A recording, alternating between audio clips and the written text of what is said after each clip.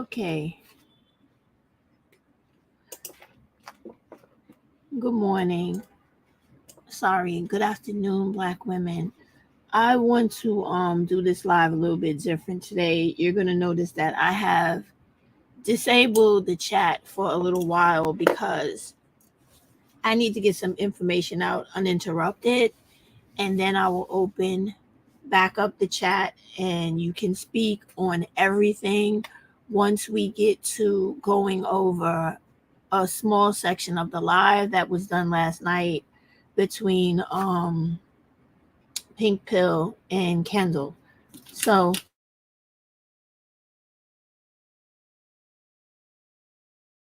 guys, I would like every Black woman to buy this. This is a Black woman's history in the United States. I'm going to take the time now to read some important time frames and some glimpses of from history, so that as we go through this live today and I lay out politics and Black women's movement I feel is needed for us to maintain our rights in this country and to reclaim things that were taken from us, while we also fight and push for our overdue reparations and the quality of life that every one of us should live, period.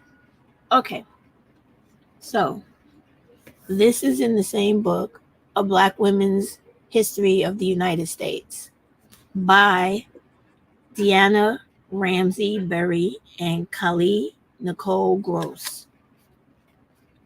This is chapter 8, page 146, Alice's Medals and Black Women's War at Home, 1940 through 1950. This is Alice Coachman, and you're going to find out who she is. It was a rough time in my life. It was a time when it wasn't fashionable for women to become athletes. And my life was wrapped up in sports. Alice Coachman is speaking. Alice Coachman reminded her daughter in 1939, "We're no better than anyone else. The people you pass on the ladder will be the same people you will be with when the ladder comes down." Having won her first medal in an amateur athlete union competition, 18-year-old Alice heeded her mother's advice. Hers had been a winning, let me stop that before it makes that noise again. Sorry, y'all. Sorry. It's always something when you're doing a live, right? Never seems to fail. All right, I got the message. Leave me alone. Thank you. So it never seems to fail whenever you're doing something. I do apologize. Let me just check to make sure that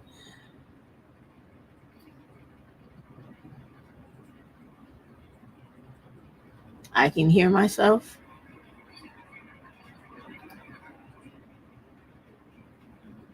I can hear myself. All right, I can. Got it. All right. So,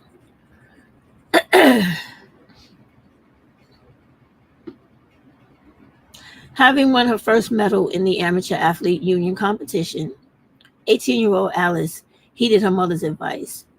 Hers had been a winning journey. The middle child of 10 siblings, Alice had grown up on the rural outskirts of Alabama, Georgia. Grew up on the rural outskirts of Albany, Georgia. Going to school, but also needed to help supplement the family's income. Alice did everything from working in cotton fields and supplying corn to the local mill to picking plums and pecans.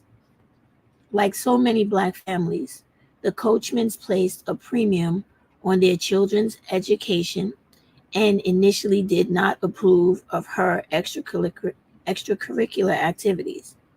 Alice recalled how her father disciplined her when she would leave the house to practice with the local high school basketball team or run to the playground. She explained that there was a sense that women weren't supposed to be running like that. Plus, Fred Coachman wanted his daughters to be dainty, sitting on the front porch. Track and field, in particular, was perceived as a masculine activity, and the Coachmans harbored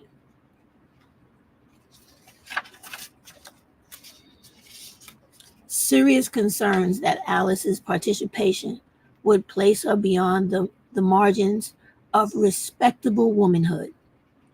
As she recalled, it was a rough time in her life. It was a time when it wasn't fashionable for women to become athletes, and my life is wrapped up in sports. Keep in mind that that was 1940 to 1950.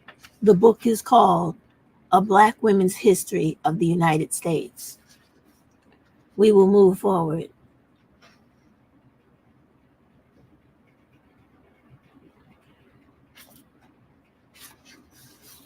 Aurelia's lawsuit against Jim Crow, 1950 to 1970.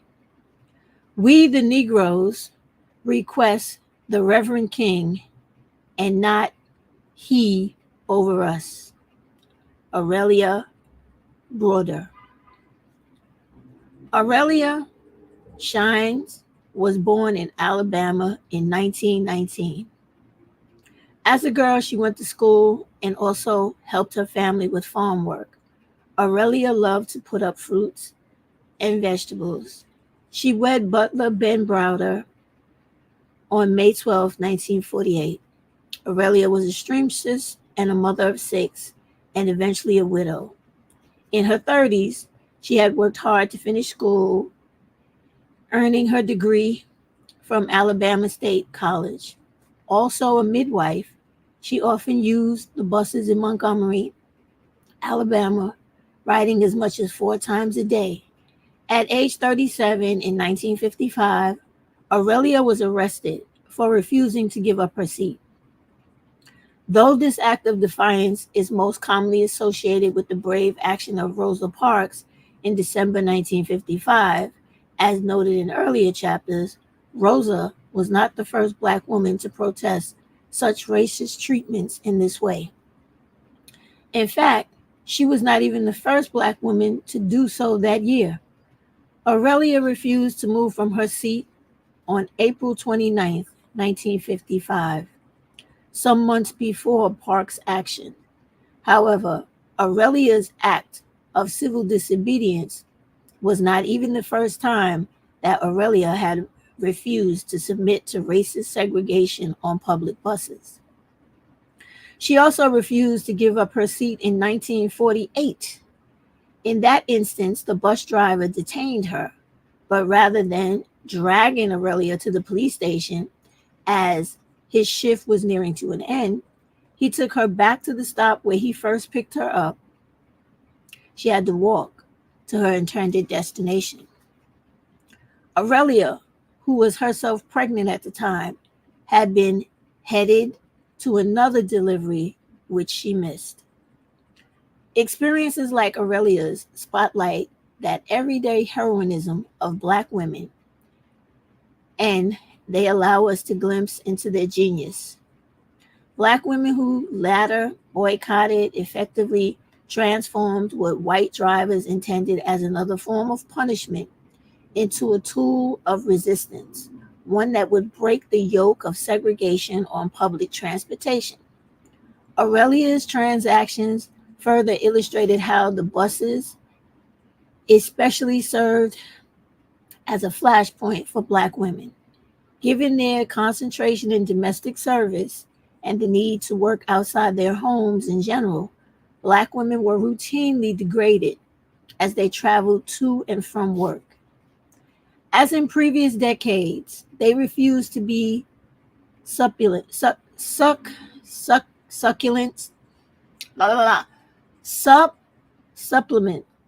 I can never say this word.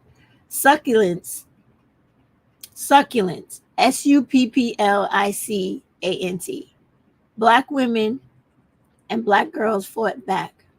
When 15-year-old Claudette Colvin refused to give up her seat in 1955, she too was arrested before Rosa Parks. The NAACP opted not to bring a lawsuit on her behalf because she was pregnant and unwed.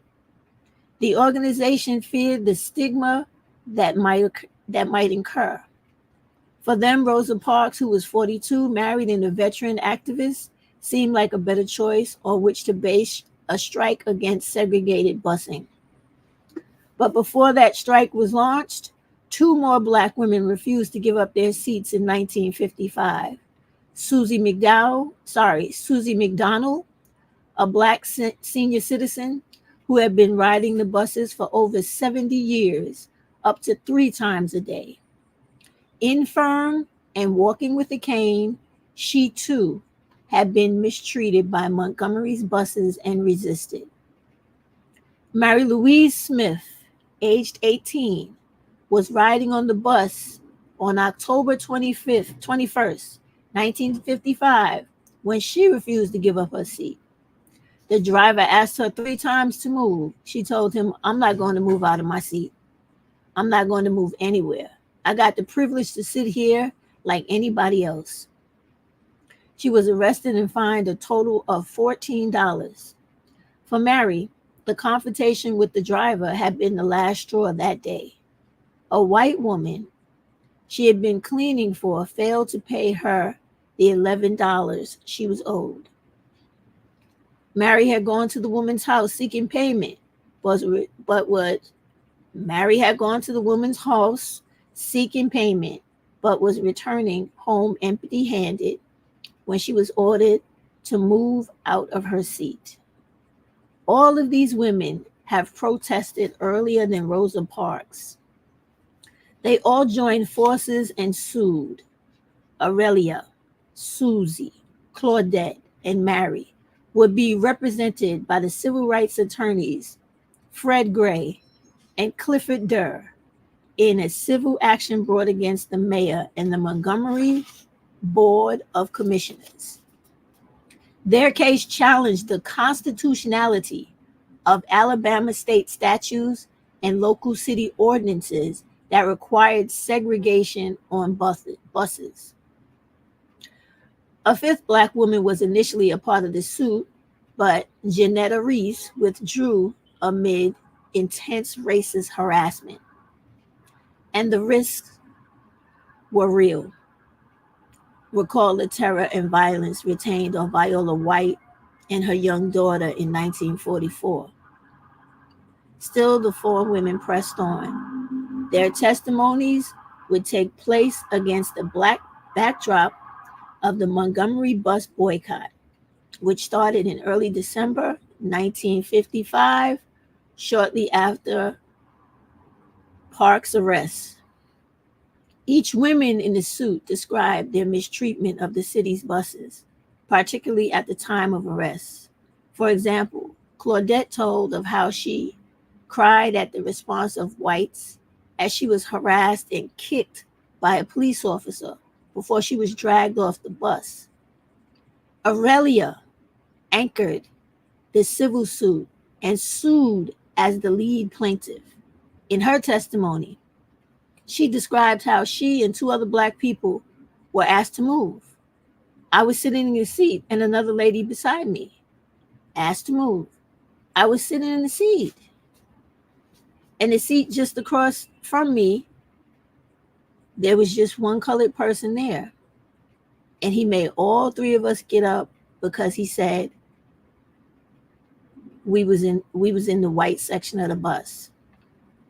Opposing counsel tried to suggest that Aurelia and her fellow plaintiffs were operating at the behest of the Reverend Dr. Martin Luther King and the Montgomery Improvement Association, a grassroots organization created to help guide the bus boycott.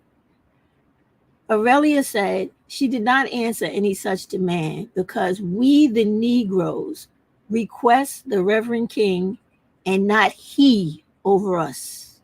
Very important statement there. Aurelia's words demonstrate the initiative of Black women in forceful challenging racial segregation did not take their marching orders from Dr. King. Rather, the young, charismatic minister answered the call of local people. Typically, when we think of the civil rights movement, the heroism and sacrifice of Martin Luther King, as well as other key figures, is often at the fore. However, Black women and girls like Aurelia, Claudette, Susie, Mary Louise represent the timeless commitment of lesser known or otherwise nameless markers of the movement. I read that to y'all for a reason. I'm going to read this next part for a reason too. Understand we started off 1940 to 1950. That was 1950 to 1970. We're now going to end with 1970 to 2000. Shirley's Run, Black Power, Politics, and Black Feminism. All within a Black women's history of the United States. Doc, you better know what you're talking about because I'm running for Congress and I ain't going to have a baby. Shirley Chisholm. And for those of y'all that really don't know the story of Shirley Chisholm, there is a semi-autobiography on Netflix being shown now. I think Regina King is playing Miss Chisholm. On a blistery day in January, inside a local patriarchal school auditorium in Bedford-Stuyvesant neighborhood of Brooklyn, New York, Shirley Chisholm announced that she would be seeking the Democratic presidential nomination. So she thought about this in high school, y'all. At the time she entered a crowded arena, already 8 men had announced their intentions to run. Wait. I'm getting confused. She didn't think about that in high school running for president. This is after she was already in politics. When she was in high school, was on, you know how they have the presidential debate teams? That's what she was in. I got ahead of myself because I know her story and I'm reading this book and put my own interpretation into the words of the author instead of reading what was actually here. I apologize. All right.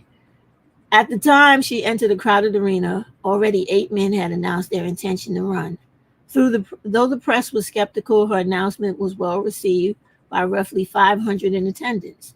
The New York Times noted, Black women make up the majority of the audience. Shirley emphatically declared that in seeking the nomination, she aimed to repudiate the ridiculous notion that the American people would not vote for a qualified candidate simply because he is not white or because she is not male. Born Shirley Anita St. Hill in New York to Caribbean immigrants, Shirley credited her political ideals as being heavily influenced by her father, a voracious reader, a Union man, and a Garveyite. But she, like many Black women of that time, had been profoundly influenced by the struggles of civil rights, Black nationalism, Black power, and Black feminism, activism together with African American growing push into politics. Shirley directed a local daycare center before becoming an assemblywoman, ran for Congress in 1967, and became the first Black woman to serve in that chamber. She overcame a great deal to do so, confronting everything from moving up through local party politics as a state representative who defied the Democratic machine in Albany, to contending with the discovery of a large mass in her abdomen during her campaign. We already know what that mass was, right? When her doctor explained that she was either pregnant or suffering from a massive tumor, Shirley responded in true New York fashion. Doc, you better know what you're talking about because I'm running for Congress and I'm not going to have no baby. The tumor was benign and removed in short order. Shirley continued to run but confronted other female problems, namely her Republican opponent, James Farmer, the former national chairman of CORE, That's history y'all should look up. CORE. Had been, as Shirley wrote, using my sex against me. Farmers' campaign assumed that depicting Shirley as a bossy female, pay attention, y'all, as a bossy female and a would-be matriarch would resonate negatively with voters, since this critique of black women undergirded much of black nationalism at the time. But in their corner of the world, the 12th congressional district in Brooklyn, there were more than 2 female voters for every 1 male. Message, message, message. It's the same today, black women. There are 2 black women for every male voter. Message, light bulb should be flashing, message. What are we up to? As Shirley explained, what Farmer thought was his strength was his Achilles heel. Moreover, Shirley knew how to hustle. Armed with very little money, her own unvarnished slogan, "Vote for Chisholm for Congress," unbought and unbossed. Like unbiased and unbossed. You get it? Unbought and unbossed. Shopping bags printed with said slogan, and roughly 25 volunteers. Shirley and her team canvassed public housing and grocery stores. She also went to house parties, hosting in her honor, recalling, in the black neighborhoods, I ate chitlins, in the Jewish neighborhood, bagels and lox, and in the Puerto Rican neighborhood, arroz con pollo. Meanwhile, her competition had a national reputation and sound trucks manned by young dudes with afros, beating tom-toms, a big black male image. The press followed Farmer everywhere, while Shirley received little attention. When she complained, one television station staffer blurted replied, "Who are you? A little a little school teacher who happened to go to the assembly? That little that little school teacher won in November, drawing 48." That I'm laughing because that shit was funny. When you see the movie on Netflix, that part is hilarious, right? Because it's the same I'm telling you this shit because black women, I am older, right? So I have seen this shit play out in my life and I see it coming around again. So because I can't convince you with just telling you from my mouth, I have come up today with a live that's going to show you a few things to hopefully let you know that history repeats itself more often than not. And if you use the same techniques from the past, you will overcome the same obstacles you face today that we have already conquered yesterday. It's really that simple. So from this page, and when you see this movie, this is the classic black male who's cooning, wanting to be down with the white people, trying to win over the black woman who's down for the people and down for everybody to get a slice of the pie, not just white people and black males. So that shit was funny because when you see the movie, right, and in real life it was hilarious too, because they actually have clips of the reels from from the news reporter flipping on her. She was sitting there and she was complaining about how she doesn't get enough television coverage, right? And he was like, he just that, you know how they looked back then with their part to the side and shit, and his hair swooped on both sides, his shirt all the way collared up to his neck with the skinny tie they used to wear back then.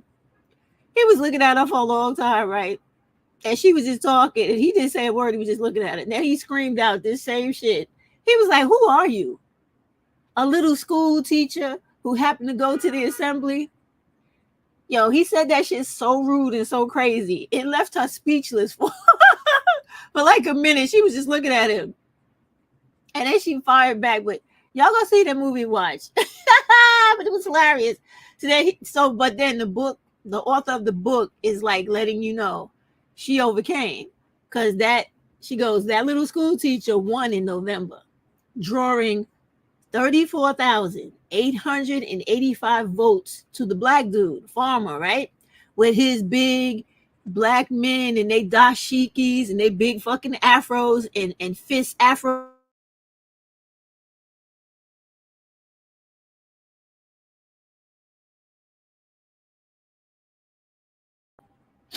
They was playing with my shit. An Island in Queens with their hands in the air, you know what I mean? Stealing it from Jesse and them when they won the Olympic gold in Germany. They was just coming out using all the stops, right? So she beat him by 34,885 votes. And Farmer, he got 13,777, while a conservative candidate, be careful of them conservatives and Republicans, right? Conservative candidate Ralph J. Curnane.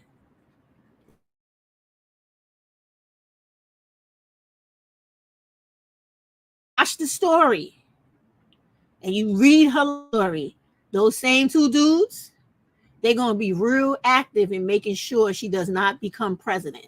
So this shit is important because it's the same shit that happens today in politics. Whenever you have a candidate that is trying to look out and do the right thing for people, you always have all those players in the background only looking to make money off exploiting the people and making sure the country stays in the status quo where the haves have everything and the have-nots don't have no chance of ever getting a goddamn thing. That's why it's important to vote, be an informed voter, but we're going to get into that. All right. Wait a minute. How do I have a comment when I stopped? I thought I locked the box.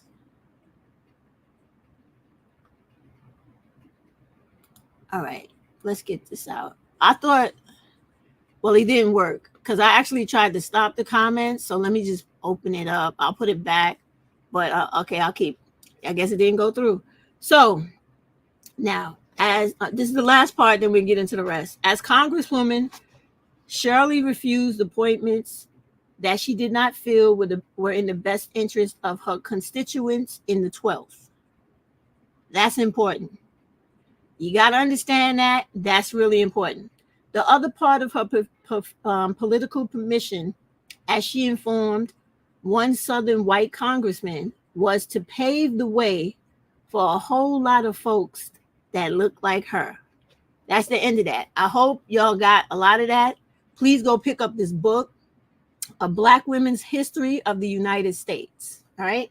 It talks about all the women that were really, really influential or part of a huge movement that helped to obtain women's rights, women's autonomy. They worked really hard on everything that dealt with why am I drawing a blank right now? Oh, Jesus Christ. Why am I so these were everybody. These were all the women that worked from everything from feminism, abortion's rights, voting rights, women's ability to work outside the home, to obtain public child care. They worked on women's ability to drive because there was one time women weren't allowed to drive. There was so many things in this country. All these women, Black women specifically, worked on to make sure those options were available to Black women. Because within the history of this country, there were always things afforded to white males, white women, and Black males, but not Black women. So that's why this stuff is important. And that's why when you get prepared for this upcoming presidential election, you ain't got no time to be playing with voting for white racist men. You do not, who are trying to take away your rights. You already seen what Republicans did with Roe versus Wade. Affirmative action. And the next thing they want to do is work on trying to keep you in relationships and marriages that you don't want to be in. They want to keep you in a marriage, not give you the option to divorce. And if you're in a relationship, they want to hold public services and resources over your head where you better get married in order to receive them. Now, as Black women, you need to understand that if that happens to you, that puts you in a more dire strait than all other women, because with Black femicide and domestic violence and child homicide being the leading causes of violence and death in our communities. You don't need to give these white males and white women any power to put laws in place to make it where these guys legally have to be in our homes. Because the only thing that's going to come out of that is massive death. I'm telling you right now. Because there are many black women that are going to kill themselves as a result of being locked in with their abuser and their child's abuser. We saw this through COVID. You must wake up. That we'll get to that later. This is important, y'all. So let's start with all of these things because I need y'all to be educated before we start talking about anything. So the first thing I want to do is go through some shares, right? Some of them are just to give you the introduction and to see that there's more information out there for you to learn as black women about your own history. Because I know for a fact that most 20, 30, and 40-year-olds out here, they don't know any of their history in America. And most of them don't care about it because they don't think being a black woman is important and something to be proud of. Even with that ignorant thought, you still should know your history and how things work in this country if you want to maintain your freedom. So let's begin. So here we have, and I just want you to know these things currently. You know Lady Boulay, right? So Lady Boulay has this channel, this second channel, and this is a Black American lineage. Now here, let me tell you, her channel is dynamite, even though I don't always agree with Lady Boulay's opinion because she's too black male worshiping for me, but she's dead spot on when it comes to giving historically correct events and history. She is a teacher, so she knows how to research and get the actual information from where it comes from. But if you go on her page and you see here, she has the past mixed with the present with a little bit of the past present mixed in between, like the middle of both. And she has things that happen that are novelties in our culture, like the 11-year-old cowgirl that made history, right? And it was nationally televised.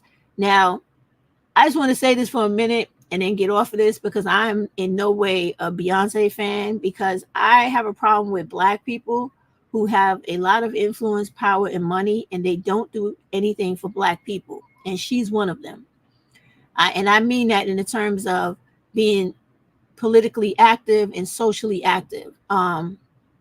With all the money they have, they could at least put grocery stores up, housing, childcare, do some of the things that they know black people have a hardship with that would not cause them an issue with the government. Then on the other hand, there are things that you need to get involved with, whether it's government backlash or not, to make the country more of a real democracy. So when it comes to this little black girl here with the cowboy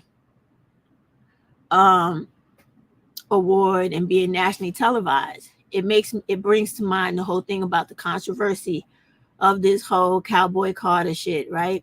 And this is the issue with America. America goes out of its way to erase black people's history because we are American history.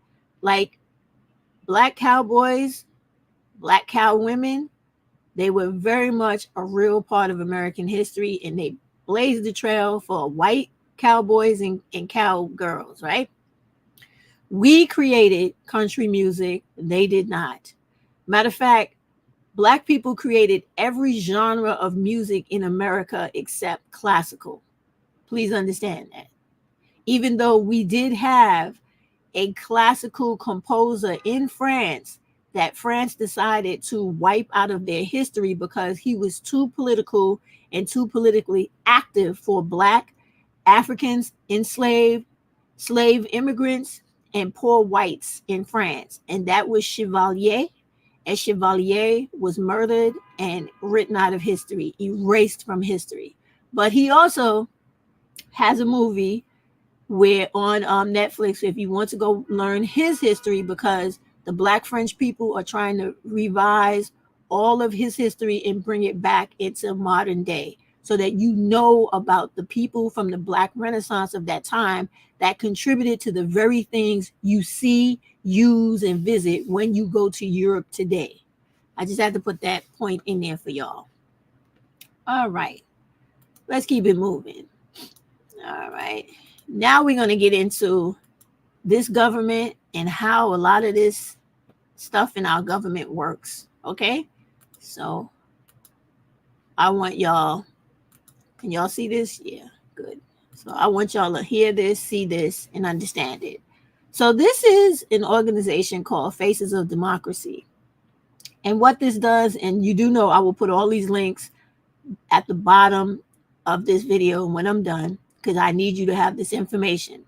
So Faces of Democracy, what their job is, it's to inform the public of how elections work and who, for the states these individual people represent, who's in charge of the committees that get the election going, decide what will be done during the election, and it's good for you to know, right?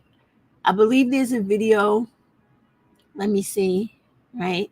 Hold on. And it's good to know these individual people, because if you have a particular issue that you want addressed in your community, you are to write to these people and let them get underway with trying to deal with it. This is, no. I don't want to play this because it is going to go through all these people. I don't want to do that. So let me go back down to this, right? So what this is a booklet about how elections work briefly, right? So when you, let me make this bigger. So you see here, this gives you a brief idea of what and how elections work in the states that these people who belong to this particular organization, how it works, because in every state, things are a little bit different, all right? So what you would do is take your time, go through this book, if you are a resident of one of these states, to find out how everything works so that you are not cheated out of your rights in this upcoming election. This is extremely important. Knowledge is power. There was a little joke I was going to make about one of the guys. Here he is. This is not the other Bill Gates. This is the chairman of the board, supervisor. I seen this. I was laughing because I'm just crazy like that. But I want you to understand that, right? And then we have more to go. So these are for a few different states. If I'm not mistaken, I know Missouri is one. Yes, that's Missouri. Colorado, where's he from? California, Nevada. Who else? That's it. Arizona, Philadelphia. Who's this? California again. Philadelphia. Who's? Where are you from? Vermont, Colorado, Pennsylvania, Michigan, California still. So this covers those states. All right. So you want to take your time and read through this, because this is for 2024, right? All right. Now, this covers my state, but I want to use this as an example. And I want to show you specific things. Attorney General's offices work differently in Democratic states and differently in Republican states.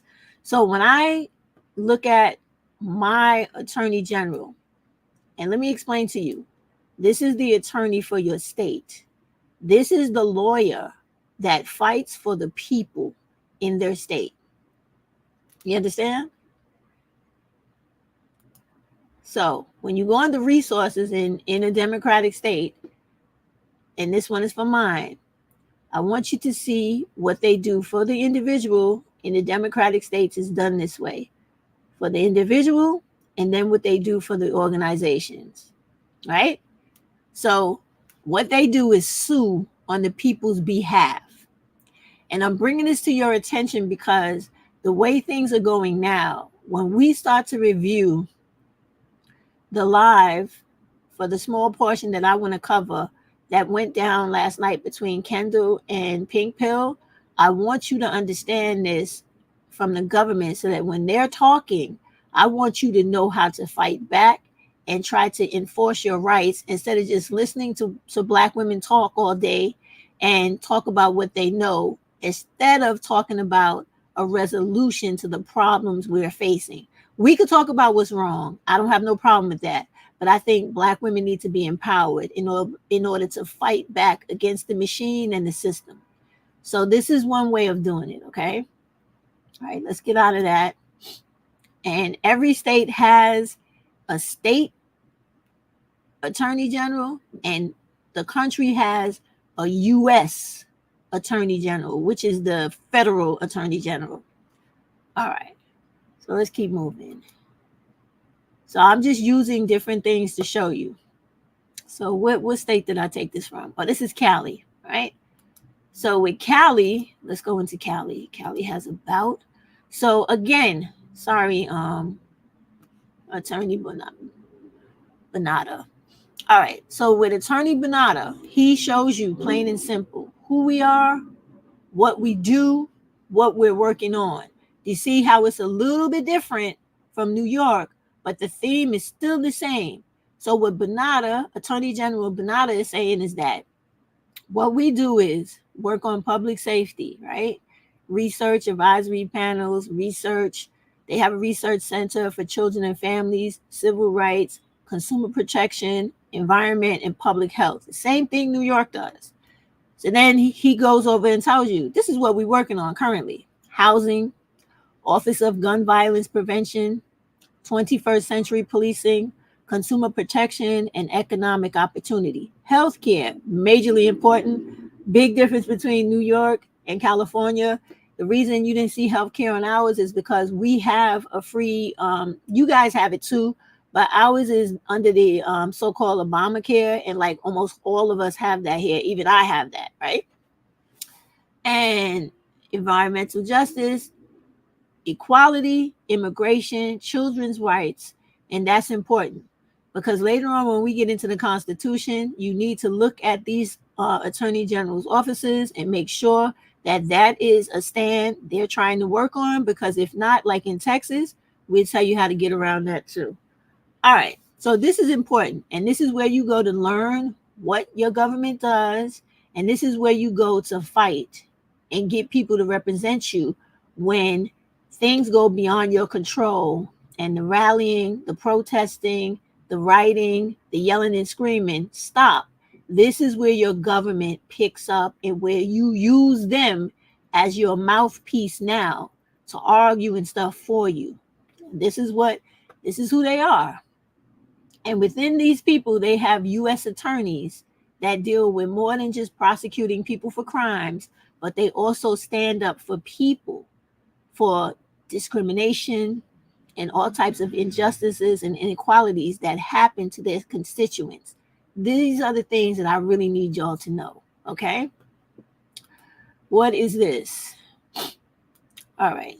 So this is this one of these states? Which state is this?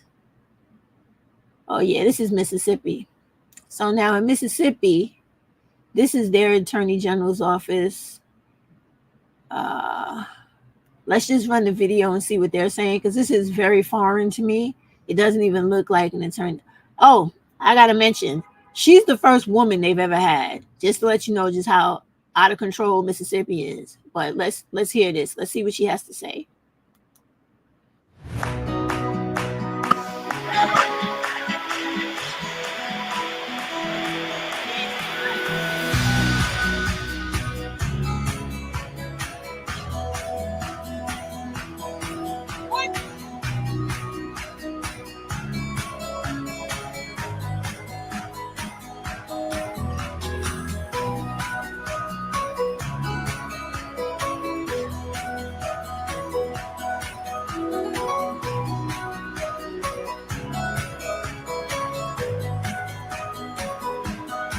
Oh, very good. Very good. Okay.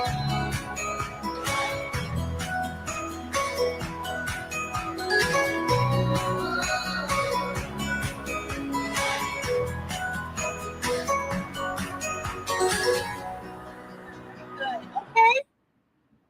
So you guys see how I misjudged that lady? All right, so here's the thing, right? From what I got from that video, because it was completely visual, there was no voice, right? This woman is heavy on human trafficking, child welfare laws. She's for abortion, so that's very good, right? Wait a minute, what's she saying? I am the post-Roe generation, empowerment women, promote life.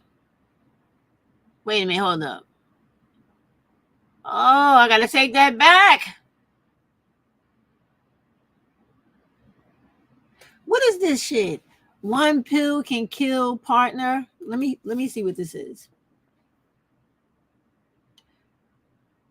Attorney General Fitch welcomes Delta State as one pill can kill partner. I'm proud to announce that Delta State is partnering with my office to educate and protect students from fentanyl. Counterfeit pills are easily available. Okay, she's dealing with the opioid.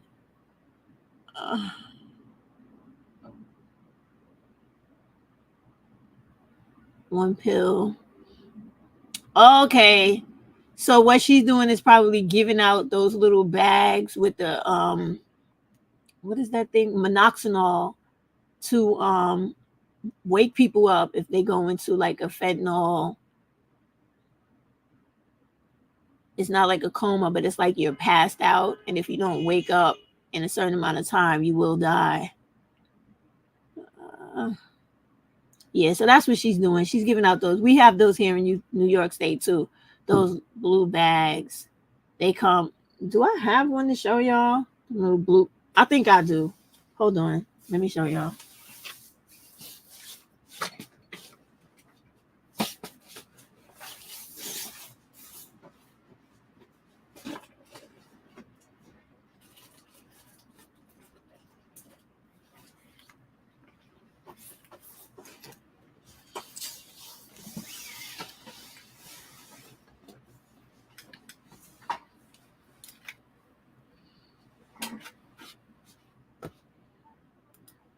All right, let me stop sharing this for a minute. So yeah, I'm wrong about her. She's a pro-life crazy. So this here you can see, right? Can you guys see? Wait, let me see about it. New York City, right? This is a rescue kit, right? In New York City, New York State gives this out. And this is like when I just order these things because I work for the city now, and I used to work for the state as well. So whenever you may come across a client, or you go to a client's home, or you just on the subway or the train and somebody's having a fentanyl overdose, okay, these Narcans, right? It's 2 shots. Well, let me show y'all. Let me try to show y'all. It comes in the kit. They give you 2 shots, right? You get 2 blasts. These goes up 1 nostril to wake the person up, right? They give you some gloves to make sure you don't get, because if you touch anybody with that fentanyl around them or something, you're going to be on the floor next to them.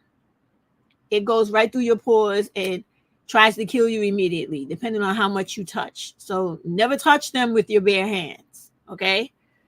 And don't touch them if you have clothing, because it'll go through the clothing too. Try to keep something plastic.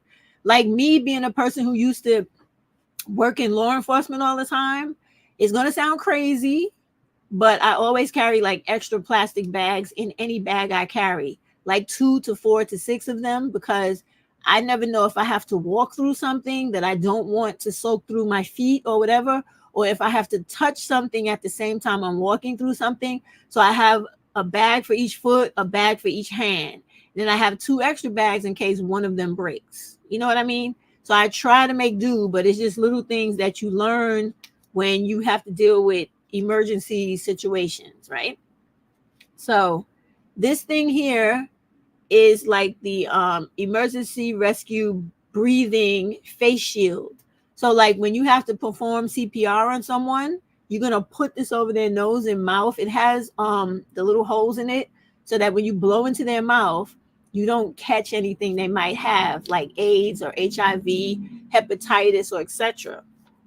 And then this is just the little booklet to give you the information about what minoxidil is, how it works, and how it revives people that are been affected by fentanyl. Hello, Queens. How are you? Yes. And so I just wanted to show you that because that's what that Mississippi Attorney General was talking about. And, you know, my mistake for me thinking that she was for abortion because, that's where the Mississippi case came out of to end Roe versus Wade. Boo. You know, it happens to the best of us. It's old age, baby. It's old age. So, oh my God. So let's get back, right? So let me get back to sharing my pieces because I want y'all to understand before we get into the conversation and where to go for this information because it's important, man. So we did all of the Office of the Attorney Generals. So now I want to go to what is the role of Congress, right? All right. So this is a little bit of a video. I'm going to be quiet and hopefully, can y'all see this? Yes. So I'm going to be quiet and let this play. Not all of it, but for you to hear most of it. I want you to make note of this. Underneath this video, when you go to this website, they give you great information related to this video. The powers of the United States Congress, necessary and proper clause, separation of powers, United States Congress, and then they go into the representatives, and then they go into the Constitution, articles, etc., and eventually the Senate. So this is all important for you to know actually how your government really runs and how you can actually stand up for yourself and not be swayed by silly ass rhetoric, phony and fake news, like Trump says in reference to them pushing an agenda. And maybe we should tap a little into 2025 because I do have that. I will pull that up, okay? And we could look at a couple of the things that affect women. All right, let this play, please. There's always a lot of questions to our classes. You know, what is the role of Congress? What powers does Congress have? These classic questions. But I broke it down into two simple, big, giant question buckets. Number one, how does Congress work? Like how stuff works, theory of what is Congress's job and how does it work? And number two, why did they build it that way? When we talk about the Constitutional Convention till today, how is Congress defined and what did they think it would do and why did they build it that way? So all these questions are kind of angled on those two answers, how it works and why it's built and functions the way it does. So that's our big starting point. Do you want to dive into where we love to start with the Constitution? Yeah, let's go to the Constitution. And it's a really, really long part of the Constitution. It's the biggest part of the Constitution, Article 1. So to back up, what we always remember is that in the Constitution, the founding generation laid out the branches of government in Articles 1 through 3. Article 1 gives us Congress, the legislative branch. And within the national government, Congress is responsible for making the laws. Now, for the founding generation, they believed that Congress was both the most important and also possibly the most dangerous part of this new national government. And so they wanted to lay out a lot of the details about how it was going to work, what it was going to look like, etc. So if we're looking at Article 1 of the Constitution, what do we see in there? What do we learn?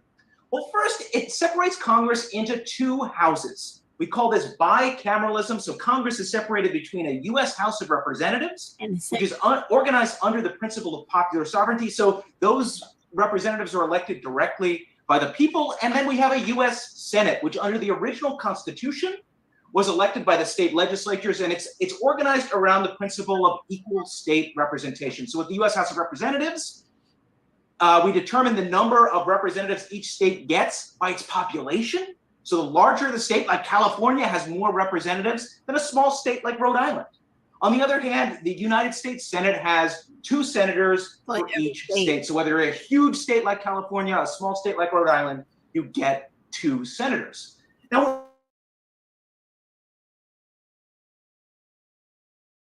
a couple of the other details about them. So the U.S. House of Representatives has 435 members right now. Representatives have to be at least 25 years old. They serve for 2-year terms. And the big principle here is that the House of Representatives was designed to be the part of government that was closest to the people.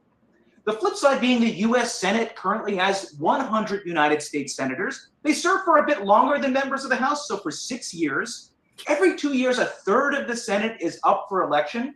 In both the House and the Senate, members can run for re-election as many times as they want. And finally, the Senate does also play a key role in certain areas, including foreign policy and things like Supreme Court nominations. Finally, because of the 17th Amendment, we now elect United States senators by the voters. The people themselves select the senators, not the state legislatures as under the original Constitution. So those are the two houses of Congress, Curry.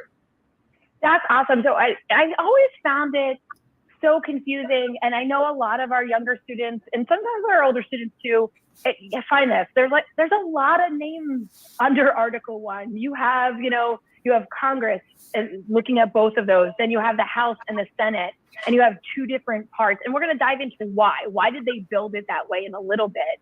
But when we think about how it's broken down and how its job is to represent people, what is the main kind of goal and job and big idea around Congress and around their key role in making law?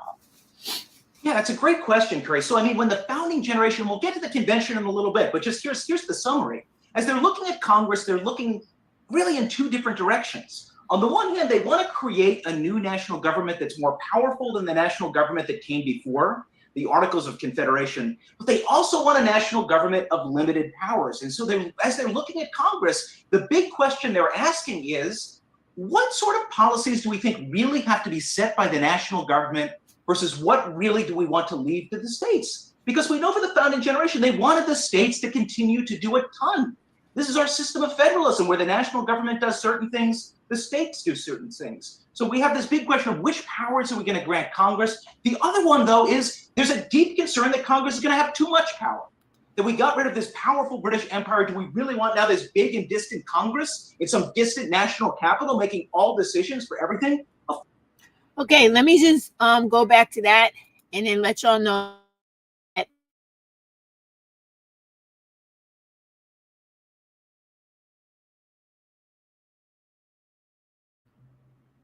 take the time. It's only like an hour, right? Go through every video so they can explain stuff to y'all so you can understand when you see stuff happening on the news, if they're telling you the truth or if it's normally the bullshit that they always pump out, right? But the very important part that he spoke about was the fact that there are so many functions the state is supposed to do.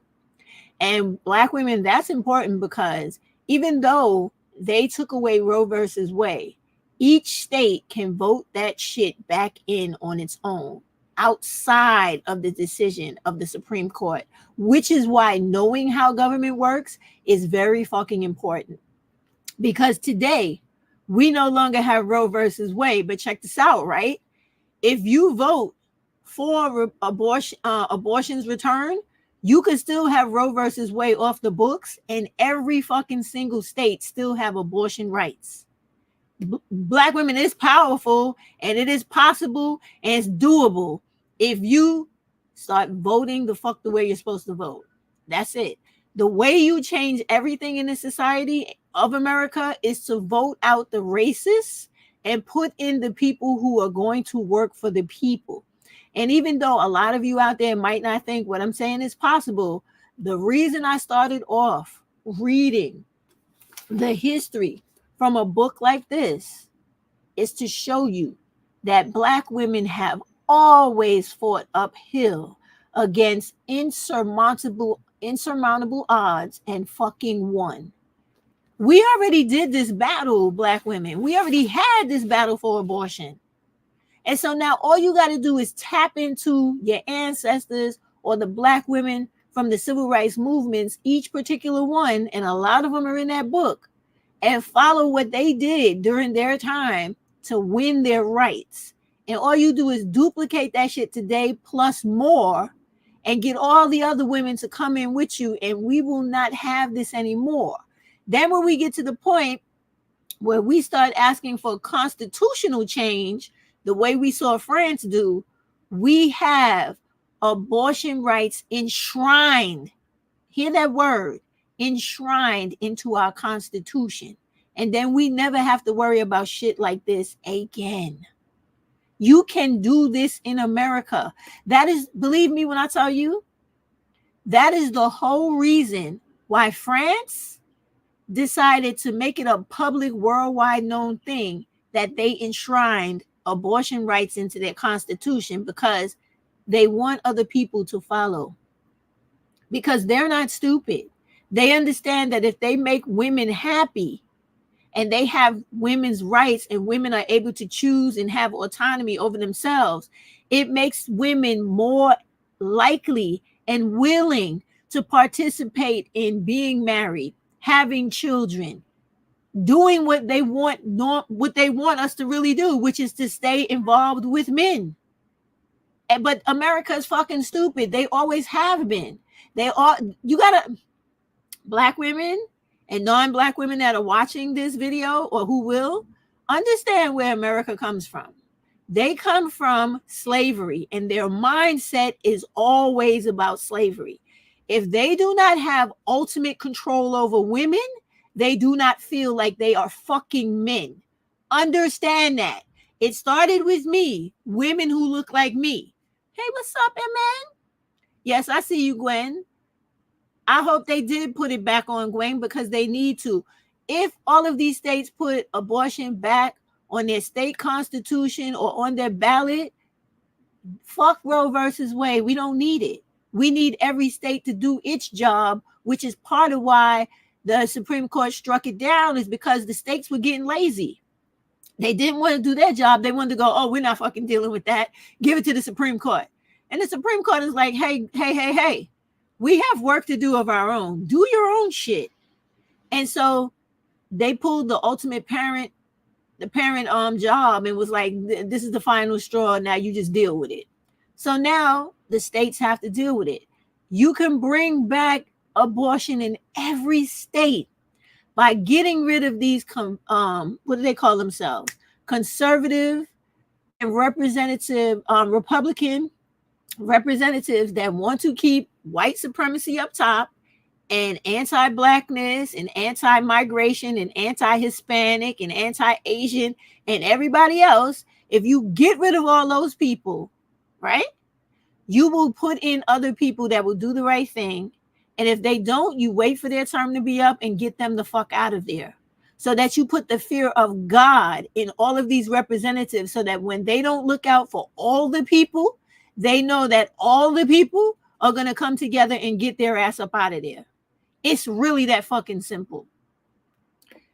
MM said, I'm on a task force in my state to put the reproductive right in our constitution. Right on, MN. I hope to be part of that change. You ain't hoping, baby. You doing it. Because guess what? Even if they don't put it into your state's constitution, you sit back and you count the days for every one of those representatives that voted against what you wanted to be put there, either on the ballot or into the Constitution, and you make sure they looking for another fucking job at the end of their term.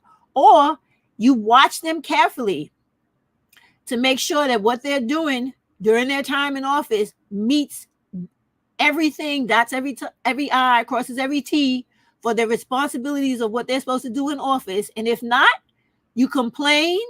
You try to do the same thing that they did to that George Santos dude here in New York City.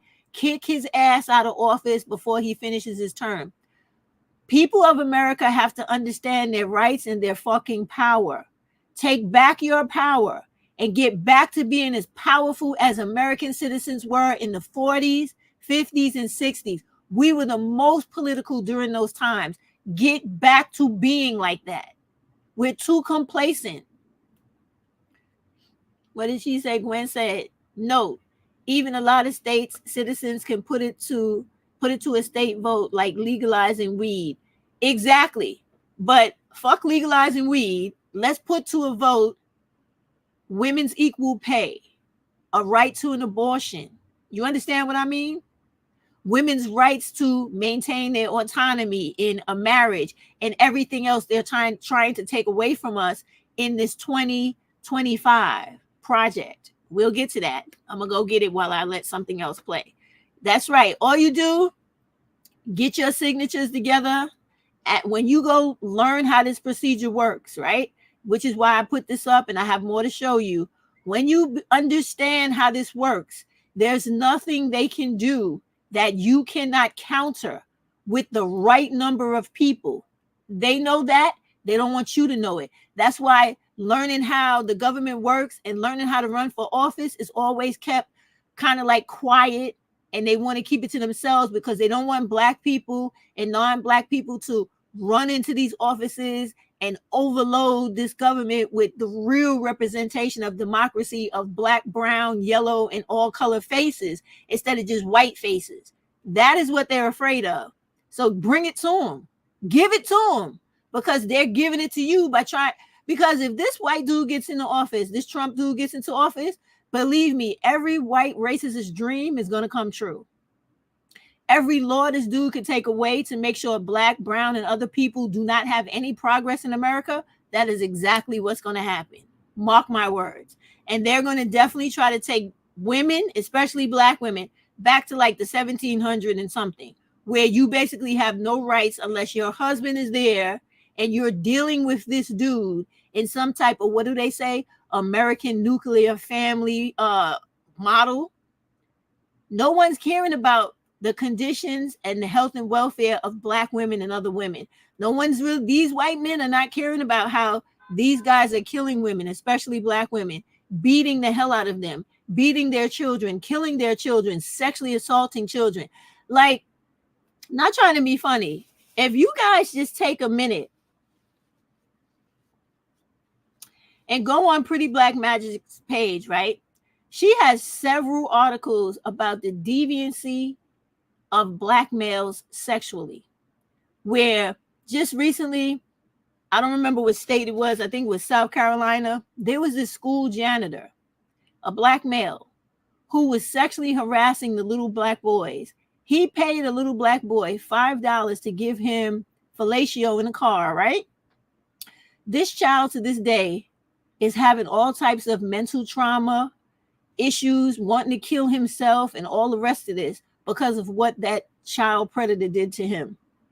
These are the things that will be a normal part of our community if we allow these white Republican people to win office in November, because they don't give a shit about what happens in our communities. They want all those degenerates back into our community, which is why in every state, when we get to the point where we go over what the women were talking about last night, this is sort of like a revenge for Black Lives Matter and us standing up and people all over the world recognizing the violence, injustice, and inequality that happens to Black people in America.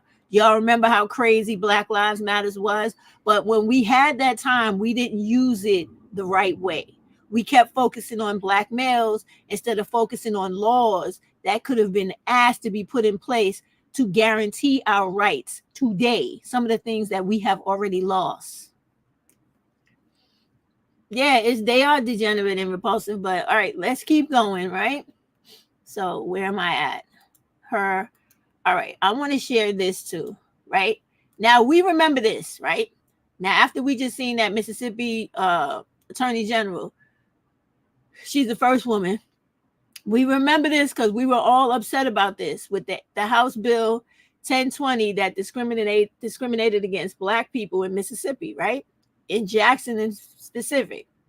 So this was last year, and let me just point out something in this article. So this was taken to the Department of Justice, right? And they talked about how this Mississippi House Bill 1020 is racially discriminatory because it shifts authority over the county's criminal justice system away from democratically elected judges and prosecutors elected by Black voters. The U.S. Department of Justice says Wednesday, now this was last year, right? As it filed a complaint in federal court, Mississippi state lawmakers have adopted a crude scheme that singles out and discriminates against Black residents in the city of Jackson and Hinds County. You understand? They go on to say, our complaint alleges that Mississippi has violated the U.S. Constitution by creating a new two-tiered system of justice, which erodes the authority of Black elected local officials and creates a new system to be held by judges and prosecutors handpicked and appointed by state officials. Now, before I go into this a little further, right? Because let me show you this. This is their complaint officially, but let me tell you why this is important. This is important because when you think about the video I showed before this one, right, with how the government works, this is important because the same thing I just said, when I said, okay, when we have these issues and we want to have these rights, we're going to get these petitions together. We're going to get them into the state constitution. We're going to put them on the voters' ballot. Da da da da da. This bill right here, this House Bill 1020, it eliminates all of that. Like everything that we fight to do, when they put this in to being literally something they're using now in their system, it takes away the power of all the people we go to say, no, we want this as a law. We want this back. We don't want that. So this is why when you put people into office and you understand how government works and this, that, and the other, you do these things to prevent stuff like this. And I could already guarantee you that the majority of the Black people in Mississippi was not paying attention and voting and doing the things they needed to do to allow this shit to come through. Because even when it did happen, I didn't see no big outcries and demonstrations in Mississippi or the state attorney jumping into this or all the people going to the U.S. attorney. I didn't see anything. I didn't see no reaction to this. And these are all the things that we have to learn. And we also have to go back to the primitive ways of dealing with stuff like this, which is why I started out with that book. Because the same way all of our foremothers fought and got our rights that we were never given, you could do the same tactics today. Boycotting is always the number one way of getting this country to act right, because this is a capitalist country. And so when you withhold your beautiful dollars as Black people, they will suffer. Because we do spend more than almost everybody else. That's a shame about us, but it is a reality. And when they put those silly things in our neighborhoods, don't partake in it. Like, seriously, like if Black people, and once we get past not being able to unify and become use solidarity, right? We would actually be really something to deal with the way we used to be. But white America saw all of that in us, and it went out of its way to break us down and break us up as much as it could, because they know, even though they like to say we are the minority, we are the majority in this country, and we always have been. You have to think logically. We were being bred like freaking animals in this country to make their money. Those people continue to have babies, and those people continue to have babies. Why do you think it is that they need to bring in other people to whiten up this country? It's because it's too many of us, even though they're not going to tell you that, because with numbers comes power, and they need you to be ignorant. What they're doing in America is the same thing that was done in Brazil when they felt like they needed to whiten up the country because it was too Black. If you know your history, you will learn all of these things, and you will see this kind of shit play out in America the same way all these other places learn from America to play out their discrimination and their separation tactics. Same thing, like in South Africa, right? When those white people went over there, and I'm just showing you how the dynamics work with these white people. When they went over there into a country full of Black people, they studied slavery. They studied segregation. They studied Jim Crow in America. And they did that in their land. And they separated people by color, by tribes, and all these other different categories to make the mass of people break up into small little pieces that they can control. And that is what they always do. And so you need to be aware of this and already know this by now, and not let them do this. It's the same thing. Like, y'all need to watch this movie called Origin, right? It's out now, it's streaming and everything. It talks about everything that I'm talking about right now. It is a Black woman who wrote a book, I think like in 2022 or 23. And the same thing I'm talking about, she wrote this book about this whole correlation of how racism and separation and discrimination based upon what people look like because of their darkness and the white superiority is all planned. And it's all done to keep a minority of people in the world controlling the majority. It's really good. It's a movie done by Ava DuVernay independently, all on her own. Please watch it, and if you can, support the Black woman who literally wrote that book. I think the book itself is called something like Cast or something, and the movie is called Origins. So check it out, right? And I didn't even see this book when it came out. I only learned of this book because I follow Ava DuVernay. And when I saw it, I said, oh, wow, interesting. And then I saw the book. So if I could later on when we get past everything, I'll try to put that in here to show you what it looks like. But anyway, this is real stuff because the things that America has done through destroying Black people, everyone over this world has used their model to create their madness in their own country. Even Hitler used the teachings of America to start and do what he did, believe it or not. And when you see that movie and read that book, she's going to show you historically how that actually happened. So that book and that movie is very important to watch. So let's keep going. So this was Mississippi, that House bill. All right. This is yet again another Attorney General's office. And this is Texas, so I wanted to show y'all the difference, right? And I did this specifically on purpose because this is a red state, and I want you to see the differences in red states, right? So they're interested in shit like border security, and you know they playing with this one right here, election integrity. They can't be right. They can't be. This is a joke right here. They're playing with us because these people were actually sued by the federal government for trying to keep Black people from voting, redlining, etc. So what are they talking? This is a joke. Then when you go over here, they're talking about human trafficking and dealing with that. Yes, that's always a good thing.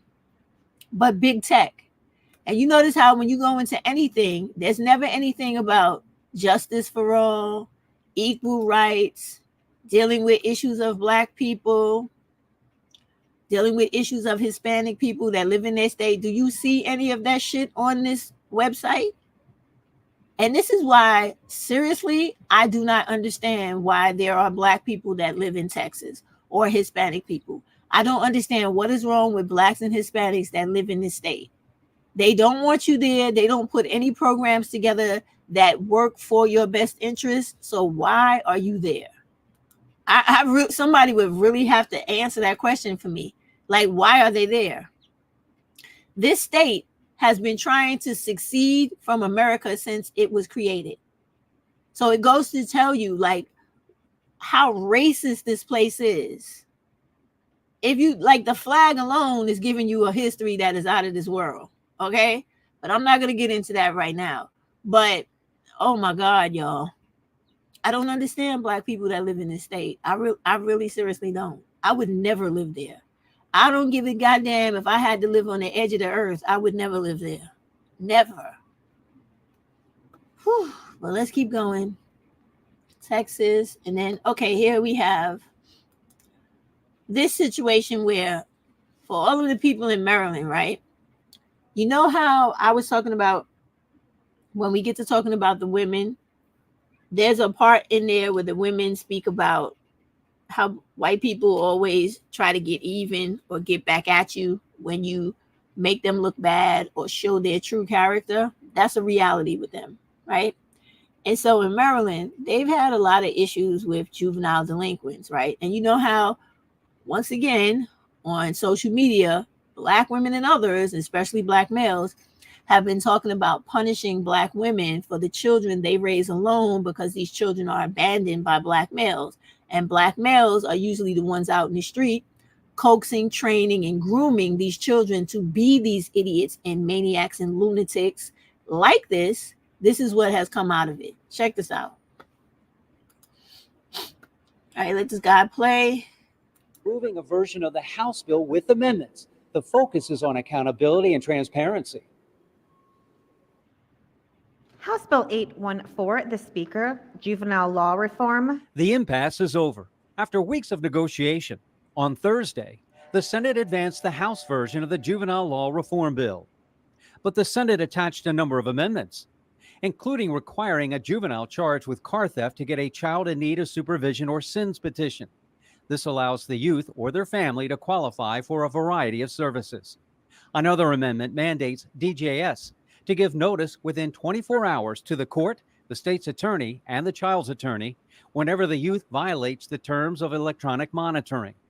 The Senate also inserted language that a juvenile accused of a first-time gun offense must have a pre-detention hearing while in DGS custody.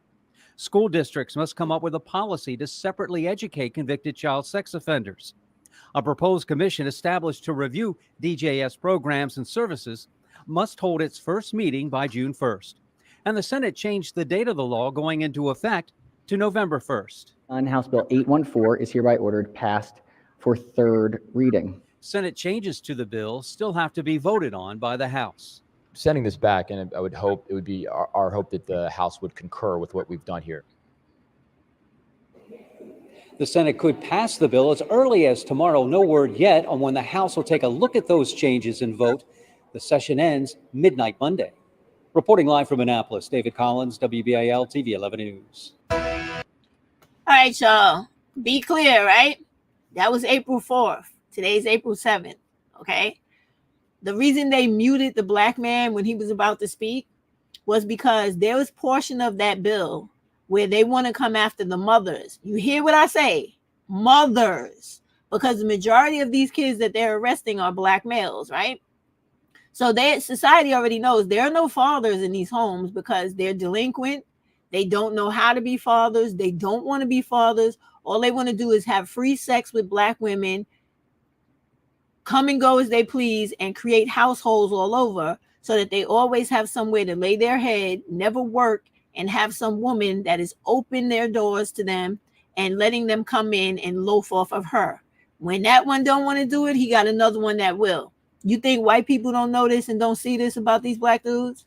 But now what they're doing is, once again, coming down on the black women because they know we are the only ones in the black community that are working, trying to educate ourselves, and trying to be a law-abiding citizen. We're out here trying to do what we're supposed to do, and we need to do a better job of voting, right?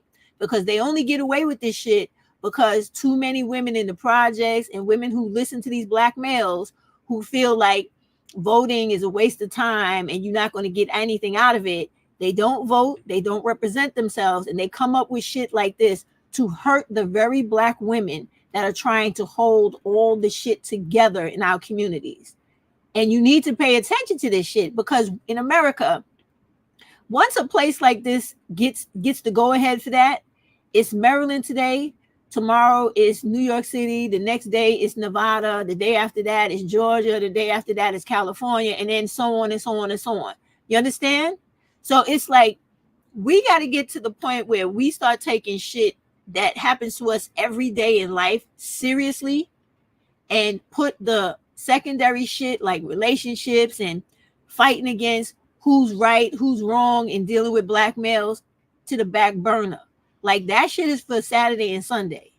Monday through Friday, we should be serious about what is going on in our political arenas that affect us every fucking day. And we address them Monday through Friday, take a break for Saturday and Sunday. And that is how we should be functioning out here because we're sleeping.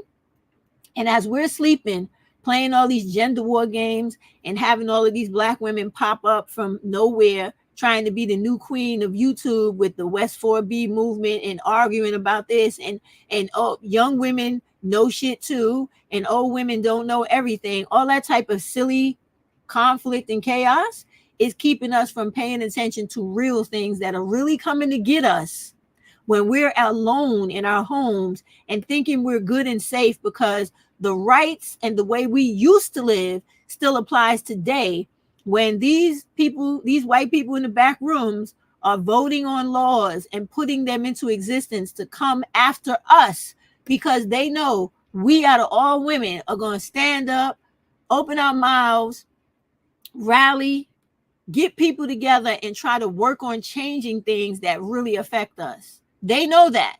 So if they try to knock us out the picture, there's not much more for them to have to do, because black males have never done anything, and they're not going to do anything because they're completely comfortable being males in this patriarchal society where they're going to be protected because simply they're not women. And that's it. So before we move a little further, back to my other book, Dark Psychology Manipulations, right? I want to point out what representatives are doing right now when it comes to 10 strategies of mass manipulation by media. Now, the point of people trying to put the smokescreen in front of you is this: the stage of distraction. One of the most powerful weapons used by rulers to manipulate people is distraction. Continuously shifting the attention to the less important, trivial news, always diverting the interest from much more vital issues as they are decided by political and economic lobbies to pass into the background. You understand what I'm saying? So then they go into the first step after like trying to redirect you into nonsense and basically distract you. They go into the first step of distraction, which is the gradual strategy. So the gradual strategy, I'm not going to read the whole thing, is basically this: to get an unacceptable measure, which is what we just saw here in Maryland, right? Accepted is enough. To get an unacceptable measure accepted is enough to introduce it gradually, little by little, for conservative or consecutive years, in which a way that it is virtually imperceptible. So they're gonna so before they came up with this, right? The way that they used this gradual strategy was to always talk about the amount of teenagers that needed, what did they refer to? A sins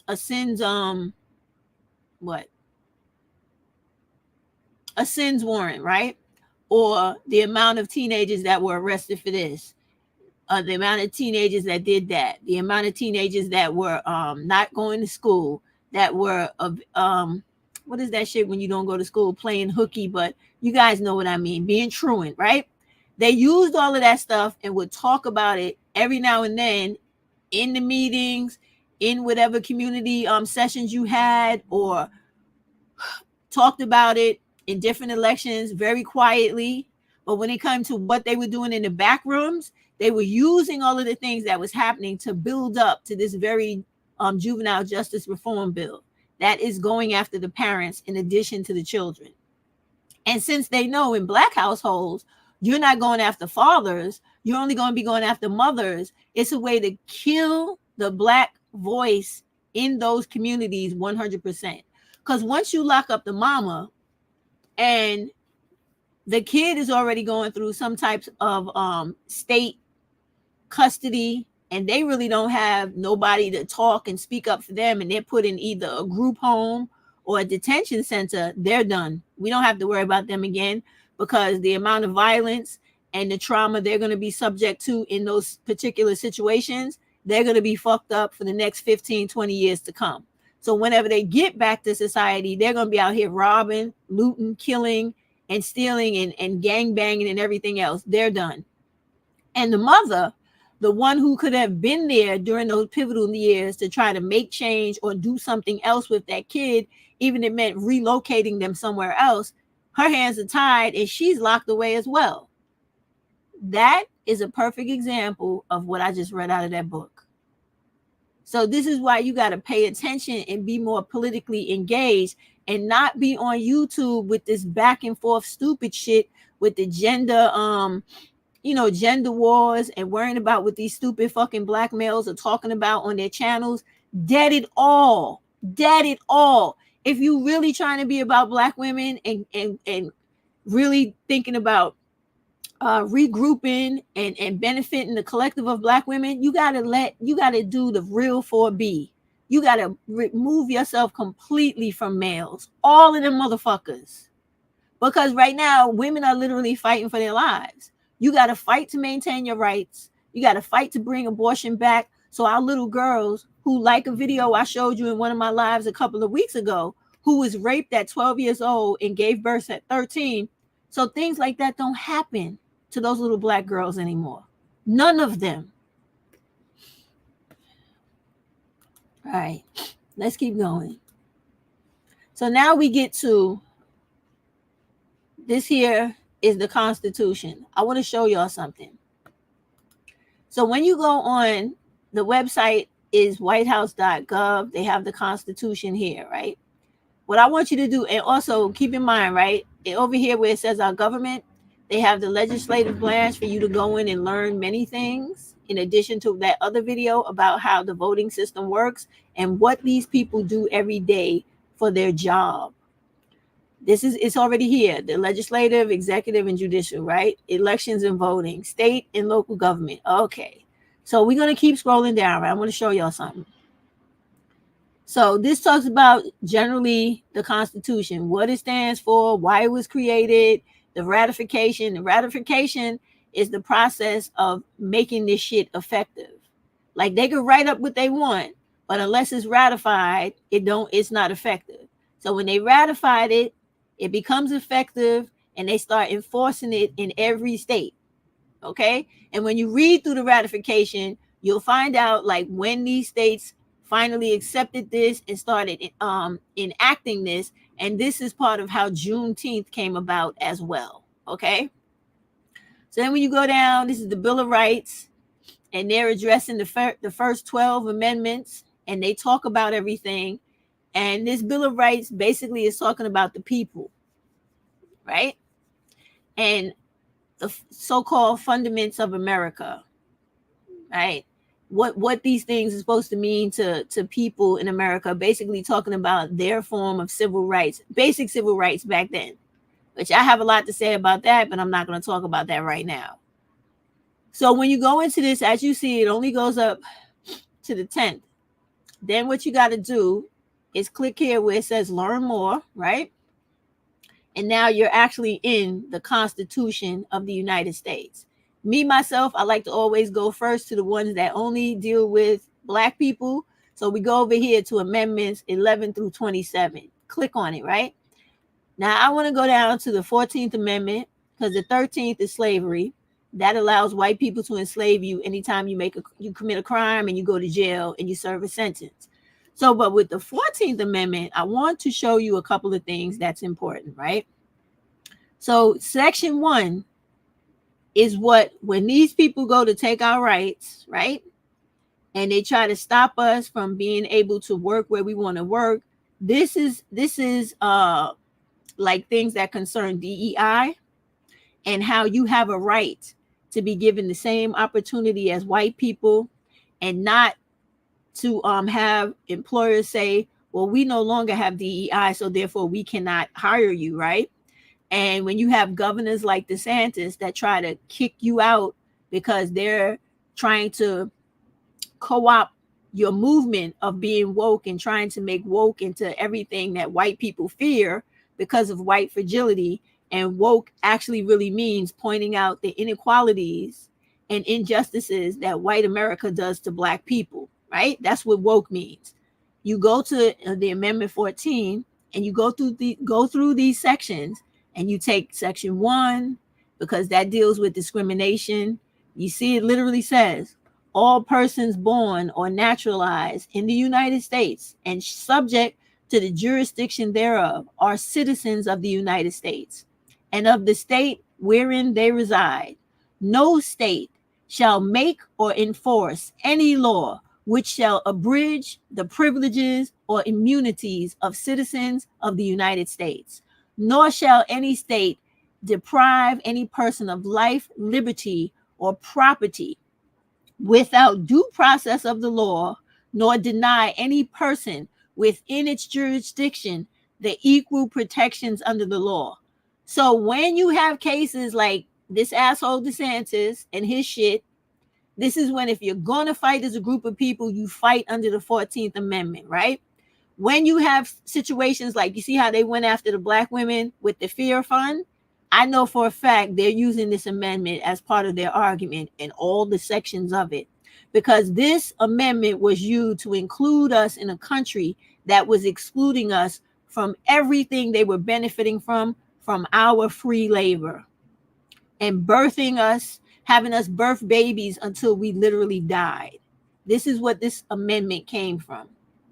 So when you read all of these, you'll find something in here as a black woman to stand on and to have an argument to argue from on whatever is happening in your life or in your situation where you live, where you want to galvanize black women to have a legal standing. It's here right for you.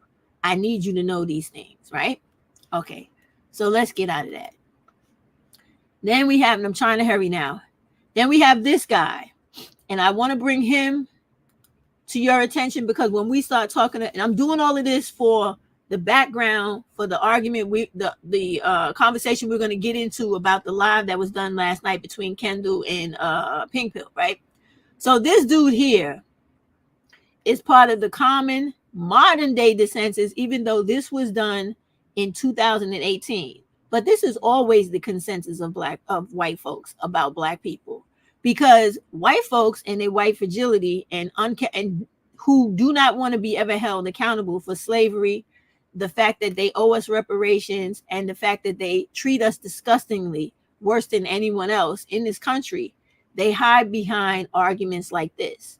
And they use these arguments every single election to get dumb black people to vote for racist white dudes like him, who are usually conservative or Republican, to put these racists in office to make sure black people do not have rights. Whatever rights we have, they slowly peel them back, or they create situations like Mississippi's House Bill 1020 to go over the government and to maintain white supremacy.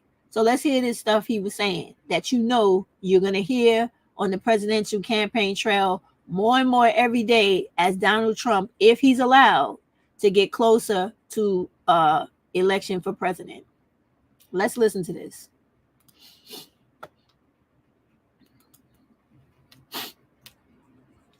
What? They killed the feed? What that? They killed it. All right, no problem. No problem, y'all. They killed it because he was saying some crazy stuff in that video. He was talking about how black people have this victim and entitlement mentality. We feel like basically what he was saying was this.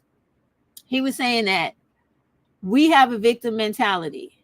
He's preaching the same shit that they teach all foreign people that come to this country, so that these people do never align with us, and they hate black people, and they look at us through the same anti-blackness scope that these white racist people do. So he was talking about how black people have a victim mentality.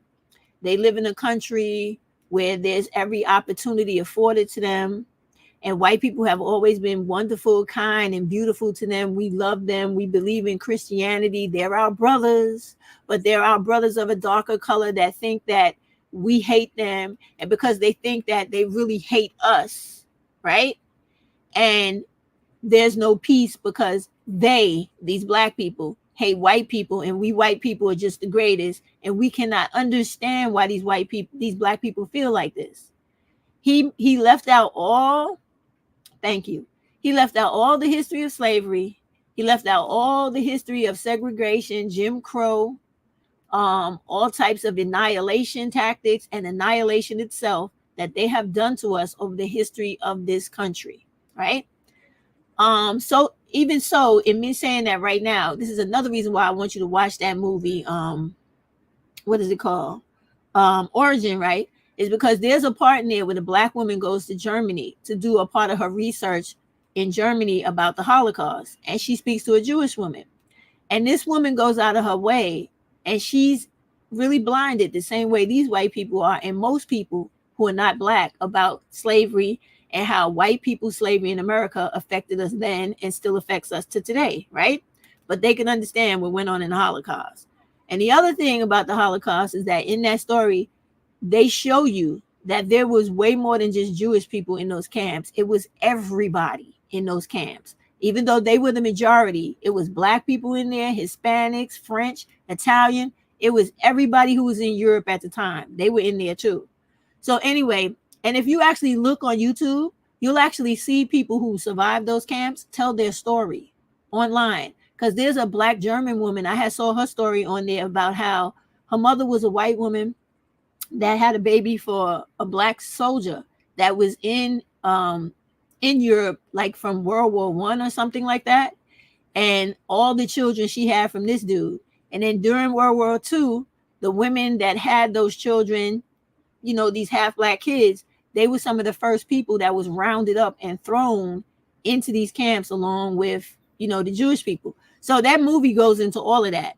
But anyway, this particular scene, the woman says the same thing that this white dude, if they would have let the video play, he says about black people's victim mentality, because they want to erase slavery altogether as if they never did anything to us.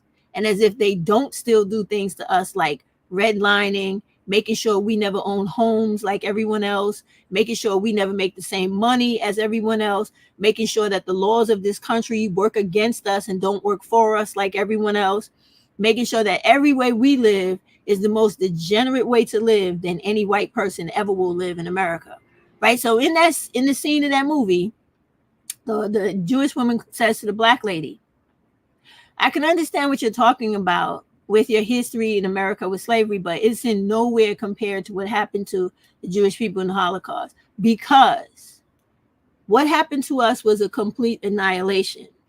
What happened to you was a level of labor exploitation. The black woman just looked at her, and she was one of those black women that don't give clapbacks. She doesn't talk. She was just looking at the lady, and then later complaining to everybody she knew, like complaining to her friends. I don't remember if her husband was still alive, but she was always complaining to her husband about all this racial shit, which ended up causing her husband to have a massive heart attack and die. So that's another thing, black women. When you're dealing with all these situations, take time to de-stress. Don't stroke out. Don't have a heart attack over shit that's not important. You want to fight the good fight, but the first fight you fight is good health.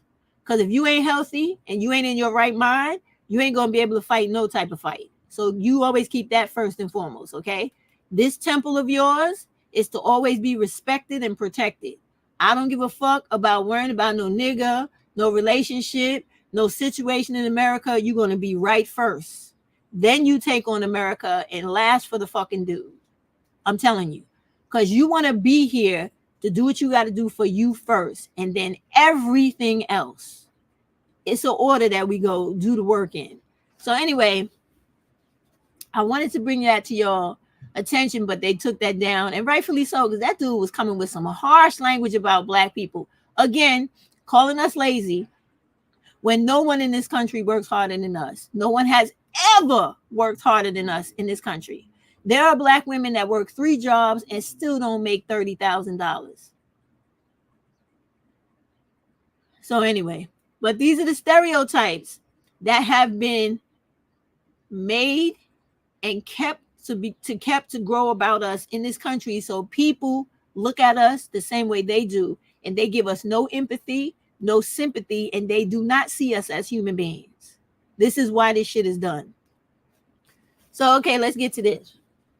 So thankfully, we do have some sisters out here that are from these ridiculous states that make all of these laws to hurt black women, who black women should go out of their way to put more of in office to fight and speak up for black women and other poor women's rights, because it's only going to be black women that's going to think about black women, Hispanic women, Asian women, old women, disabled women, and etc. We the only ones that think about them people. Everybody else is only thinking about white women and whatever group they come from. Keep that in mind, right? So let's hear this woman because she's one of the women that I can't think of that white dude the other day that screamed on them on the floor and was like, I'm tired of these feisty representatives. And it was 3 black women he was talking about. And this is one of them. She was one of them. So, okay, let's get into this. This happened just 2 months ago. So I want you to hear what she has to say. And now we're just getting some of the information. Now you contrast that with what we see the Republicans doing. It's simply a matter of them bending the knee again to Trump. It is the cult-like mentality that we see that is becoming pervasive in this country, where they say that he's our ruler. It doesn't matter what he does. He can violate the law. We should just ignore it. We should not ignore it. We have never accepted this from anybody else. And the only reason we're facing a crisis right now is because he wants to act as if the Constitution doesn't apply to him. Well, I have news for him. If he wants to be in this country where we believe in a democracy, then he needs to abide by our laws as well as the Constitution. And all right. So, of course, you know, they was going to cut the sister off when she's slamming the truth like that, right? Because, you see, they do not want black women to become educated and act and think and behave like her, because then America begins to change.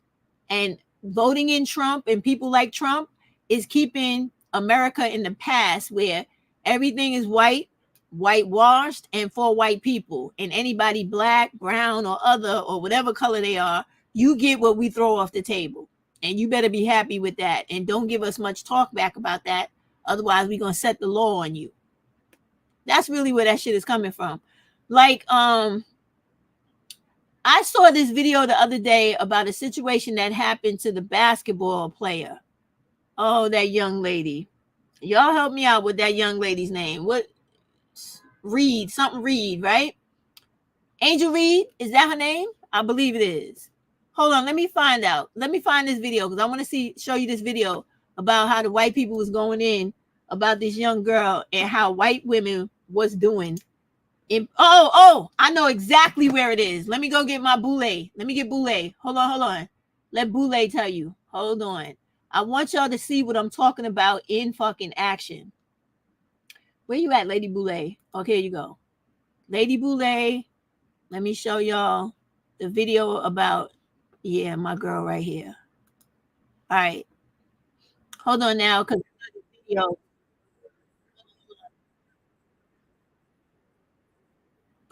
Let's get past this. Hold on. All right.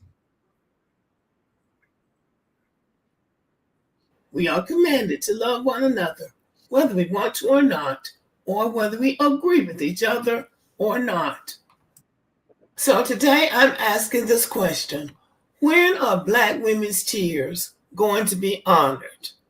It's starting to look like there are people in the world who don't think Black women have a right to cry, that you can't exercise the very feminine trait of crying. On the one hand, they say you're masculine, you're not feminine, and then you do something that's very feminine and you get criticized.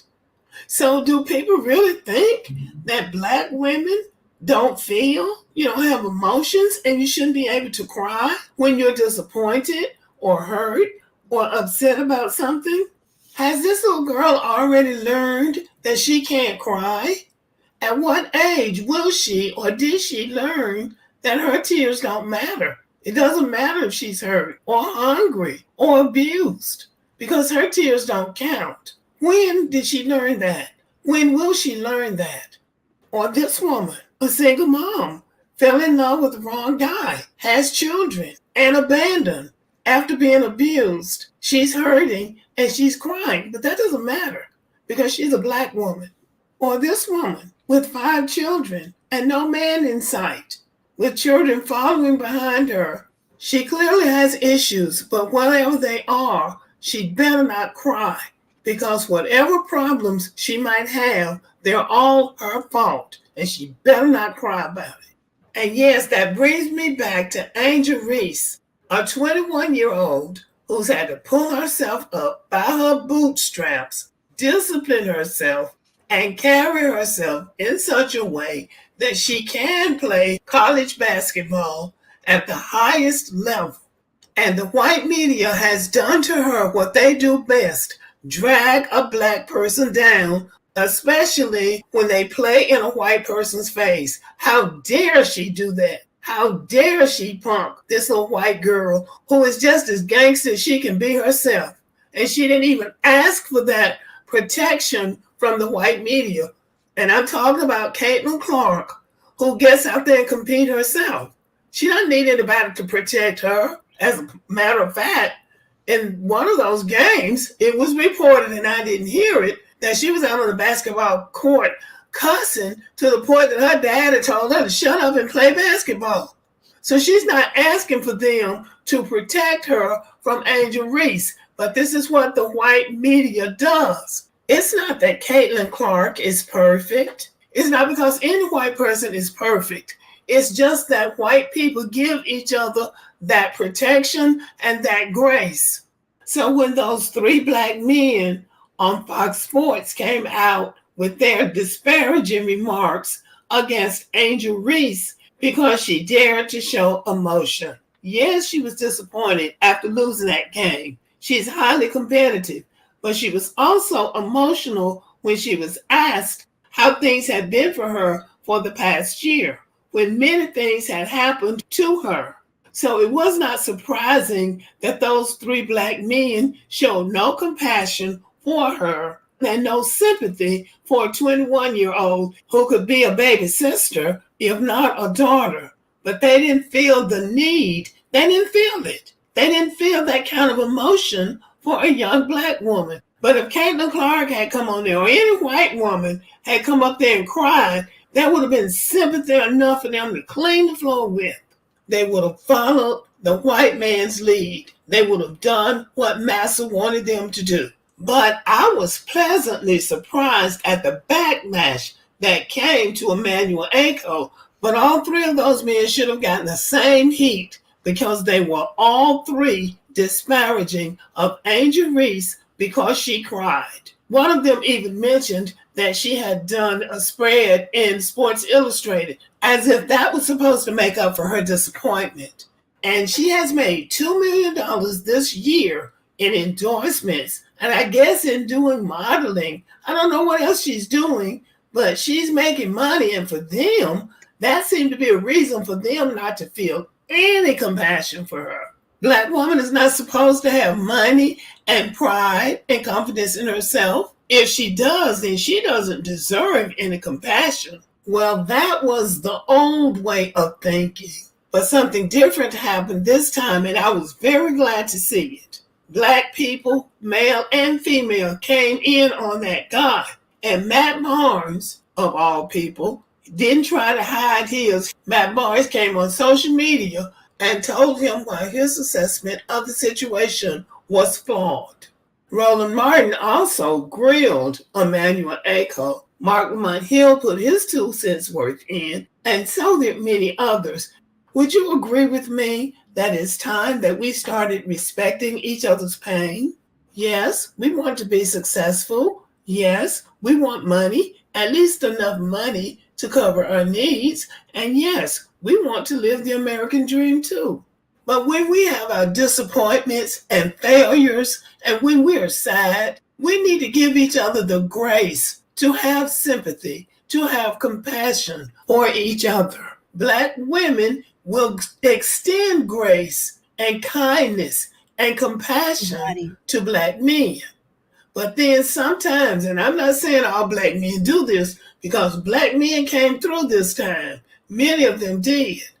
But many times, they will be the first ones to try to drag a black woman down. I'm saying that to say it's time to groom another generation of black people, of black men, that we care about each other, regardless to if it's a black woman or a black man that's down. We need to try to lift them up. And when white people go after black people like that, especially when it's somebody like a 21-year-old kid playing basketball, we don't have to pile in on that. We don't have to go along with that. Oh, I forgot. They have to do that because they always got to run to the white man for a job. They haven't learned yet that they can create their own platform. So anyway, y'all, it's time for Black women's tears to be honored. And I'm focusing on Black women, but I'm talking about Black people. We are under attack. These conservatives have come up with a whole new code word, DEI. And all DEI is another way of them trying to say that nobody is capable of doing anything but them, just like the mayor of Baltimore said. But they're attacking all of us. When they say DEI, they don't want any Black people there. They're not just talking about Black women or Black men. They're talking about Black people. And we are lacking in understanding when we don't understand this code word and realize we need to work together, because these people are trying to push people out because they don't want to compete. And all right, we get the gist of what she's saying. And even though, hi Catnip, I understand this is the only issue I have with her is that kumbaya shit between Black people in the whole. Because as a Black woman, I understand where she's coming from, because she reminds me of my mother and my grandmother with all of that. But what they tend to refuse to accept, even though they will understand something, is that these Black males today are not my father and my grandfather. They are trash. And there's no amount of feeling sorry for them, or as in Princella's words, giving them any compassion that is going to change the way they feel about Black women, and or stop them from killing Black women every 4 to 5 hours of the day, trafficking our little girls, sexually assaulting our little girls, pimping out our little girls, and killing our children. It's not going to stop them, because they have an unnatural hate for Black women and everything Black women and girl related, that they just can't control themselves off of being the way they are. Look at what they're doing currently in New York City. They're running around, Black males now only. This is not white guys, Hispanic guys, Asian, or anybody else. It's just homeless Black males running around attacking white women who are getting news coverage. But Black women who are getting attacked are not, no one's seeing their stories unless actual YouTubers or they themselves create a channel and put their information on online, because nobody cares about us. And this is what she's talking about. But waiting for them to do right and us trying to pull them along, we have done that enough. That is the only disagreement I have with her. Otherwise, I think she's a beautiful woman with incredible amounts of talent and lots to give to Black women. But Black males, they just need to go their way. I'm so sorry. Would y'all say? Nat said that there's just not enough representation for Black women out anywhere out there. That's very true. Let me just put a few things up. Let me see, Kat. She said his home makes me want to move away from everyone. Yeah, but you can't, Kat. You got to fight the fight for other young Black women coming up behind us. I was this, what's this YouTube channel called? Mag, the bit of the truth. He's an African man, and he was saying how the women in women basketball meant, man, forget him, man. Burn his channel down to the ground. There's just not a just no representation out here. What's your thoughts on him? Because he had to talk about Black Lives Matter movement being like what's up to divide people. All that media is fake, and they use and coding to mess up people.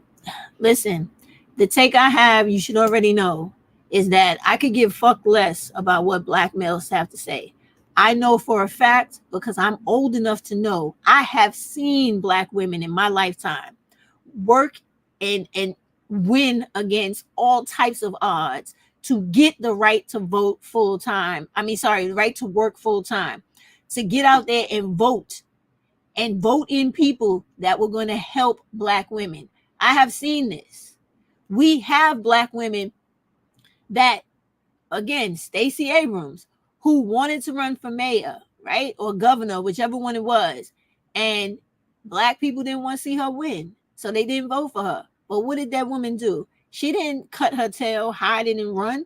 She said, okay, if I can't be in office, what I will do is do the next best thing that I could do for my women in this country, is to make every one of them understand that this state should go from Republican to Democratic, so that Black women can get health care. Black women can have an option of having an abortion or not.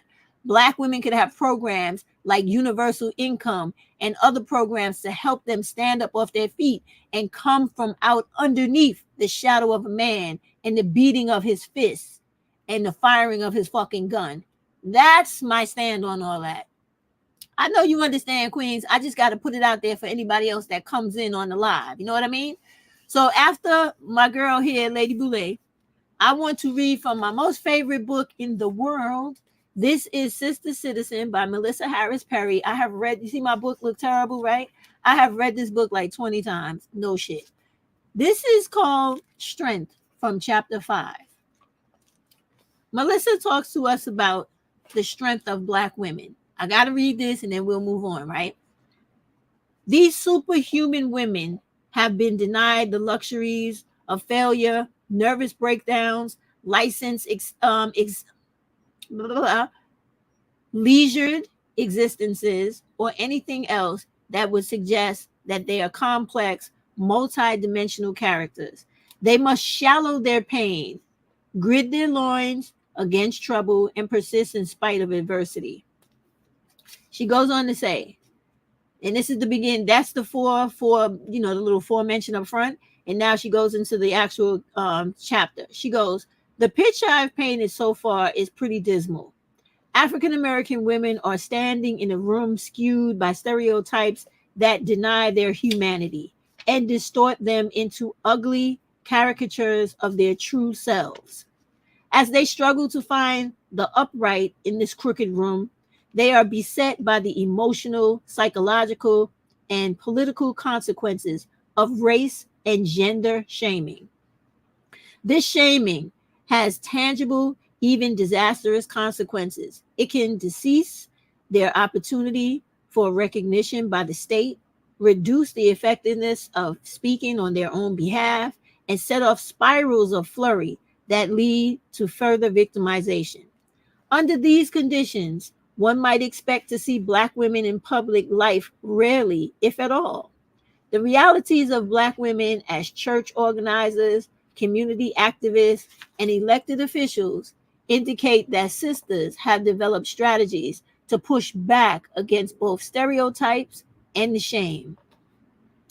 The one way Black women have demonstrated their agency under difficult circumstances is by crafting alternative images of themselves. The strong Black woman is the most pervasive and widely accepted and of these self-constructions. By its idealization and description, Black women are motivated, hardworking breadwinners who suppress their emotional needs while anticipating those of others. They talking about the super Black woman, where how y'all say I don't want to be a strong Black woman, but that's only if you do that shit, right? Their irrepressible spirit is unbroken by the legacy of oppression, poverty, and rejection. Whereas the negative iconology of Black women as lewd, angry, and unnaturally devoted to their domestic employers is reproduced by the state and in mainstream popular culture. The image of Black women as unassailable, tough, and independent is natured within Black communities. Also, let me add to that, is also the Jezebel stereotype, the bed wench, right? And what else do they say about us? The single mother, the mammy, the this, the that.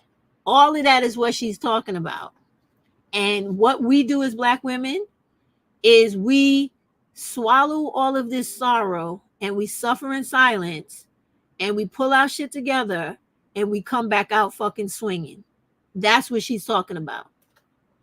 And the last part of this, and I won't read anymore, is she goes on to say, the strong Black woman serves as a constructive role model because Black women, listen to this, Black women, because this is not that stereotypical and basic silly shit that everybody be talking about on YouTube about the strong Black woman. Listen to this.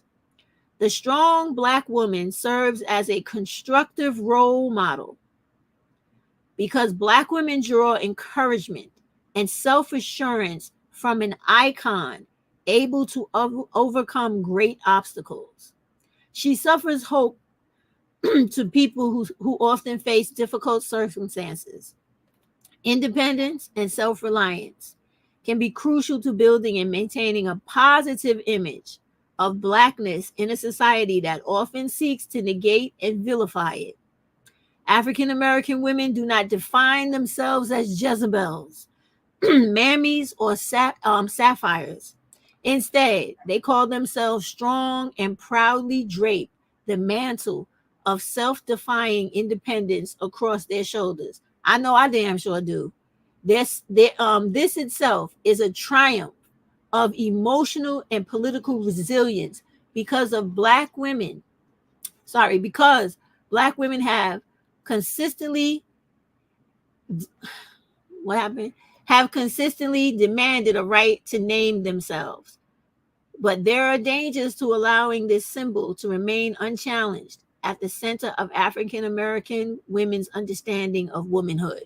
So what she's saying is, we are not those things, even though America and Black males have been trying to paint that of us for over 20 years on YouTube. And in America, over the 500 years of our total captivity, including indentured servitude to full-blown slavery. Thank you, queens, right?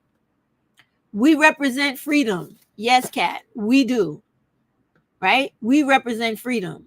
And what we also represent is the never-ending fight for freedom, justice, and the so-called American way.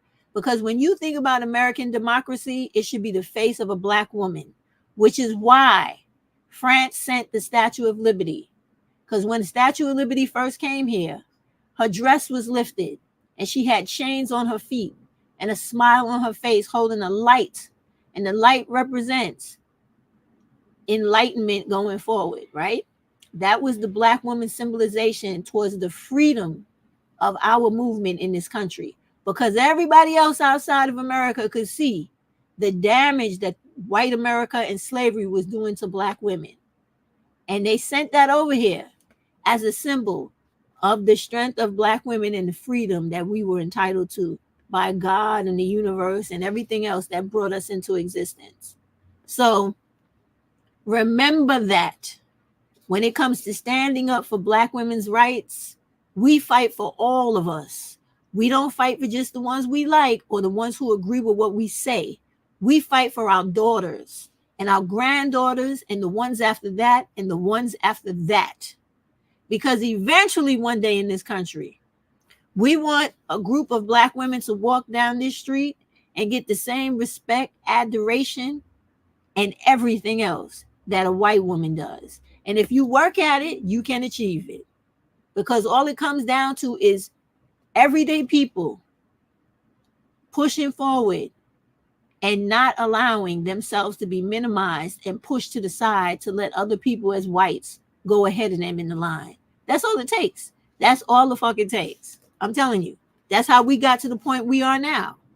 So, okay, I'm done with this. So now let's keep it going. Where are we up to? So we can finally get to the conversation. That was a representative. We did that. Oh, this is just a backdrop for what we're going to go into right now. And I believe I've done everything. So we get on the conversation and I'll break it back and forth from out of it. I want to show you guys, you know how everybody always talks about the 41 laws of power, right? Well, before the 41 laws of power, there were the 42 laws of Mayat. And this is under Kemet law, right? And this is Kemet, the place that was before Egypt. So in their law, they talk about the rules, the divine principles of what people should live by. I'm going to try to go through them quick, but I think I made them big enough for everybody to read. I have not sinned. I have not committed sin. I have not committed robbery with violence. I have not stolen. I have not slain men or women. I have not stolen food. I have not swindled offerings. I have not stolen from God or goddesses. I have not told lies. I have not carried away food. I have not cursed. I have not closed my ears to truth. I have not committed adultery. I have not made anyone cry. I have not felt sorrow without reason. I have not assaulted anyone. I am not deceitful. I have not stolen anyone's land. I have not been an eavesdropper. I have not falsely accused anyone. I have not been angry without reason. I need air. Angry without reason. Angry without reason. I have not seduced anyone's wife. I have not polluted myself. I have not terrorized anyone. I have not disobeyed the law. I have not been exclusively angry. I have not cursed God or goddesses. I have not behaved with violence. I have not caused disruption of peace. I have not acted hastily or without thought. I have not overstepped my boundaries of concern. I have not exaggerated my words when speaking. I have not worked evil. I have not used evil thoughts, words, or deeds. I have not polluted the water. I have not spoken angrily or arrogantly. I have not cursed anyone in thought, words, or deeds. I have not placed myself on a pedestal. I have not stolen what belongs to God or goddesses. I have not stolen from or disrespected the deceased. I have not taken food from a child. I have not acted in insolence. I have not destroyed property belonging to a goddess or a god. That's what our people believed in. And then you have what, when we go on this live, what these women are going to be talking about, which is white people's version of the 42 rules of Ma'at.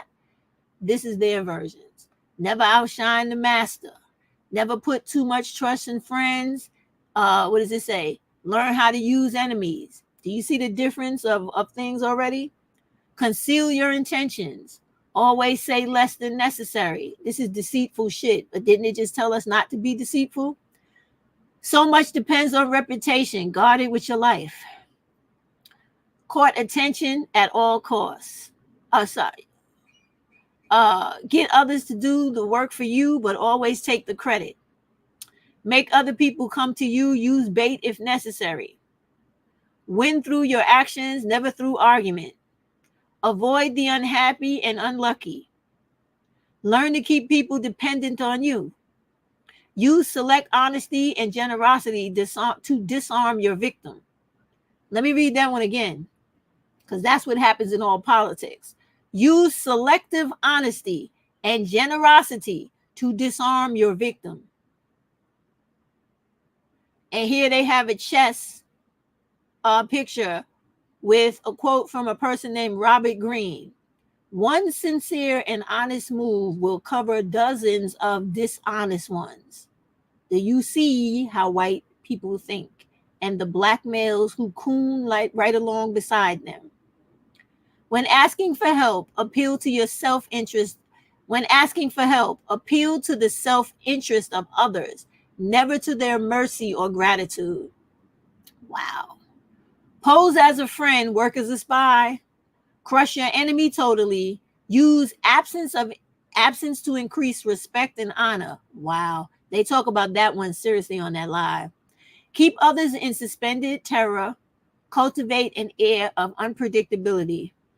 Wow. And again, another quote by Mr. Robert Greene. Only the terminally subordinate act in a predictable manner. They talking about poor black people and everybody else poor. You understand, right? Because they always say we act on emotion. Remember that? Do not build fortresses to protect yourself. Isolation is dangerous.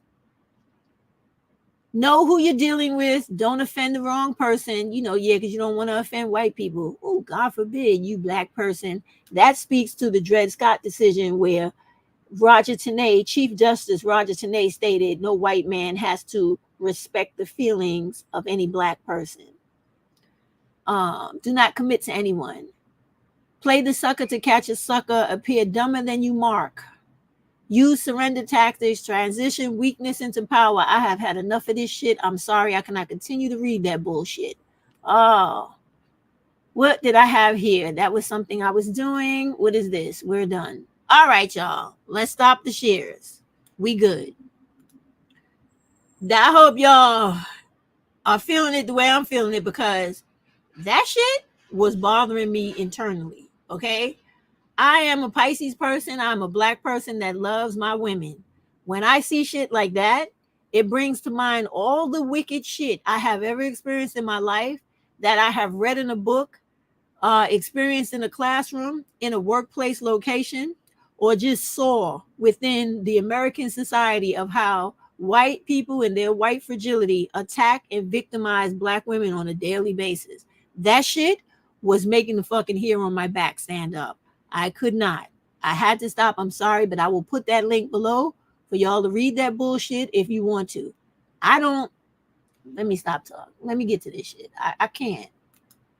I can't with the Neanderthal fucking thought. I can't with that. All right. Let me just make sure y'all are seeing this before you're not. So let me go back here. Now we get into this and then we'll wrap up soon.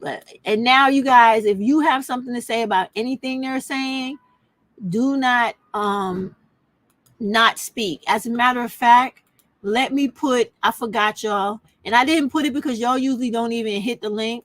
So just let me put the link in the chat in case anybody gets fired up and has something to say in regards to what's going on here. And I'm gonna be quiet and only try to say things when I really feel like I need to, because I have a lot of respect for these women. Don't get me wrong, for one of them more than the other.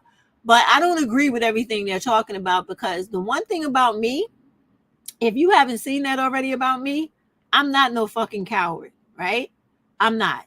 I'm not afraid of white America. I'm not afraid of Black males. I'm not afraid of the police. I'm not afraid of none of that. And I guess that's because of my life, my background, and what I've done, right? But when it comes to Black women's freedoms and their activism in this country, I know that taking an L is a part of the process. So I don't hide behind paywalls and try to disguise the fact that I'm not trying to say this in public because I'm going along with one of these 41 rules of power, to the point where I want to have a small group of Black women to secretly talk about what we intend to do, which is usually going to end up in nothing, right? Because when I think about the history of Black women in this country, the Black women who made a difference, who made a change in America, they were loud, they were bold, they were in your fucking face with it. They took the ass whippings, they took being killed, they passed that torch to the next Black woman, and they kept doing that shit till they got to the goal, whatever it was. They didn't hide in secret places and talk amongst each other and talk about move in silence. That's not what the fuck they did. Even Harriet Tubman, as a damn slave, boldly went back into those fucking territories, took those people out, strapped on each leg and her fucking back to stand against anything that stood in her way against the progression of Black women. So this shit they talking, when they start talking about their little paywalls and secretive cults, I'm not with that shit. But all the rest of the stuff they talking about, I'm fully with it. But let's go. What the fuck? All right. Okay. So remember what I told y'all about the 4B movement, right? The 4B movement is no sex, no heterosexual sex, no heterosexual dating, no heterosexual marriage, and no childbearing. That's what the 4B movement is, right? And so you have all of these women who are now screaming 4B, 4B. That's right, 4B. Now here's where hindsight becomes foresight. So those of you who want solutions, here's the solution. Listen the first fucking time. Girl, again. And I'm gonna, y'all don't like it when I put a little bass in my voice. I'm gonna say it very nicely so I don't trigger anybody's mommy wounds.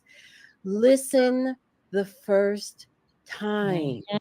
Because I told Black women in 2014 the exact same thing. And so I told Black women in 2010. No wedding, no womb. We have been telling y'all, right? We've been telling y'all for a decade and a half to stop it.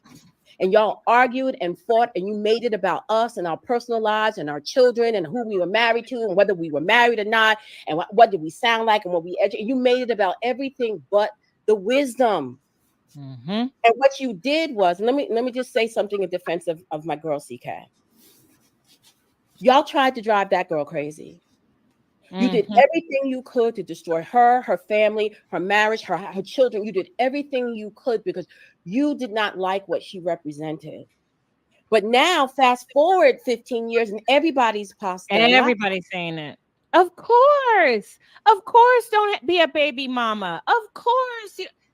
Y'all, like, so the lesson that people who are in the comments are mad that we're going over history because you don't want to hear the history, right? Because you don't want to feel the sting of you didn't listen. So what's the solution? The solution is you've already been given the solution. Exactly. Listen the first time. So let's have a conversation about the tenets of 4B by letting me read to you my Stop It post. Because this post right here is the post that everybody went flying around the internet. They were on Lipstick Alley. They were everywhere calling me a eugenicist, calling me a baby killer. This was before Cynthia G and whatever that message she's doing now. I'm talking about 10 years ago. I wrote this post in 2014. And they were accusing me of encouraging Black women to commit genocide against Black people. And they were not listening to the spirit in which I said what I said. The spirit in which I said what I said is the same spirit in which the 4B movement, the women in South Korea, are saying enough is enough, no more, no more. They wanted to focus on particular things that I said in the think piece to try to take away from the overall message, which is this. You are the first cause. You have the final say. You keep waiting for men, in this case for us, Black men, to come and lead you to salvation when you must lead yourself. And how you lead yourself is you accept responsibility for the power that you have.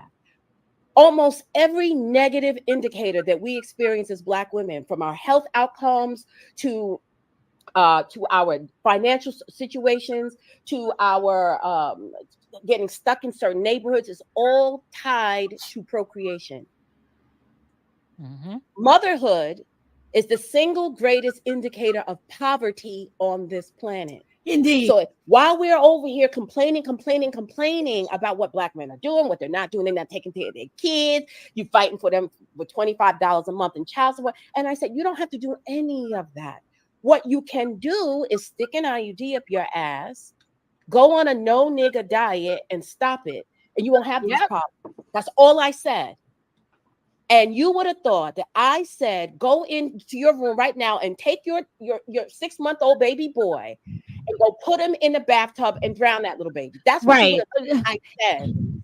I mean, it was ridiculous. We are both mothers, Kendall, and you don't typically know the sex of your child until you have your 20-week structural ultrasound. And there were literally people implying that we want you in your third trimester to just suck the Black male babies out. That y'all took it literally. The reason why they chose to do that because they did not want to catch the spirit. Exactly. Here's where's the problem. And this is why these topics need to be covered at a deeper level and not just a surface level. That's why it cannot be covered at an emotional level, because if you listen to it from an emotional level, you'll miss the spirit. The South Korean women understood what y'all were not getting, which is this. Wait, I know. Before you do, look at what I just put up there. Well, we don't need to say anything, but I just put that up there. Can you read it? Yes. Yes. Okay. The South Korean women understand something that you don't when you're thinking literally. That these quandaries that we are in as women, and more specifically Black women, since we're talking about us, this is an existential crisis. This is not a reproductive crisis. It's not even a financial, it's an existential crisis. And this is what I mean. None of this that happens in human society happens without the womb. None of it. Men don't exist if you don't give birth to them. Exactly. The issues that you're complaining about in patriarchy, in the Black community, in the pimparchy, are all born out of your ass. Because you give birth to them and they grow up and decide if they want to treat you like you're human or not. And when I wrote the Stop It post, it was actually in response to Black women. because there was this big brouhaha going all around in 2014. Y'all will remember this. The baby carrier fiasco. Somebody had went into a Walmart or a Target and was in the baby section, and they saw 2 packages of a baby carrier that you carry on your back, or on, one of those fabric baby carriers that you carry the baby on your body. And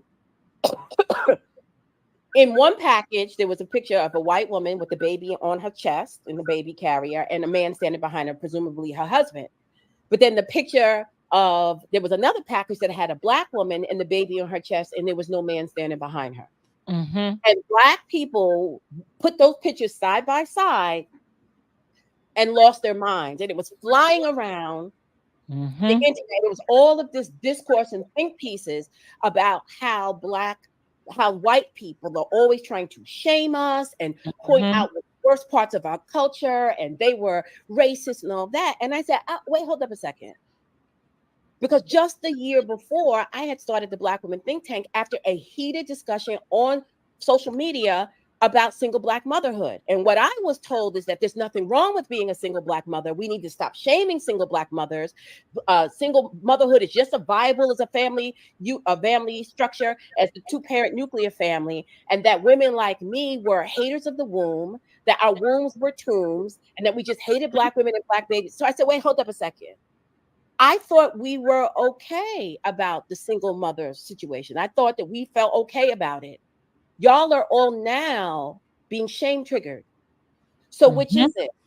Well, and that's the same thing. It's a mirror. Like they can see the issues that how can I want to stop for a minute, y'all. I'm gonna go back to it, and y'all let me know in the chat when we can move a little faster or forward, because I don't know how many of y'all actually listened to this last night or want to listen to it. But I just want to say this about single mothers, because listen, every woman, in my opinion, is a single mother, because your job as a mom is to do the best job you need to do for that child, to make them the very most productive person they can be in this society.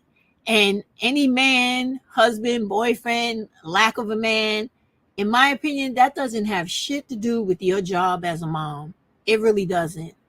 And the other thing I want to say to young Black women who feel stigmatized by this, please don't. I proudly have been a single mother by choice after 2 marriages. I don't want nobody in my house no more, okay? I don't want nobody trying to cause problems and be jealous of my children and compete for my time, even if they are or are not the biological father. They're not worth the trouble that they bring. I'm trying to tell you, Black women. And when it comes to Black mothers, your job is important, because your kid, depending on what they are, a little girl or a little boy, they're going to face situations in this society no other kid is going to face. So you have to be really dedicated to your job as a mother and not be worrying about your downtime and rolling around with somebody and getting it in whenever you can. You need to be focused on that child 100% of all of the minutes in the day. That's my opinion. And then you know what else too?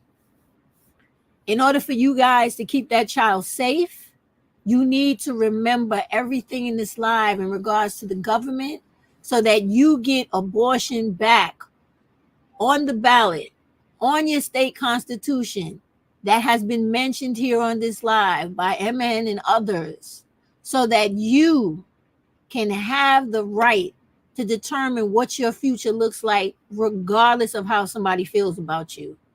And that's really what I'm trying to do with this live, is to let you know that you are the most important thing in this puzzle, the most important piece ever on this board.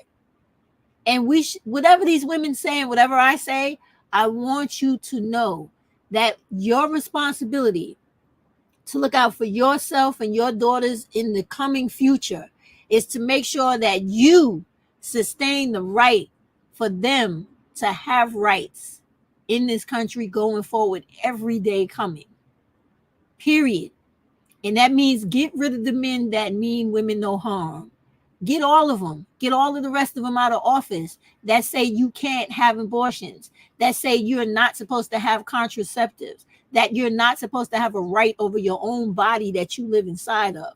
Get rid of them. That's what I'm saying to you. You guys let me know if you want me to speed this up or just let it play. I'm going to continue right now, and then, hopefully it moves a little forward, because I didn't listen to the whole thing because I was only going in and out of it. But here we go. Can you recognize Black fatherlessness being a problem without looking at our role in it, Right. and being so uncomfortable looking at our role in it? Right. And so because they couldn't, and I called them out. I said, if y'all are so unhappy, if you're so embarrassed, so humiliated that anytime white people believe that you're a single mother, that you feel so ashamed about that, then why is it that when we're trying to have conversations about how we as Black women can stop becoming single mothers, you want to shut us down? You call us elitists and genocidists, and that we're not we don't love Black women, we don't love Black babies. It's like, but then in the next breath you're raging against the Hallmark card companies when they put out the baby the baby daddy card, right? Or baby. Do you think it's just for show? Like, I mean, it's weird. It's like we all know, you know what I mean? Like, sometimes I'll be in Clubhouse and I'll say something that's obvious about the Black community, as obvious as the sky is blue, grass is green, and water is wet. And I'll be like, what do you mean? What do you, is that really what we all know this. Like, we all know, the dysfunction in our community, and there's this discomfort that other people see it too. Like, I'm telling you, there is an energy. Like, I'll go on to, I'm a news junkie, you guys. Before I did this, I was a publicist. And so it's just been ingrained in me to look at the news, and I'm looking at these comments, and y'all, I don't know why you think that nobody else can smell our feces, that nobody else sees this. The comment section of it, which is a bunch of white people who are pointing out our dysfunction. It makes us uncomfortable because we really think that nobody else can see it, but everybody can see it. Everybody. And they're making decisions accordingly. Okay, let me just speak to that for a minute. Now, I understand what she's saying, right? But I don't give a fuck about white people pointing out our dysfunction, because they are really the origin of our dysfunction. When you think about how this system is set up, and like I spoke about earlier, this is a situation, this country is a place of have and have nots. These white people have positioned themselves to be in the position to have everything based off of slavery, and taking all of the capital that was made from all those years, many decades of people working for free, to become these moguls and these monopolies in America. From slavery comes all your Rockefellers, all your Vanderbilts, all of your, how they used to call them back in the days, what was that term we learned in history? Robber barons, right? And then from there came companies that were created by those robber barons, and then the government that backed those people, and the banks that we use to this day that were built off of the backs of people that worked for free. So I don't give a shit about their opinion of me. What I care about is them giving me the fucking rights I deserve, the freedom in this country I'm entitled to, that my people died for. Understand? And the ability to do what the fuck I want with my body. And for you not to come and reclaim me as a modern day slave and tell me what the fuck I can and can't do with my vagina. That's what I'm saying. I don't know if y'all hear me though. Yes. And so when I was telling Black women to stop it, what I was trying to give us is the same kind of power that the 4B movement is taking. What I was saying is, you drive the direction of humanity with your reproductive choices. And you are putting yourself in a position to be victimized. You are the one who's creating a lot of this stuff that you then are coming back and complaining about, raging about, and feeling ashamed about. And I'm going to address that comment that was just made about me trying to backpack. No, honey, I don't backpedal. What? You got the wrong one. You got the wrong one. I know. You can. We have been so consistent. We have been so consistent. But go ahead. I'm going to read the post to you right now. Okay, read it. And also, I want to read mine too. But you go ahead. I'm going to read mine after. So, what I was saying to Black women in that post, which I'm going to read to you, is this: you have more power here than you are accepting. Like a victim of men who keep leaving you with children and leaving you in poverty and leaving you. And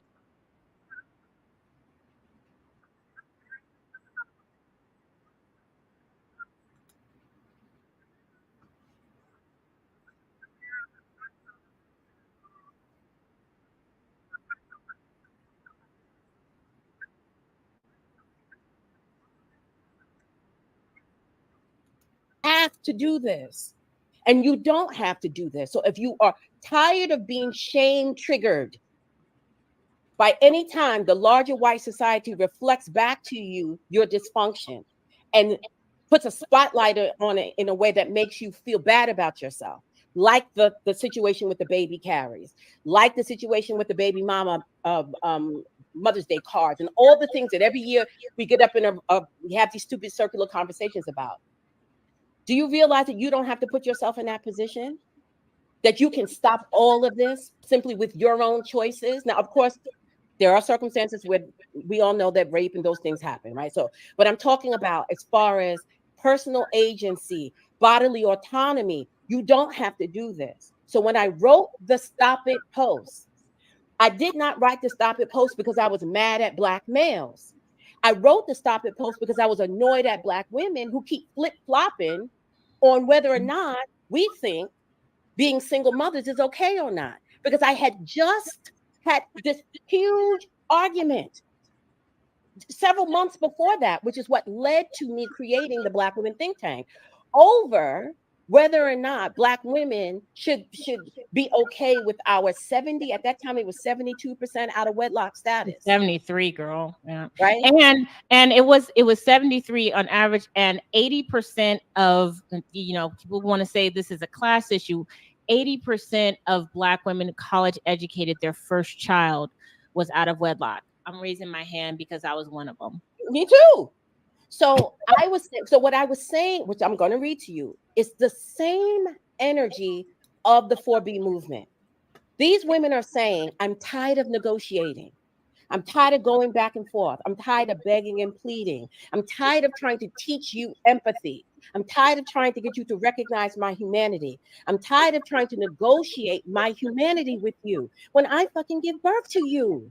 What do I look like? Pretty good. And so they've decided absolutely not. So when I wrote the Stop It post, it was with that in mind. And what I said in the post was to make you understand how powerful you were.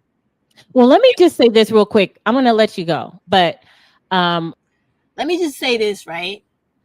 What Kat just said is very indicative of what they're talking about. And it also speaks to the portion I read out of Sister Citizen. So keep that in mind as you listen to these women. And also keep in mind, right? Like, we understand and we respect Black women with all of this intellect, and, they got this great gift of gab and they're very articulate. But a lot of times, just because somebody's saying something that sounds good doesn't always mean that what they're saying is actually on point. And I have a lot of issue with what she's talking about right now, wrapped around outside of what she said in the Stop It. I'm fully with the Stop It, but some of the things that she's saying leading up to the Stop It, I'm not with that. I'm never with trying to shame Black women for their lot in life. Now, can they change and do better? Yes, they can. But we all need education to do better. You can't expect people to know something if they don't know it. What is the difference between the 4B movement and No Wedding, No Womb, Stop It, our issue, our situation? What is the difference? Are you asking me? I'm asking the audience. It's a rhetorical question. I'll go ahead and answer it. Action. Yes. Action. They said Yes. we come together with, instead of just complaining about it. This is what enrages me like a lot about us as a community. We have an external locus of control where we believe. All right, I'm not gonna stop too many more times. I just have to say this about what she's saying, and I want y'all to really understand and hear me. Women like these two, they talk a lot of good information, but when she's getting ready to say right now, we lack action, where were either one of these women for the Black Femicide March? What has either one of these women done publicly to speak up for Black women and to mobilize Black women? What have they done publicly? I'm not talking about behind no goddamn paywall where none of us knows what's going on, but why aren't they stepping out into the forefront? That's what we need more of. Not so much talky, but we need action. Believe that we don't have any control over. We just complain as if we don't have any power over how we experience the world, and how other cultures can catch on to a movement and actually take action, and we just talk, but like the needle is moved slightly in terms of Black women's out of wedlock rate. I think is down a little bit, a few points, but you've got the difference between the 4B movement and what we've been trying to do for the past over a decade is that they're actually doing it to the point where governments are like, what are we gonna do? Yes. Yes. That's the and difference, y'all. Okay, let me read this to y'all. Since some people don't understand, and this is one of the difficult things about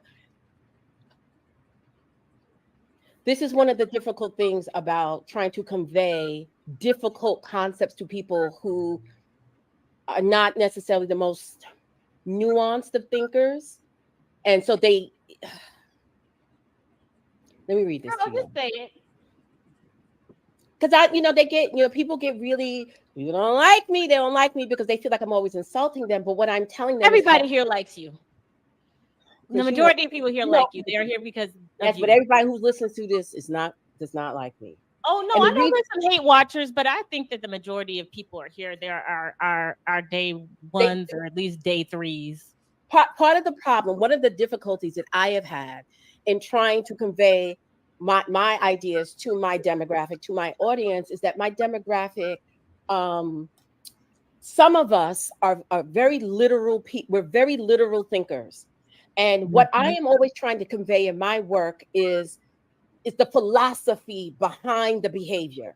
So for me, this is all very existential. This is asking a very deep, not just a different set of questions, but a deeper set of questions. And the deeper set of questions is, who are we as women? And in this particular case, Black women. Who are we? Right? Who are we? Mm-hmm. And when you start asking the question and delving into who we are, what emerges is we are the God force of our community. Absolutely. We are the God force of our community. What do I mean by that? That none of it exists without us. We are the first cause, right? You can have all the seed in the world, and y'all know what I feel about that idea of seed, the male seed. You can have that all over the place, but unless it is alchemized inside the body of a Black woman, you do not get a Black person. The first cause and the final solution. And the final say. So when I wrote Stop It, I said shocking things, but the point of what I said is what 4B is pointing to. Those women have said, we are tired of the patriarchy and we don't want to talk to you about it anymore. We don't want to go back and forth with you. We don't want to beg you. You don't care, and we're tired. Mm-hmm. So what we're going to do is just sit this whole thing out. And whatever happens, happens. Mm-hmm. It's not my fault if some of you are not sophisticated enough to get it. It's not my fault if some of you are so busy hanging on to individual words that you miss the spirit of what I was saying. I was handing you your godhood back. Mm-hmm. So let me read this to you. This is the repost of, I can't find the original post. It's on I think it's on a Facebook page even before this one. This one was from January 3rd, 2015. Okay. I am going to repost one of the most controversial, aggressive pieces I have ever written. I think that Black women need to see what I mean when I say that if they're going to blame, disrespect, and harass and even rape you, talking about Black men, then you might as well consider what I'm saying and think about the deeper message I'm trying to deliver. Folks think that this post is so harsh, but maybe after going over that video, which is, I'll tell you what that video was about in a minute, and reading the thousands of comments about how horrible and terrible you as a Black woman and as a Black mother are, it will make sense. Stop it. Mm-hmm. Stop what, you ask? First, stop dealing with Black males at all. I mean, at all. No sex, no dating, no romance. So what was that the 4B said? Okay. Exactly. All of that. All of it. No sex, no dating, no romance. Nothing. Stop doing hard target searches to find a good Black man. Do what Black men keep telling you to do and stop choosing wrong and start choosing not at all. Raise your sons, if you have any, but discontinue all romantic aspirations with Black males altogether. Do not vet them with 90-day rules. Do not audition to be a wife for them. Girl. Do not cook, do not clean, do not support them in any way. Stop fucking them and entertaining their advances.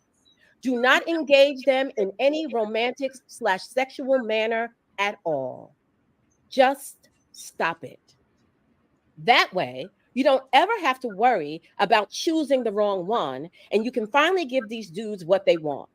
Since Black men want to put all of the responsibility on you, listen to them and start being responsible. Mm-hmm. Simply eliminate them from your mating and dating pool and cure all that ails you in one fell swoop. Mm-hmm. You cannot choose wrong from a dating pool you never choose from. Stop it. Second, stop birthing Black males. I mean, at all. No Black male babies. Stop believing that your womb will produce a different type of Black man than the majority out there. Stop pouring your love, time, and energy, sacrificing your personal dreams and goals for them. Stop allowing them to enter into this plane of existence at all. Mm-hmm. Make sex-selective abortion standard operating procedure. It can be done. Girl children have been aborted/killed for thousands of years and continue to this day. Stop having Black male children and stop reproducing his image. Stop allowing him to use your body as the vessel through which he gets here, and stop letting him dishonor that gift by then turning around and blaming you for what's wrong with the world. Mm-hmm. Simply stop birthing him, and that way you cannot be blamed for how you raise him. Mm-hmm. Who you choose to father him, and how the Black community/race turns out as a result. He thinks that he is the prize, that he is the God of the Black community. Show them who their true God is. Deny them access to your womb and access to this earthly plane. And in 5 years, you see a completely different Black man and a completely different Black race. See the movie Children of Men to understand. When the women no longer reproduce you, you become an entirely different creature.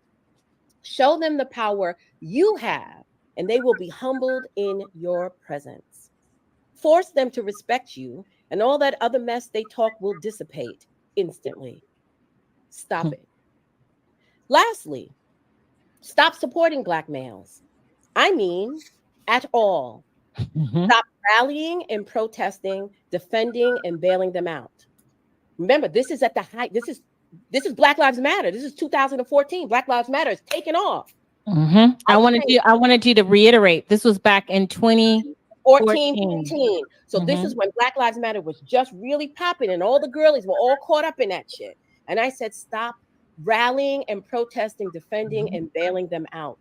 Your brother goes to jail, bon voyage. Your son acts a fool, check up the deuces. Your deadbeat father wants to reconcile, ignore his calls. Your community organizers and politicians want your vote, stay your ass at home. Those entertainers want your money, keep it in your pocket. Those athletes want your support, turn the channel and watch rugby instead. Withdraw support from any and all adult Black males, aside from your underage sons. And even when they reach adulthood, withdraw support there too. Remove any and all concern for the safety and welfare of Black males and see how quickly they collectively fail without you. They have you convinced that you're such a horrible group of women and that it's all your fault that they are in the condition they're in. Well, show them what's waiting for them when you remove yourself as a factor. And to help expedite the cleaning up of the Black community, support any and all laws that allow them to be locked up. Invest in the private prison system and the prison industrial complex. Vote for stiffer laws and longer jail sentences and other offenses. Help rid your communities of them, their criminality and their hatred of you. Yes. Hasten this process and you will see the process, Black women, in a very short period of time who they really are and who you really are. That's right, guys. Stop it. I agree with Black men when they tell us that it's up to us and it's all our fault and we are the ones who are causing this mess. I agree with them when they tell us to stop choosing thugs and how we are doing a terrible job of raising Black boys. I agree with them. We, as the Black women, do have all the power and we are not using it wisely. It's true. They keep telling us, but we won't listen. If we would only listen to them and stop arguing and defending our position, we would finally see the truth in what they're saying and make different choices. Just not the choices they think we should be making. Every time they tell us to choose better, they're giving us permission to simply stop choosing them. They have made it clear that they have no desire to be better. So it really isn't that hard of a choice when you think about it. Every time they blame us for raising them wrong, they are giving us permission to make the hard choice to simply stop raising them at all. So accept the power that they give to you when they hold you accountable for the downfall of the Black community and utilize your power to nip this shit in the bud. Every time they demand of you your support, every time they tell you to be the backbone of the community, they are telling you that it is indeed you who is the God of the Black race. They are telling you that, like any human being, without a spine, a backbone, the Black community will cease to exist.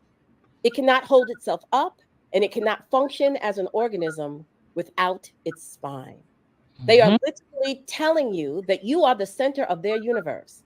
They are giving you permission to accept that role and are encouraging you to exercise your power wisely. So do just that and stop supporting, rallying, picketing, protesting, providing for, and protecting them. Be the God that they're telling you you are and simply withdraw it all from them. And you will see just how quickly their attitudes change. Now, go look and see what's happening in South Korea. Go look and see what's happening in Italy. Go look and see what's happening in the United States and how they're freaking out about them lower birth rates. Oh, China. See, y'all wanted to make me out to be a crazy person, and yet I was fucking right. Yes, you were. I was right. Stop bartering, pleading, negotiating, compromising, and trying to please them. Stop trying to find balance with them, and stop looking for them to be the leaders in your lives, your homes, and your communities. Stop trying to save them and love them back into wholeness. Stop promoting their image and stop protecting their interests. Stop rushing to defend them and stop fighting righty for them. Stop begging them to love you and pleading with them to come home and do right by you. Stop telling them how you are angry because they are with white women. Stop having their children hoping it will make them stay. Stop dumbing yourself down, trying to leave room for them to lead. Stop accepting his image of himself as God. Stop listening to him talk about ancient Black kingdoms and empires. Stop letting him convince you to worship Black Jesus, Black Muhammad, Black Yahweh, Black Hotep, Black aliens, the Anukai, the Draconians, the Black. Stop it. Stop allowing him to slut shame you and place double standards upon you. Slut shaming. Stop promoting his Madonna whore ideology. Slut shaming. Stop identifying with his struggle and marginalization in society. Stop letting him sleep on your couch after dropping out of school. That's right. Move into your house so there'll be a man there for the kids. Giving him your car when you go to work. Giving him money to look for a job. Giving him sex so he will stick around. Having his children so he can have a legacy. Bailing him out of jail or filling up his commissary. Protesting and rallying when something happens to him in the streets. Fighting against unjust laws to seek to hem him up. Raising your son's children when he refuses to. Being his ride or die chick. Promoting him as the sexiest, most virile man on the planet. And proving to him that these hoes are indeed loyal. And please, for the love of all things holy, stop waiting for him to decide that you are worthy of him and his foolishness. Stop telling him that no matter how bad he treats you, how destitute, broken, and powerless he leaves you, how much he ignores your interests and denigrates your image, how much he creates division amongst you using colorism and white supremacist beauty standards, how much he gives you herpes and AIDS, your ass, and abuses and neglects your babies.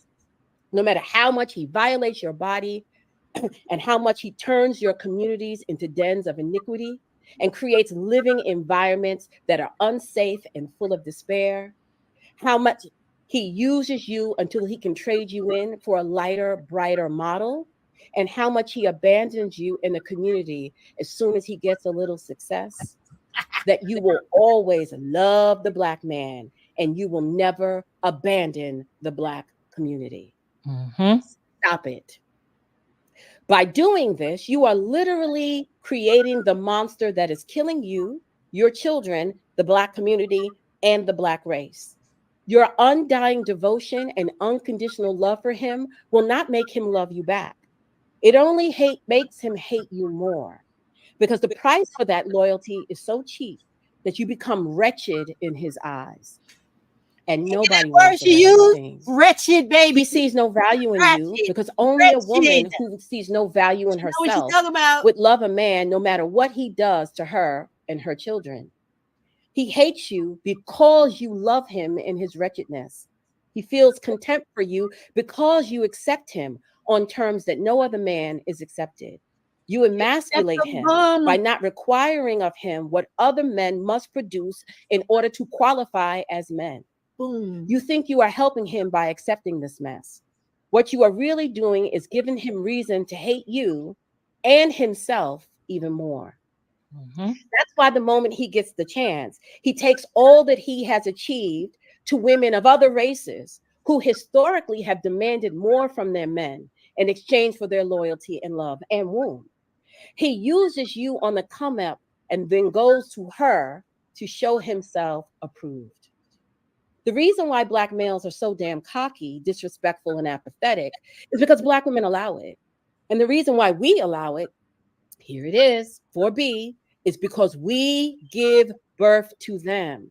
And we don't want to admit that we, as the mothers, are the source of such an inferior form of human that he will denigrate his own mama and elevate every other woman but her.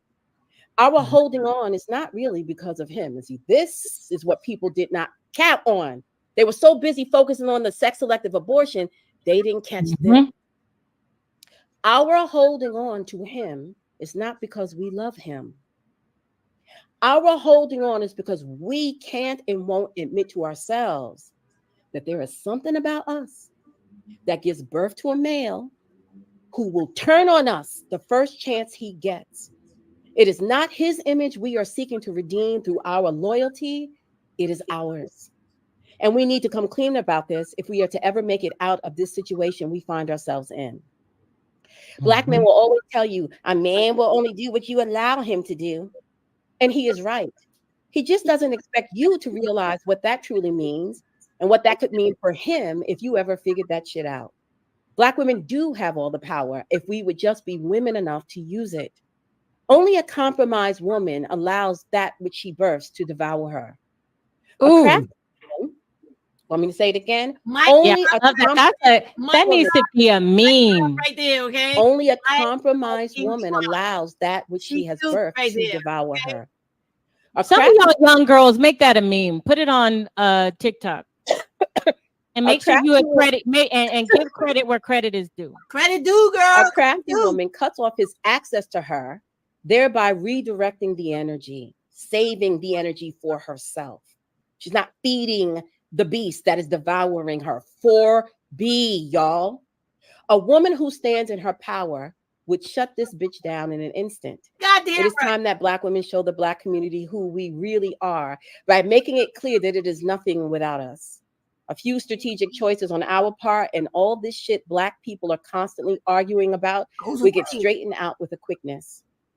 A few hard choices on the front end. Yes. And all of these factions who talk all this smart mouth shit about you, your mothering, your womanhood, your beauty, your value, and your worth will be humbled at your feet. Girl, no nation rises higher than its woman. Malcolm and when that woman recognizes her power, her nation has no choice, has only two choices. Respect it. Listen here. Respect it or die the fuck out. That's right, goddammit. They think your ass is bitter now. Show them what bitter really looks like. It's really quite that simple when you think about it. Black women need to be the cutthroat bitches of the olden days, the real olden days. And this shit would write itself in 5 years. You got that shit. Black men will straighten up quickly or they will simply disappear. Y'all better listen up. They have no respect for you because you have no respect for yourself. You have no respect for yourself, so you have no respect for your womb. That's right. They have no respect for your womb because their access to it is a foregone conclusion. Shut that shit down and you will see who and what you are really made of. Goddamn right. Stop it. It really is just that simple. She's playing herself to y'all. Now tell me that post was about aborting Black babies. No.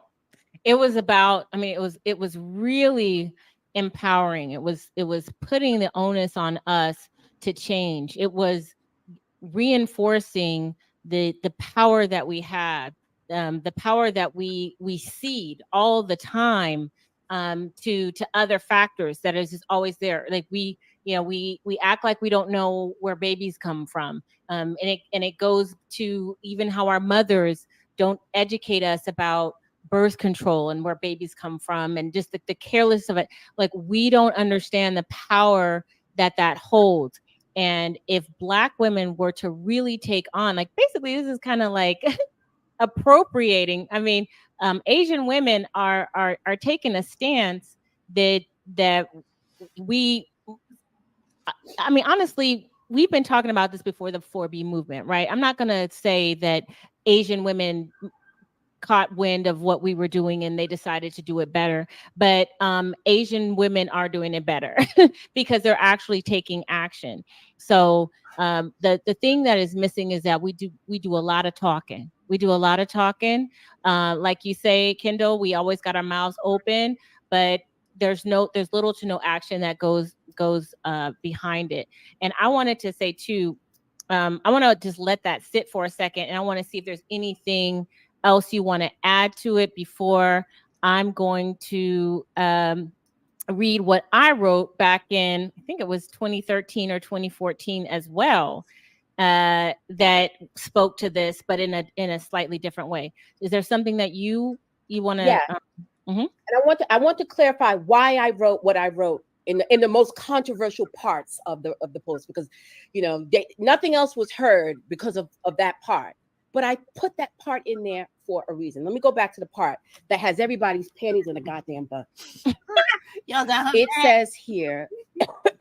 She mad, goddamn it. Let's go back up, y'all. My voice is. I'm sorry, y'all. My voice is just a mess. Take your time. You sound good. You do sound good. Take your time. Okay, it says. Okay, here I said. Second, stop birthing Black males. I mean, at all. No black male babies. Stop believing that your womb will produce something different, a different type of black man than the majority that are out here. Stop pouring your love and time and energy, sacrificing your personal dreams and goals for them. Stop allowing them to enter this plane of existence at all. Now, this is where the controversy came, is when I said this. Make sex-selective abortion standard operating procedure. It can be done.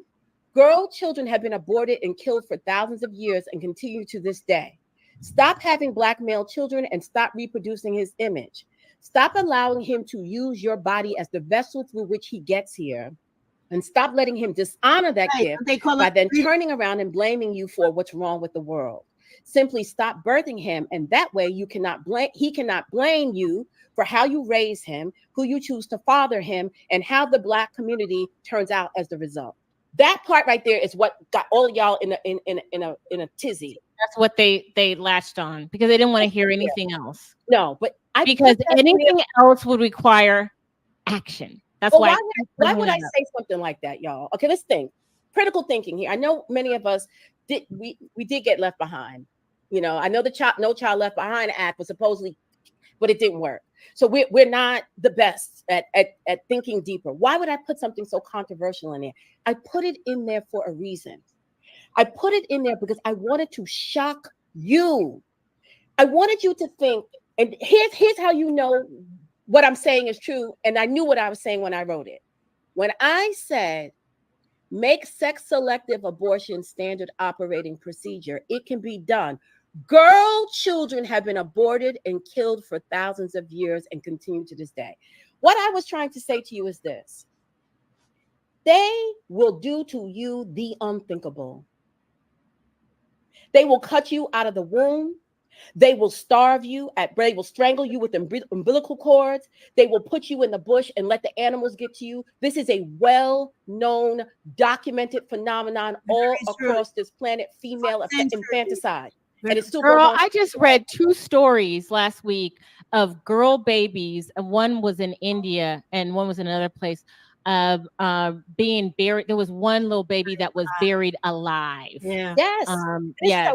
Well-known documented thing. Go watch the documents on the one-child policy in China and see what they was doing to those women and those baby girls. It's true. So when I said that, what I was saying to you is this. I wanted to shock you, and I wanted to shock them too. I wanted everybody to stop for a minute and think about the existentiality of what I was suggesting here. That they have done unthinkable things to you in the feminine and continue to do it every day. And they will have you do that to your own daughters. Think about the kinds of stuff that we as Black women have allowed to happen to our baby girls in this fucking race and in this community. How many of you have experienced child sexual abuse and your mama or some other woman, grown woman, knew and did nothing to protect you? Come on, y'all. Right. And also reproductive coercion is prolific. How many of y'all were teenage girls who end up getting pregnant by men in their 20s and 30s on the watch of your mamas and your daddies? Y'all, I told y'all that. So when I said she's right, girl children have been aborted and killed for thousands of years, I was making a comparison, a compare and contrast, because I knew that first sentence. Oh my God, the fact that I even have to fucking break this shit down is really— Girl, break it down for the folks in the back and on the short bus. Go ahead. Stop allowing them entry into this plane of existence for real at all. Stop pouring your love and time and energy, sacrificing your personal dreams and goals for them. Make sex-selective abortion standard operating procedure. When I said that, I wanted you to stop and think. I wanted everybody who read that to stop and think, oh my God, sex-selective abortion. And as you as a woman, I wanted you to think, oh, that's crazy. So she's saying that if I find out it's a male child, to get rid of it. I wanted you to think that. And I wanted you to think, you mean I could do that? That you have the power to do that. Yes. Thank you. Oh my God. Oh my God, y'all. I wanted you to connect the dots. Because the way the story is told is, aren't they on TikTok and YouTube and all over the place telling you that that they're the prize right now? Aren't they right now? Didn't that guy did the video that's been floating around millions of views talking about y'all got to settle because such and such and we're the prize? Isn't that what the Fresh and Fits and the Kevin saying that they're the prize? You're a 5 at best and all that. You're a nothing at best if I don't birth you. When I said that, what I was trying to do is come out of this conjecture of gendered nonsense and get you back to basics. They're nothing without you. They really aren't. They don't exist without you. God. They don't breathe. They don't think. They don't feel. They don't love. They don't hate without you. And I wanted you to feel the power, the sting of that and the fear of that, but I also wanted you to feel the power of that. Because what's up? You don't have to endure none of this shit. Hey, hold on. This is what I was trying to get. We have been made to feel that we owe our wombs to this race. Girl, I just got to stop for a second because you mentioned Fresh and Fit. I know you be in it. So, oh my God.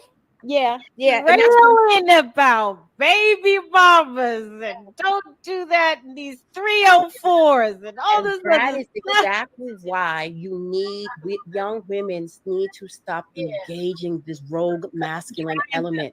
Y'all put them on the map. You show up. You're in your videos. You're going back and forth. You're on their panel.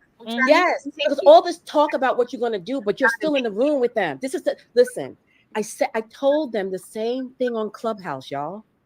I told them stop entertaining, because what y'all are going to do is what's going to happen is they're going to redline the app, right? Because we're destroying the app with all our nigga talk, and they're going to shut the app down in a way that we don't have access to all the other places on the app, all the room. And what happened?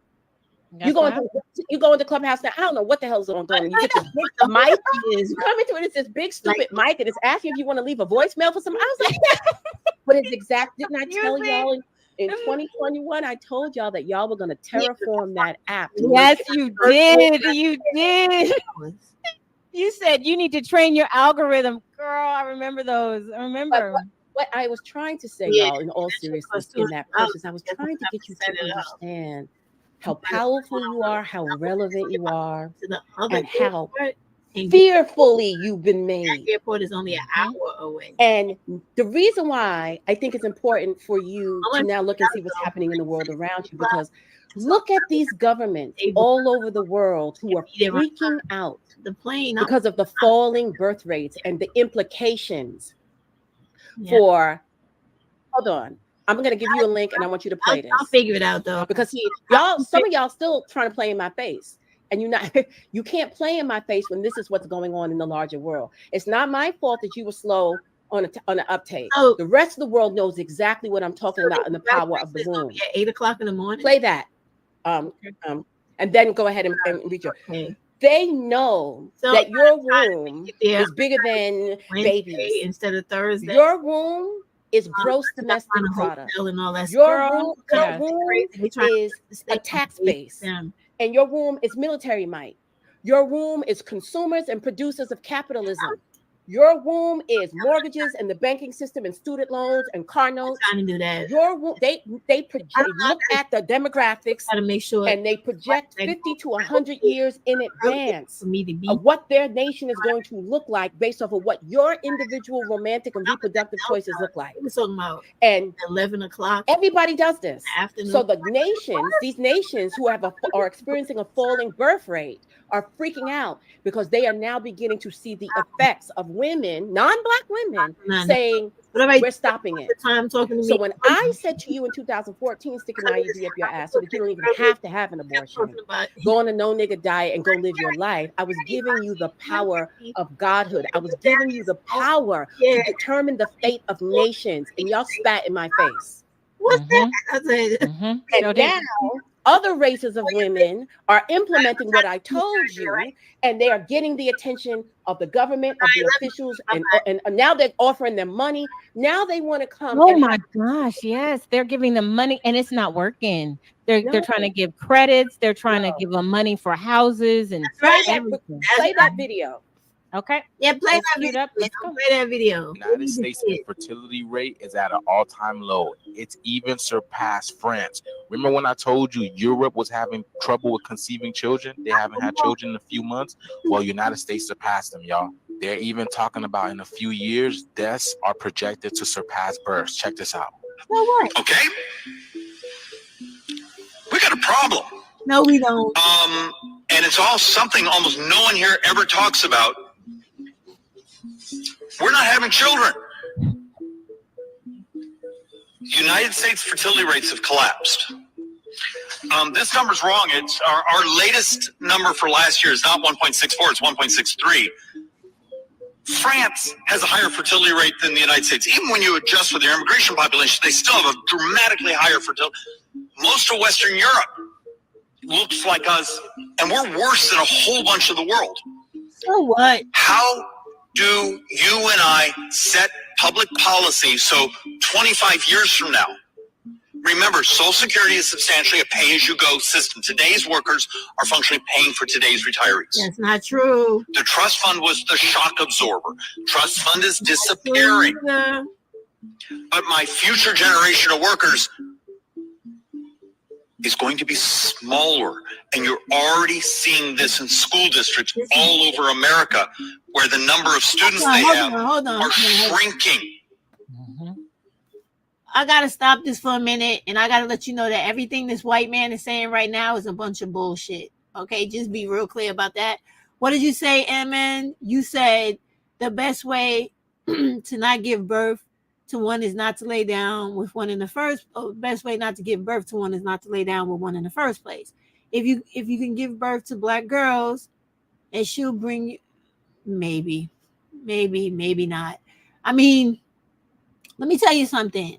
Black women, you could teach your daughters to believe and do whatever you want.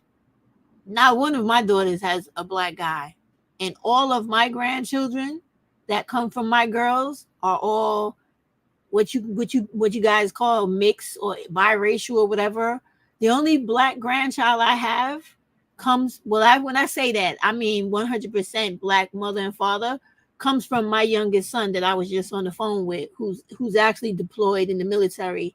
And I'm on my way to go see him this week because he's getting ready to go to another part of the world, and I will not see my child for a very long time. So anyway, this is true, but it doesn't have to be. Because like even right now, I'm teaching my granddaughters to stay away from black males, period. And I'm explaining to them the fact that because they're little black girls, because I already told y'all how I feel about that shit about black women with different fathers and them being black. That's my opinion. Because the family I come from, the women I come from, a lot of us don't have black fathers. But you see me here. And if I did not tell you that, you would not think anything differently about me. So I already teach my granddaughters that because they're light, because their hair is straight and inclined to curl and their eyes are funny, when people find out, well, you can see it in their face, they black. But when people understand that they got a black mama, these black males who fetishize skin, hair, and eye color are going to try to manipulate my girls into early pregnancy and all types of other sexual deviancy that they think they can manipulate them into. So we're already explaining to them, you stay away from black males, you stay away from older men that are looking at you, trying to make you feel shamed about different things that you're interested in, and then later try to groom you into thinking those things are okay with only them, and then trying to talk to you about sexual situations where they end up having sex with you. As little as they are, like they're 10 and 11, we're already teaching them about this because these guys out in the street, they come after little black girls as young as 9 years old. And you know how some little black girls are, like one of my granddaughters, she's only 10, but you could see like she got little body filling out, and the other one is still tall and lanky. But when little girls start looking like that, and probably the other one too, with these weirdos out here, they start messing with little girls like that. They really do. So she knows already that when anybody's coming to her trying to talk about how pretty she looks or how nice her hair is, or oh, you got nice color eyes. We teach her, you get away from them because these are people looking to exploit you. These are guys looking to do things to you that are not natural because no normal man is interested in a little girl. Period. We already teaching them that. So what did I want to say about this? This is bullshit. This is white people's way. If we go back to the dark psychology, right? Remember we spoke about how to influence a mass of people through social media. This right here is not based in fact. This, as a matter of fact, is how they influence and persuade you to go to do what it is they want you to do, right? This is 100% persuasion. And they call this, I'm trying to get this right. This is called the pathos method. That's a Greek word, pathos, right? There's also ethos method, which is based on emotion. Pathos is emotion. Ethos is based in ethic. And it's another one. It's ethos, pathos, and there's one more. One based on logic. Hold on. Oh, logos. So if ever you see people talking to you, like this guy's making a persuasive argument right now based out of emotion. He's not using logic and he's not using ethics. So what he's doing is trying to scare you into believing in what he's talking about. And this is not a matter of fact. It's not. We all know that they have been doing this for the longest, trying to use scare tactics to make you have children to buy into their societal situations they set up for you as a form of destruction on your half, right? Like they want you to have these kids because, believe it or not, instead of these people building homes, dealing with the high cost of renters and low home ownership, first-time home ownership and first-time home buyers, they're creating jail cells for Black males and Black women, and they're beginning to fill them up.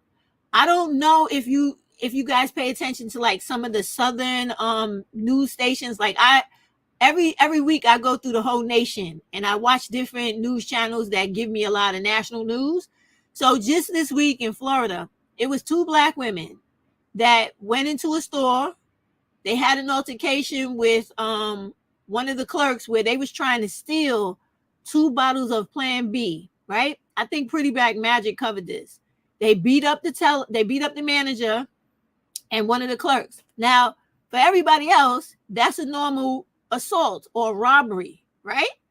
Do you know that they put those 2 Black girls in jail for the rest of their life for fucking stealing Plan B off the goddamn counter and fighting with the clerk and the manager in that store? I think it was like Walgreens or CVS. This is what they need you to buy into so that you do what they need you to do. They need you to fill those fucking cells so these pompous white motherfuckers like this dude standing up talking here with his arrogant ass can make sure that his salary doesn't change and to make sure the way white people live versus Black people and everybody else stays the same. This shit they're talking about is not a reality. Think about it, y'all. You already have like 5 fucking countries already whose birth rate and birth count is lower than the death rate. So what he's talking about is bullshit. And yes, you can make the argument of the fact that we're capitalists, they're socialists, etc., etc. But the bottom line is this. People die in this country every fucking day. People have more children than they can afford. There's more than enough fucking people as it is, plus the motherfuckers they bring in here to make sure this is not true. And it's not. It's just another gaslighting tactic used from what I just read from you in this book, a way to persuade people to lead them into doing what you want by either working on them by either making it emotional, making it an ethical thing for them, or in this case, what was the other one? Emotional, ethical, and logical. So he's using an emotional persuasive argument here, but it's not based in fact. It's not. Each one of us pay into our own retirement. Do we not remember this? How many people out there got 401ks, 457s, and everything else, deferred comp, whatever? We pay. They are playing games because this country always needs the body to make all the fucking money that they need to make them live good and everybody else live like shit. That's what his shit is about. His argument is about. Fuck birth rates. That's just the way to control women. If women don't have babies and they're not involved in relationships with dudes, women are uncontrollable. Women become career women. They become the movers and the shakers of society. And people no longer can put you in a fucking box and tell you what you can't and can't do. More black women will become like, what's my girl? Where is she? Let's throw her up on the screen real quick.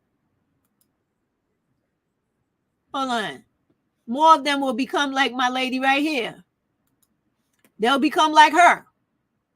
They'll be out here standing their ground, fighting a good fight in the government, in places where we can make effective change. That's why they come on here pumping that bullshit about birth rates.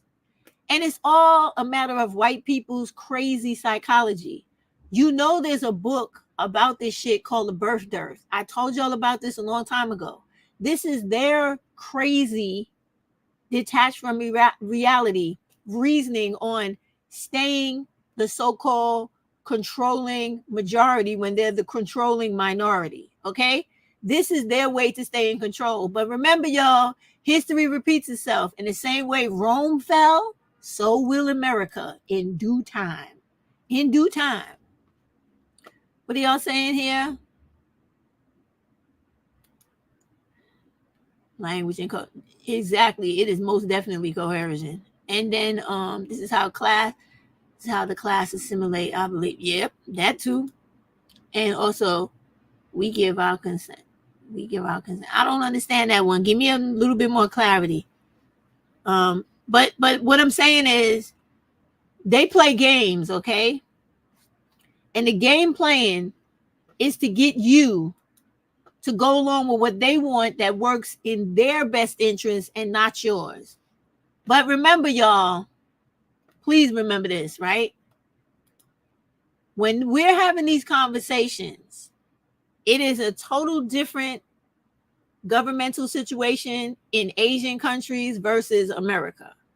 In America, it is always about the oppression of Black people. Everybody else is allowed to live in America except you. So when these people are playing these games like this is for another sinister reason they're never let you in on, to keep white people good and Black people definitely down, and a permanent underclass. Okay, let me see. You said the clarity was we were aware of the game playing, therefore we can say, oh, I understand you. You're right. Because if you know shit is wrong and you still go along with it, you still condone it, you are part of the problem. She's absolutely right. She's absolutely right. So when you listen to this, please don't be taken in by this. Don't be gaslit by this bullshit. Please don't. America needs to crumble. Brown women need to stand independence and stand on it. You're right. Peace 2014, you're absolutely right. The thing is, right, they don't want you to do what Peace 2014 is saying. They want you to cower and believe that, like in Chicken Little, the sky is falling when it's not. It's just somebody doing things to make it seem like shit is worse than what it is when it's actually not. Like if they wanted to actually have a real democracy in this country, hey Kiana, right?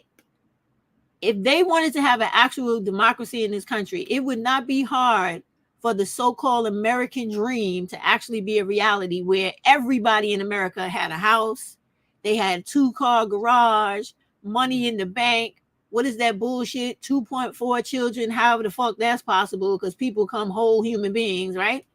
And you would be able to go on vacations. You'd be able to buy some shit, own some shit, sell some shit, live a good life. But since that is not really what America is about, and it's really about white people really having everything and fuck everybody else, this is why he needs to come on here and pump and promote this bullshit. And this is why Donald Trump and conservatives and Republicans, they need to make sure that women do not have access to abortions, cannot get out of marriages, right? Because they need you to be caught in a catch-22. Because either you do or don't, you still gonna be fucked up. They need you to be like that. Because if you come out of that, now you are a contender. You're somebody to throw them off their position, and they're not trying to have that. That is really what this shit is about. Kiana said they want more black babies for their sports teams, their music records, and prisons, and she ain't never lied, okay? Because you see how they attacked that little girl, Angel Reese, all three of those coons. Those coons make white men a whole lot of fucking money. And even though Angel Reese is making money, she ain't making as much money as them coons. And on top of that, I can guarantee you the money that little girl makes will go towards something positive, whether we see it or not, because that is just how black women are, and every one of you know it. Brown women need to get back into their divine energy and rise up. They damn sure do. They need to listen, when I'm talking black women, because I'm always talking about black women, I'm not thinking that everybody, only white women, I don't give a fuck what they do. But I do care about other women of color. Like, most importantly, I have a special pet peeve in my heart for women that are born under Islam. I feel like they get treated worse than every woman in the world. I feel for them. But some of them sisters you can't talk to. But I do want every woman that is suffering injustice and inequality to stand or have someone stand for her. I most definitely do. Do not get me wrong by that. Because I love my black women with all my heart, soul, all right, and body and everything else, does not mean I don't care for all my other sisters, because I damn sure do. I just have a problem with the white women. That's the honesty. I ain't gonna fucking lie about it. It is what it is. Because when I think about the history of our time in this country, both them motherfuckers had their foot on my foremothers' neck. Both them white women and those white dudes. And neither one of them cared if we died underneath that foot. So I'm sorry, I'm not giving a fuck about what happens to them. I'm sorry, I'm just not. Even with Hispanic women's prejudice against black women because they are colonized by Catholics and Spaniards and everybody else, I give them a pass too, because they got to get their shit together. But once they do, they'll be standing up doing the right thing, because some of their mamas look just like me. All right, so what you say? I watched some video yesterday, and the power structure is reorganizing what the family structure looks like, because that's in the motherfucking Project 2025. Let's get off her and get to that, since you brought that up. Hold on, Kat. Y'all got me getting excited. You hear my voice rising? In the video, single women were targeted for contributing to the degradation of society. Yeah, that's that Monahan report bullshit. Not sure if anybody else heard it. Absolutely, I did. I forget whose channel it was on last night, but I was watching it right along with y'all. Oh, it's coming up in here. Hold on. She said, right. White women will roll back. Oh, you motherfucking right. To protect their white supremacy and protect them as being the top dog when it comes to women in America. You motherfucking right. Them bitches will go back to being some white motherfucker's property just to see black women and other women back in fucking chains and not being able to say shit about their future. You goddamn right. Let's move this shit forward, because that video y'all talking about is in here. Hold on, y'all. Let me stop talking. 1 minute. I showed y'all that. Are we willing to have the really interesting discussion of, okay, are there things we could do economically to make it so family formation, so there's more children? There's things we could do to help, but almost every country it's tried has not been able to change fertility rates. I think in Hungary, I think I saw something that, third child, they buy you a house, fourth child, you get some sort of like prize. And it's barely ticked up their fertility rates. It's a really difficult question happening all over the industrialized world. I just want to pause for a second. In Russia, they've released the female criminals, and they've unleashed them, and they've said, listen, if you go out, we're gonna let you go. If you go out and you have a baby, then you don't have to come back to prison. That's what's happening. Kendall, did you hear that too? No, I didn't hear that, but I'm not surprised. Okay, well, let's keep going. So if you can't really change it, do you actually build public policy to deal with it? Do you accept the fact that we're going to have a lot more automation, means capital investment? Are we going to have to find ways to safely adopt artificial intelligence into society so the labor force is maximized in its value and what they earn? All they worry about is money. And productivity. You see? Those are policies we need to work on. You've seen the intellectual capital of the conversations we have on the floor here. How many of them are ready to actually have the reality of, hey, we need to set policy. Is this Republican or Democrat? It's demographics. It's life. And then I'm going to bounce to the next two boards because there's a punchline here we need to absorb. This is a little uncomfortable, but this was deaths that are projected to exceed births. And the new math in 15 years, you got to understand what a big deal this is. I came behind this microphone a couple years ago. It's not. And I got some real crap that was sent to my office. And I think at that time I was saying, hey, in 21, 22 years, we're going to have more deaths than births in this country. So? And then it became 18 years. And then it became 17 years. The new math now is 15 years. In 15 years, the United States will have more deaths than births. So what? The blip you see here is the pandemic. But if you actually look at the line, you can sort of understand, and here's our crossing. Somewhere a little before 2040, which is 15 years, we have more deaths than births. So the United States infertility rate is at an all-time low and is beating parts of Europe. Alabama just stopped IVF and fertility treatments, and people are noticing that there are less and less children in schools, you guys. Do you guys see what's going on in this world? Could this be the reason why there's a lot of migrants coming in to the United States to make it seem like there's a lot more people than there really are? What do you think about that? Remember, you guys, the United States is not the only place experiencing this, but now. Let me shut this fucking idiot up. Okay, let me talk about this with Lagos, right? The thing is, all of this is trash, right? With the birth rates being way lower than the death rates, South Korea, China, Japan, Russia, every country they mentioned and others we don't know about, they're still fucking functioning with birth rates way lower than death rates. These greedy white motherfuckers, they have a problem with low birth rates in America because this is a capitalist country. So they need bodies to make money. They need bodies to stay racist. They need bodies to maintain white supremacy. They need bodies so that white people stay in control, so they think.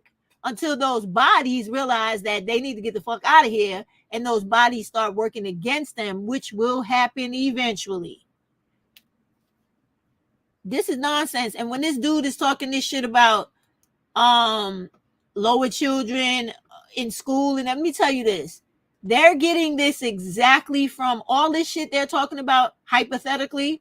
They're getting it from the actual facts of fucking South Korea. There's a video I saw the other day. I'm going to try to find it on my phone and show it to y'all, right? After I fast forwarded to the part where they talk about Project 2025 in here, right? Because the lady in Korea, a real Korean woman, is explaining to us what is going on. And because of what's going on over there, they're just making predictions. All this shit is predictions about what will happen over here. None of this shit is really happening. It's not. And the migration to this country is not about birth rates. It's about the fact that America is always fucking around in other people's countries and tearing it up where they can't live there, so they got to fucking flee. Look at I don't know if y'all pay attention to world news. Look at what's happening right now in Haiti.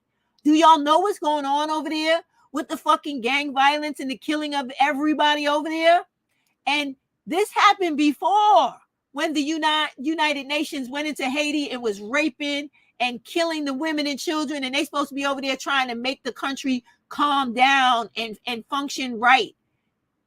Let me stop. Don't believe all this bullshit you hear go to the exact source. There are more than enough fucking links on here for the actual country for you to go see what's really happening instead of listening to what somebody is saying. Go see it and hear it from the people who are actually there living through it. Even right now, if you wanted to see what was going on in Gaza, you keep going on this computer all day and night because they kill the feed coming out of Gaza because they don't want you to really know what's going on. So you keep working at it and you're going to get a hit because those people are always sending videos out of there to let you see what's really happening.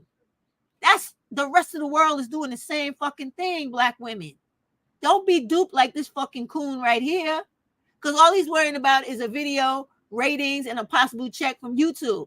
Black women, we got to be better than that. We got to really be thinking about our future and our girls' future for generations to come. That's where I'm at. So where is this? Let me just put, she said, we were talking about Stephanie, about the power of slowly dying. It's true. I suppose the less Black bodies they got, the poorer they get. And that's fucking true. Not giving them back U.S. citizens is a revolutionary act. You got it, Kiana. You fucking got it. And that is historically correct. If you go back to all of the fucking census of America, from slavery to now, any fucking time the body count fell and they couldn't make their money the way they always do, what did they do? They opened up sex farms to create people to make more money. Do you guys even know that these bastards used to sell slaves as down payment or mortgages to their homes?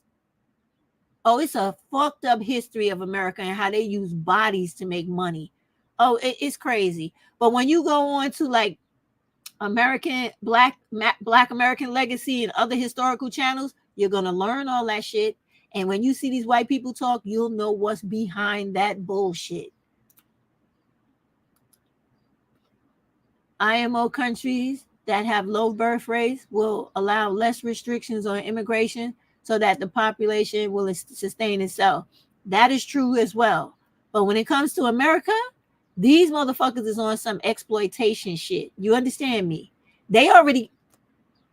Do you know just yesterday in New York City, right? You know how all the people was being killed in Rikers, right? Ever since this mayor came in? Do you know one of the Hispanic dudes that was killed 2 days after he went into Rikers? His family just got awarded $28 million. Do not tell me these motherfuckers don't have enough money to take care of everyone in America, because they do. It is who they choose to take care of is what the issue is about. And what they think the rest of us are supposed to fucking be here for. That is the actuality of fucking America. Okay? They're full of shit. They're full of shit. Not surprised. These people are beyond destructive. You ain't never fucking lied. You said more than a mouthful with that, because they will do the most insidious shit. Most insidious. Okay? Let me just say this before I fast forward this video, right? Thank you, Kat. Do you know a lot of the old people that died in COVID after taking them shots was old Black people? Thank you, amen. That own property that was not transferred to their family members. And if you go check the records, the majority of people that own shit definitely died. Other old people that didn't own shit and they was kind of like using services and on public assistance to live, they lived. But motherfuckers that had something to pass on to promote generational wealth, they was out of here as fast as they could get them out of here. Y'all better understand who and what America really is. Okay, let's get into this shit and move it to it was some bullshit, Kiana. All right, so let's move it fast to the project 2025, and I want y'all to read this shit I posted up on my community page. Let's get past this fool. Now they are at the lowest. They're at the bottom of the... All right, hold on. I want to get to the video y'all was talking about, because she's just going back over the movements that she made individually. And I have what if y'all want to actually sit down and listen to this shit, is 3 hours long. But where's that video? Because it is in here. Hold on, y'all. About a bunch of... All right. This is the video. A job, or because they weren't qualified for a specific grant. Hold on. Here we go. I think this is leading into it. Basis that we've got the wrong people in the wrong place because of woke politics. No. That's that lady they were talking about, that president, the lady they made resign about the Jewish people in Gaza. Not new messages. They've been around for a minute. The people who are, and now we should need to talk about that. I'm gonna come back to that. I was going to see if I can find that video. Here it is. Right here, we're gonna come back to this. This is about the Fanny woman and how these white people are targeting Black women for the Black Lives Movement, fighting for justice and etc. They talk well about that, but let me go to the shit about 20. Here we go. She's the one. All right, let's hear this. Sharing. Oh, okay. I'm sorry. I've been just like sitting here. Okay, hold on. I wish somebody would. I'm all on the thing listening to this. Hold on. I'm sorry. All right, you welcome. Let me go to stop screen. All right, listen to this carefully. I'm sitting up here thinking y'all were. Okay, I'm sorry. I didn't mean to do that. No. Okay, can you see it now? Yes. Here we go. Okay. I'm gonna let it go from zero. Trump, y'all. 2025 doesn't just demonize single mothers. It wants to change policies to punish single moms and perhaps even remove children from single parent households. Don't take my word for it. Let me show you. Their top priority is promise number 1, restoring the family as the centerpiece of American life. And they specifically call out unmarried mothers as a reason that the American family is in crisis. 400 pages later, when you get to their section on the Department of Health and Human Services, you see that they want to rewrite what the definition of a family is to be comprised of a married mother and father and their children, saying that currently Health and Human Services is too focused on LGBTQ plus equity and subsidizing single motherhood, and saying that these policies should be repealed and replaced by policies that support the formation of stable married nuclear families. It's not enough to be heterosexual, by the way, because they also call out homes with non-related boyfriends as being one of the most dangerous places for a child. And they don't much like surrogacy either. In the context of emerging reproductive technologies, Health and Human Services should never place the desire of adults over the right of a child to be raised by the biological fathers and mothers who conceived them. Here's a horrifying paragraph. The Secretary of Health and Human Services anti-discrimination policy statements should never conflate sex with gender identity or sexual orientation. Rather, the Secretary should proudly state that men and women are biological realities that are crucial to the advancement of life sciences and medical care, and that married men and women are the ideal natural family structure because all children have a right to be raised by the men and women who conceived them. They also want to promote reunification as a part of child support, which is terrifying for domestic violence survivors. And they want to institute a healthy marriage and relationship education program in every state-level high school in America, with curriculum on healthy marriages. Oh, I wasn't kidding about child support either. Child support in the United States should strengthen marriage as the norm, restore broken homes, and encourage unmarried couples to commit to marriage. There's also a line in here that basically says that if you're the parent of a transgender child, that is child abuse. And if everything I've read hasn't sounded too bad, you haven't been reading between the lines, and this line here should clear it up. But the pro-family promises expressed in this book and central to the next conservative president's agenda must go much further than the traditional narrow definition of family issues. Every threat to family stability must be confronted. This resolve should color each of our policies. And any family that's not a heterosexual married family, that's a threat to them.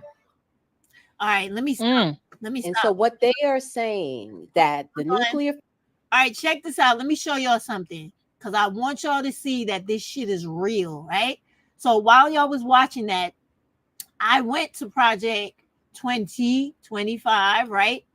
I want to make sure y'all see it. You see it? Now, remember what the woman said, right? So I'm going to go right to the page. It's 441, right? Let me go to it. Hold on. I'm going to take out one I'm going to put 441, page 441. I'm going to hit it.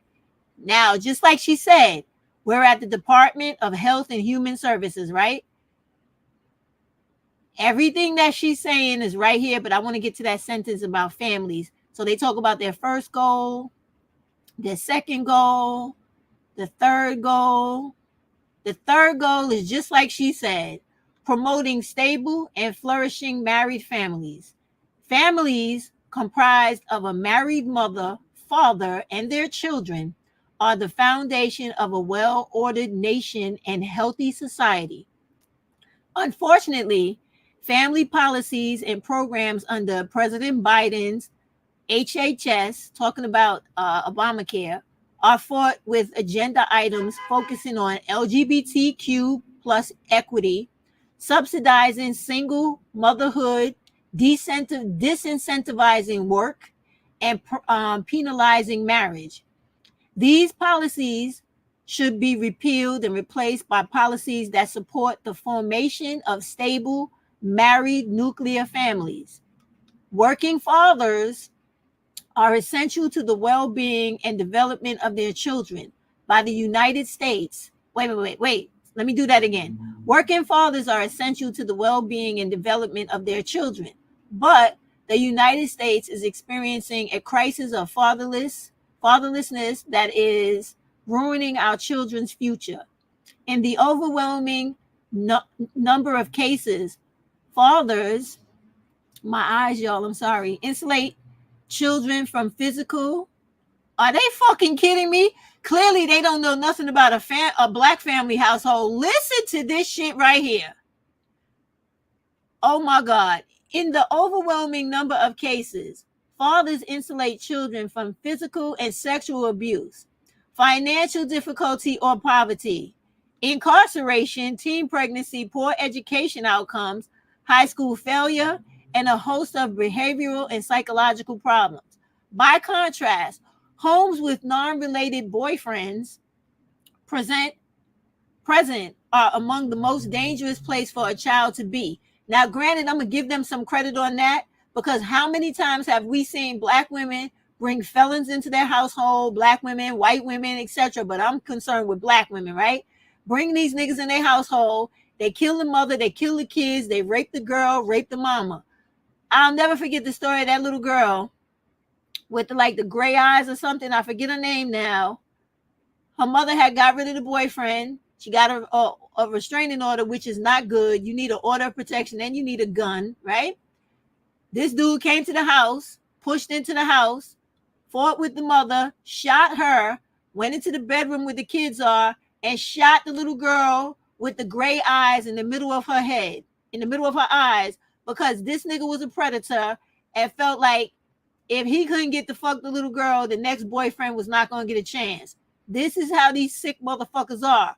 So when I read this stuff, I think about all these past stories I've seen and heard on the internet, in the news, about the dysfunction of these black males. And for these white men to be talking about bringing these fucking monsters back into our homes by force of law, black women should be outraged, up in arms, and raising motherfucking hell in this country, and never letting no fucking white supremacists like Donald Trump get the fucking office as president, because this is all the shit these Republicans and conservatives want to pull out of the crack of their ass for black women to suffer from.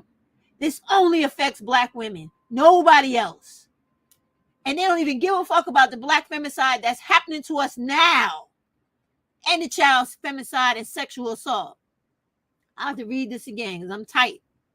In the context of current and emerging reproductive technologies, HHS, wait, did I skip? Yeah, I skipped. Working fathers are essential to the well-being and development of their children. But the United States is experiencing a crisis of fatherlessness that is ruining our children's futures. But yet, Mike, whatever the fuck his name is, Mike whoever, was sitting down with Robert Kennedy talking about how to get out of child support, right? In the overwhelming number of cases, fathers insulate children from physical and sexual abuse, financial difficulty or poverty, incarceration, teen pregnancy, poor education outcomes, high school failure, and a host of behavioral and psychological problems. By contrast, homes with non-related boyfriends present are among the most dangerous place for a child to be. HHS should prioritize married father engagement in its messaging, health, and welfare policies. In the context of current and emerging reproductive technologies, HHS policies should never place the desires of adults over the rights of children to be raised by the biological fathers and mothers who conceived them. Do you hear this shit? Many of these biological black males are child molesters, murderers. Oh my God. In cases involving biological parents who are found by court to be unfit because of abuse or neglect, the process of the process of adoption should be speedy, certain, and supported generously by HHS. So fuck mamas, fuck the mothers. These white niggas is only caring about what males want, and in our case is black males. Not one time did they mention the rights of the mother or the rights of the child when these motherfuckers don't even have children. We do. Oh my God. I can't with this shit. Y'all have to read this for yourself because I'm getting very fucking angry. I can't with this. The next part was they're talking about how COVID took away so many people, but they took them away voluntarily. They did it because the people that they took away were big mamas and my aunt and my grand uncle or my older cousin who owned a fucking farm or who owned a home and owned this and owned that. And if they would have lived, she would have gave it to her daughter or gave it to somebody else so we can inherit some generational wealth. This is bullshit.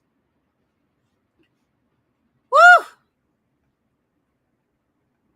MM said, I remember that, not my daughter. That should be the fucking slogan from now until the presidential election. Not my daughter. Not my daughter. That should be the fucking slogan. No, you won't. Oh my God. Many of these dudes do not want to be. They don't give a fuck. And man, this is what I was saying. Like, Killer Mike is the dude's name, right? He literally got a whole documentary on Netflix of this coon ass motherfucker sitting down talking to Robert Kennedy Jr. about how niggas could get out of child support with they broke bum asses that can't even get out of junior high school, let alone high school. How the fuck you gonna get out of an apprentice program and you can't even read past the 4th fucking grade? Are you kidding me? Girl is right. Girl is right. I am so fucking crazed right now. I just want to cuss and never fucking stop cussing. I'm just spent. Like, I'm trying to tell you, we use MN's slogan, not my daughter. Like, this is the shit. Let me tell you something. MN laughing, but I'm dead serious. When we have a march, because I still got to find out if these people going to let me do what I want to do in New York City. Otherwise, we could do it if it's less than 1,000 people, and I know it's going to be way less than 1,000 people, right? When we have this march, that needs to be the slogan, not my daughter. We give credit to MM, but this shit has got to happen because it's out of control. When you read this bullshit, y'all, and I'm going to put it underneath, I'm going to put the link underneath this live, and it's already up on my community page. Please take the time to go into the parts that concern you. Read the madness that these conservative, Republican, white racist males want to do to America and what rights they want to take away from you. Within that paragraph alone, they're talking about taking children from parents and putting them up for motherfucking adoption. Now, they didn't talk about dealing with the motherfucker that's committing the abuse. They talking about leaving his monkey ass where he's at, but taking the child out and making the child traumatically suffer from being taken from their mother. What the fuck? All because they got some egotistical fucking securities going on here. She said, my plate is full, but somebody please start the slogan on social. Girl, she ain't never lied. We definitely will. We definitely will. Not my daughter. Oh my God. I'm going to do a whole, do I have your fucking permission? Everybody on here that has a channel, do a video on YouTube as well as TikTok with that heading. I'm going to give MN her credit when I make it. Not my daughter. Exactly that way, because Black women got to wake up. This ain't just about you. This is about daughters, granddaughters, great-granddaughters, and all the rest of them. This got to stop. Oh, my God. Oh, hell no. God damn. Yeah, listen. That's okay. Don't listen. I got a mother like that too. All right. Don't worry about that. She gonna be all right. just be like this. Okay, Ma, you sit right here. I'll be right back. That's how you handle that. All right. Then you get out to the march with us, because I plan to do it this summer. I want to see all my women there, right? We need to make noise. I'm going to videotape that shit. I'm going to buy one of them cameras you put on your shoulder with the fucking mic to make sure I get the whole thing. Don't run out of, what do you call that, battery or none of that. I'm going to be ready. And I'm going to put this shit on YouTube. And I don't care if nobody comes. I want us to come. Because you know what? Even if people don't show up, it's the energy. It is the commitment to what you said you're going to do that you fucking get out and do, that stokes the fire in somebody that don't believe they got it in them. And that's what y'all got to understand. And that's what y'all got to promote, because we need to shut this bullshit down before November. And the same way we got that TikTok thing going with the Black Girl Follow Train, believe me when I tell you, the Not My Daughter will pick up speed like a motherfucker on TikTok. Because for whatever the reason, TikTok people over there are more inclined to follow the trends and spread them better than YouTube. So we start over there, and I guarantee you it will come back over here. All right? But that is, before this week is out, you will see 2 videos from me about titled, I'm giving credit to MN, but it will be entitled Not My Daughter. I will have specific pieces from Project 2025. I will explain to people how to do this, how to get there, show them, read what I got to read, and fast forward it. I'm going to even learn how to do the fucking green screen for TikTok and do that, because this is ridiculous. Now, you see the difference between what's important to the white woman in that video and what was important to me as a Black woman. I am a single mother. Being an ex-wife or not, I'm a single mother. So when I see shit like that, I think about, how does that affect women like me? That means you coming after me, because most Black women are single mothers. So that means you coming after me because another grown motherfucker is not responsible for himself? Oh, fuck, I think not, motherfucker. I know not. Because every Black woman here has a right to vote. And as long as you got a fucking right to vote, you could stop all this bullshit in this Project 2025. And you damn sure better get your ass out there and do it. Come hook a fucking crook. You got to roll up there with a cane, a fucking wheelchair, half dead, or whatever. You get your ass to them polls and you vote no against this bullshit. And let Black women and every other woman in this world, every other woman in this country have a right to what the fuck they want to do with their body. And all you women in them red states, if you don't get your ass out there and start turning them red states blue, I don't know what to tell you, but it's going to be over for you. If you do not start getting off your ass and getting them conservatives and Republicans the fuck up out them damn countries. Oh my God, what am I talking about? Out them fucking states. Do you hear me? It's real. You seen it, you know it can be done. You saw Stacey Abrams do it. You could do the same thing. You don't need her. All you need to do is be determined. Go in that booth, put your goddamn ballot in, and sit back and watch it fucking happen. Because the same way they went in that booth and watched it fucking happen, we could do the same goddamn thing.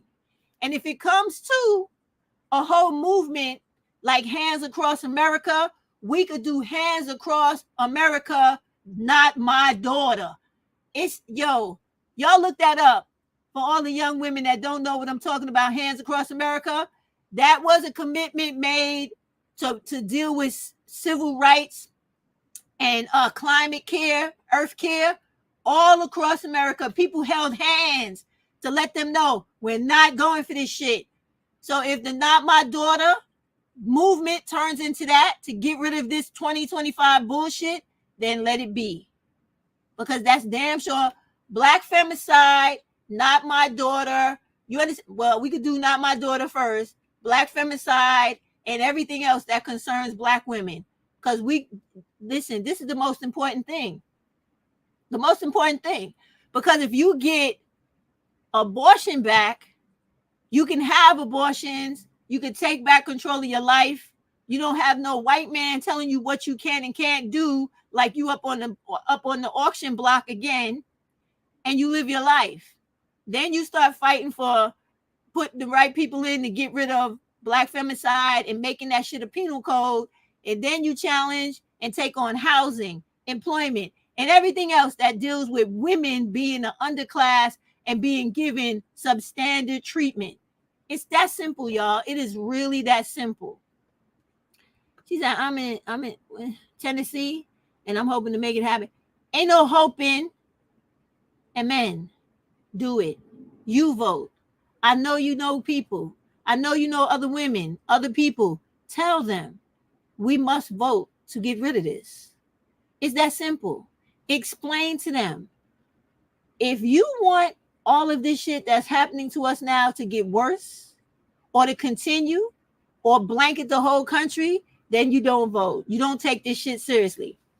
But if you want this stuff to stop, then you get out and rock your vote and let your voice be heard. And if you have to, pull up the 2025 and let them read it with their own eyes. You never know how does it go? What pathos, what emotion it will stir in them. That's it. That's it. All right, let's get back to the other video, and then we'll slowly get out of here. I want to hear some more what they talking about. All right, let's see. What's she talking about?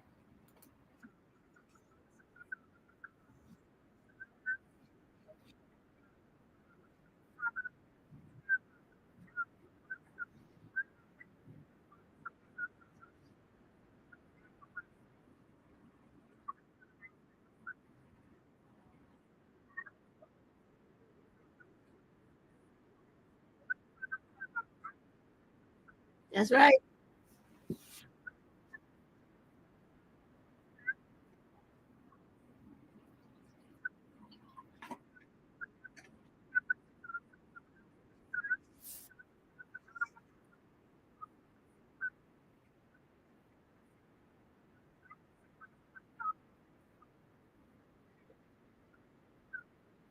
Let me stop it for a minute. All right, remember I told y'all, bear with me, then we're going to be finished, right? I want to go back to the part where she was talking about Fanny, right? And no sound. What? No sound. Hold on.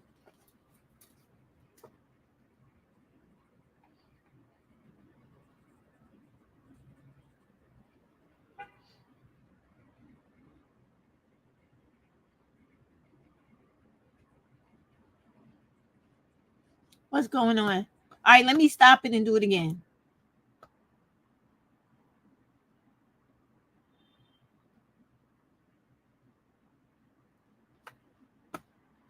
Let me know if y'all can hear me. Can you hear me?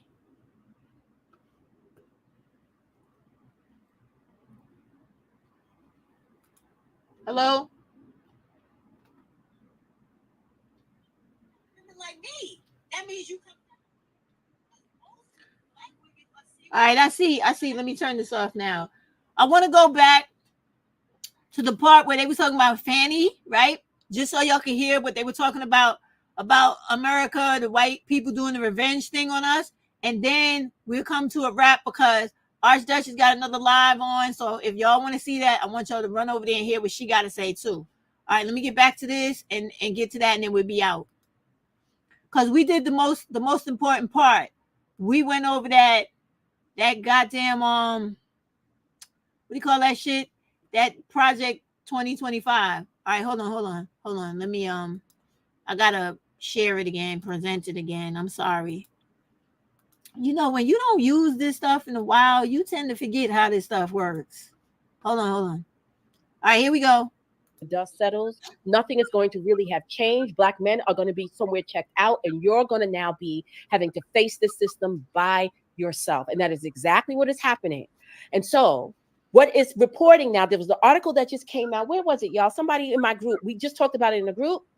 The article came out of Black women talking about how they're finding it hard to get jobs. They're finding it hard to stay employed, and they are still not making the connection. Well, some of them are making the connection because they are saying that some of this is a backlash to DEI.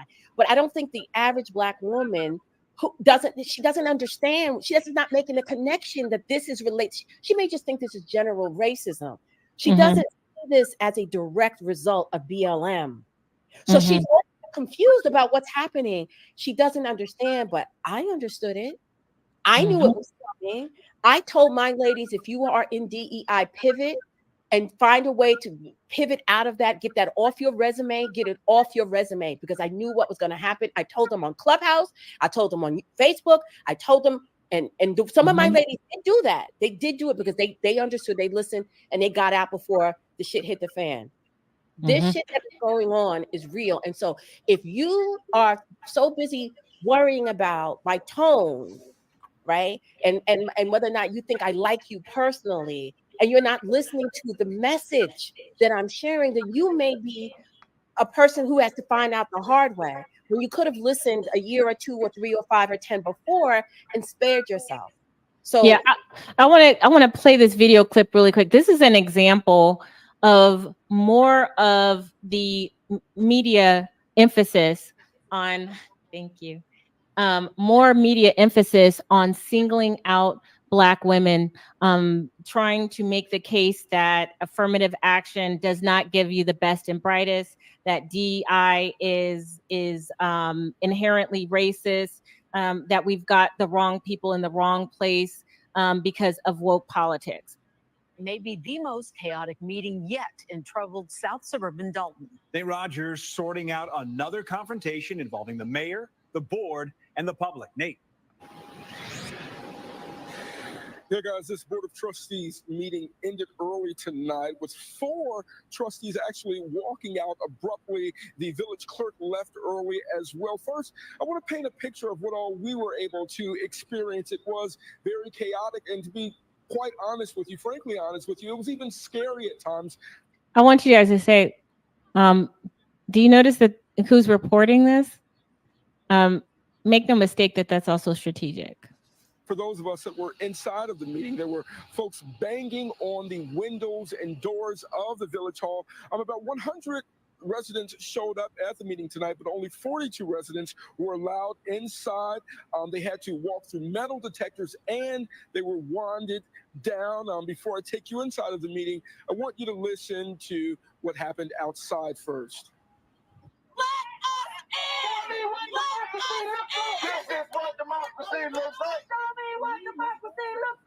But at least the majority of the people in Dalton should be able to think like the mayor does.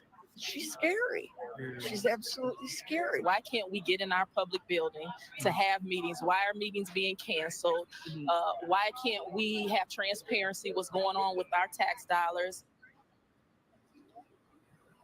Several residents calling. I'm going to skip till I get to this woman. Village trustees, how she woke up inside a village trustees hotel room. When she woke up about the former employee's claims, when she spoke up, about the claims she was retaliated against, she says, and later fired. The FBI is now looking into village practices. Right. So this woman is starting to get the alphabets. She's starting to get the alphabets after her. And like Claudine Gay was the sacrifice. She was the beginning of all of it. That was the watershed for all of it. And it's very interesting that in this case, they're highlighting it so that it's not to look racist. There are other Black people who are also saying that she's the worst mayor in the world, but there are quite a lot of these types of. Let me stop her because she's very long-winded. Bottom line is this, right? If you ever have this problem where you live, you go above the mayor. Above the mayor is the governor. If you have issues with the governor, then you're going to go to the federal government. If that doesn't work out, then you're going to get together people, get a goddamn lawyer, and get a class action suit. You're going to sue people because these white people don't respect anything but money. As far as this thing being like, are we gonna get you back now, Black women, for having such big mouths because these Black males was pushing us to the forefront? People like Colin Kaepernick with that stupid ass book of his and everything, trying to make us the face of civil unrest and what do you call that? What do you call it? What is that? What is any type of activism? Because I can't remember the term that Martin Luther King used to call it, right? But the thing is, we have a right to voice our grievances to the government. You saw that when I read to you from the goddamn Constitution, right? So what you have to do now is learn how all this shit ties into one another. And when things like this happen, yes, you speak out, but more importantly, you get together as a coalition and you fight back against the bull. That is how you handle this. I couldn't get to the part I want, but I'm gonna stop it here to let y'all, branch out and go see this other live, and also for you to carry on with the rest of your day. I really do thank all of you for coming. Like I said, this is up if you want to watch it in its entirety. It's on me and it's on her.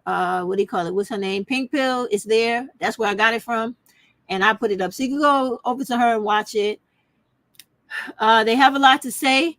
The only real problem I have with both these women is that they don't ever take no action. All they ever do is talk. And you know that about me. I don't like that. I would rather get out there and actually do something about it and not be afraid of white people's reaction, because if we were always going to worry about white people's reaction, all these Black women in this book would have never did anything to make things okay for us today. So we got to stop being afraid. And when I say stop being afraid, I mean that in every way. Stop being afraid of what white people are going to do, find out what they're doing, and counteract it. Stop being afraid to walk down the street when it comes to these Black males. Carry your fucking weapons and use them. Don't be afraid when people who tell you, oh, you can't do that, stand back, or I'm going to hurt you. Hurt them before they hurt you. That's you, Black women, you have got, some of them fucking stereotypes they say about you. Some of them shits you need to make a reality. If somebody fucks with you, you fuck with them back. End of story. They could call me whatever the fuck they want. It's funny because I'm going to tell this story real quick and get out of here, right? Let me see what everybody said. Thank you for showing us. You, girl, you're more than welcome. Always come back when I'm here. It's not a problem, right? The thing is this, right? When I was watching, what's her name? Mad's live yesterday, right? She was talking about Sanaya and Samaya, right? And it would just so happen the very next morning after I listened to her live, and she was talking about how Black women got to change their mentality. Like basically she's not going off on Black women. She's telling Black women to get out of this like hood mentality. Basically, stop being in places and being involved in situations where you are around these Black dudes. No more house parties. No more doing things that these ghetto dudes like to do, or any of the other ones where you put your safety at risk, right? So of course I know this, and I'm listening to what she's saying, but I was telling her, I said, well, you got to be cool with the young girls to a certain extent, because their lives should not be minimized and their fun cut short just because these dudes don't know how to control themselves. I completely agree with you, but I'm not going to tell all black women not to have any life just because these motherfuckers don't know how to get a life, okay? All right. But I will tell you, listen to me, please. Get strapped. Get your fucking bulletproof gear. I done told y'all about Wonder Hoodies forever. You go on wonderhoodie.com, you get a bulletproof fucking hoodie, hood, all that shit. If these motherfuckers wanna pop off, at least you will be protected. They got bulletproof pants, they got stab-proof clothing, they got armor, they have everything to keep these motherfuckers up off you. All you gotta do is go get your tool and make sure your tool is licensed or whatever the fuck you need in your state. I don't know why country keep coming to mind, right? And handle your business, because listen, let me tell y'all something. Of course, Stephanie, thank you very much. I appreciate that, Queens, for saying you appreciated me today. Thank you, y'all. Right? Look, it's real simple. I'm not one of those black women that's going to be sitting here trying to talk y'all to death about talking your way out of problems. I know it not to be true. I've been around too many violent motherfuckers in my lifetime, in my career. They only understand violence. Yesterday morning, right after I saw that live, I'm walking my dog, my old dog, Buddha. This dude is like 15 years old. He's completely useless. I'm not trying to diss him, but it's true. When dogs get so old, their teeth don't even work no more, right? The only one who's a beast is Naya. So I'm outside and walking. I see the black dude. I look at him. He trying to like, hi, good morning. I just roll my eyes like, whatever. Turned around. He gonna stop and start walking towards me like, oh, what you rolling your eyes at me for? I politely put my dog's leash around the pole because I know the nigga can't fight, so he's useless. I pulled my motherfucking blade out and I put it inside. Let me tell you, I pulled my shit out and put it right here, and I just stood there. If he would have came towards me and got violent, that would have been his last motherfucking day on earth. You would have seen me going to jail with a smile on my fucking face. I kid you not. There's all types of lunatics out here, and you have to protect yourself however you feel you got to do it, because they will hurt you and kill you before the police come or anybody come. I don't have a licensed gun, so I take whatever I got closest to me, and I'm going to do you. Because you ain't doing nothing to me. And that's exactly how y'all got to be. I'm trying to tell you, because they only understand that. They know that's all they understand. And believe me, I didn't say shit. That's another thing. Don't be doing all that. Fuck that. Make your fucking mind up. What you gonna do? And then execute that shit to motherfucking perfection. Because they think you pussy. So show them how much of a pussy you really are. You know? Hey, that's how I feel. I don't give a fuck. It ain't gonna be me. That's all I know. That's all I know. You know, you got to be careful out in these streets. When I walk with my old dog, I got to worry about other dogs stronger and more powerful than him that will hurt him and me. So I walk right, if you get my understanding, right? I walk right. So when this nigga walked up thinking that, oh, I'm just some old bitch he gonna take advantage of, I'm gonna show you, motherfucker, what the military taught me, what the police department taught me, and the parole. So you take your motherfucking chance. You feel froggy, jump, because I ain't going nowhere. I'm staying right here. Do what you gotta do, because I'm completely prepared. Y'all better understand this shit. Understand it. Fuck all that shit all these women telling you. Somebody step to you with some bullshit, you be prepared to do whatever the fuck you got to do to make sure you go home. Let me tell you something. When I was a cop, that was our fucking motto. Every night we rolled out a patrol. Roll call. Let me tell you how it goes. When you stand roll call, right, it's a whole bunch of you in a line because we paramilitary, right? So you got the sergeant or lieutenant, whoever, standing in front of you, you gotta do attendance, and then they give you your work assignment for the night, day, afternoon, whatever. So when he tells you what you're doing, you write it down in your memo book. You got your gear on. You about to go out on patrol. The first thing you think and the last thing you say when you come back to that station at night to go home is you say to yourself and your partner, I don't give a fuck what we meet out here tonight. I don't give a fuck what goes down. I'm going home in the morning. So that means if I have to go through somebody's ass, I'm going through their ass because I'm going home in the morning. I don't give a fuck where you going, into the ground, into the grave, into the cell. I don't care, but I'm going to be taking my uniform off and I'm going to be going home in the morning. And that's the same mentality you got to have walking the streets of America, because these black males have made it where they think, oh, we scared the shit out of these bitches. We going to do what we want. We'll just show them we be violent. And women can be violent too, motherfucker. And you know what works in our favor? Because we're so much smaller than so many of them. You could get up in all those body crevices that will take them out of this world immediately. No matter how many muscles they got, how strong they think they could throw a punch. You could throw a punch, but you're not going to be stronger than somebody opening your artery the same way he did Samaya or Sanaya in her neck. If you do the same thing to them, they're going to die the same way Sanaya did. Or Samaya, I don't know which one it was. If you open up their artery, they're going to go out of this life the same way, muscles and all. So stop being afraid of them and just handle them motherfuckers like they need to be handled. Get all up on the motherfucker, climb all over him and take him out. If he come to you, go under that underarm, go to the back. Yeah. Come around the front. All of this shit on the side, kidneys, intestines, yeah.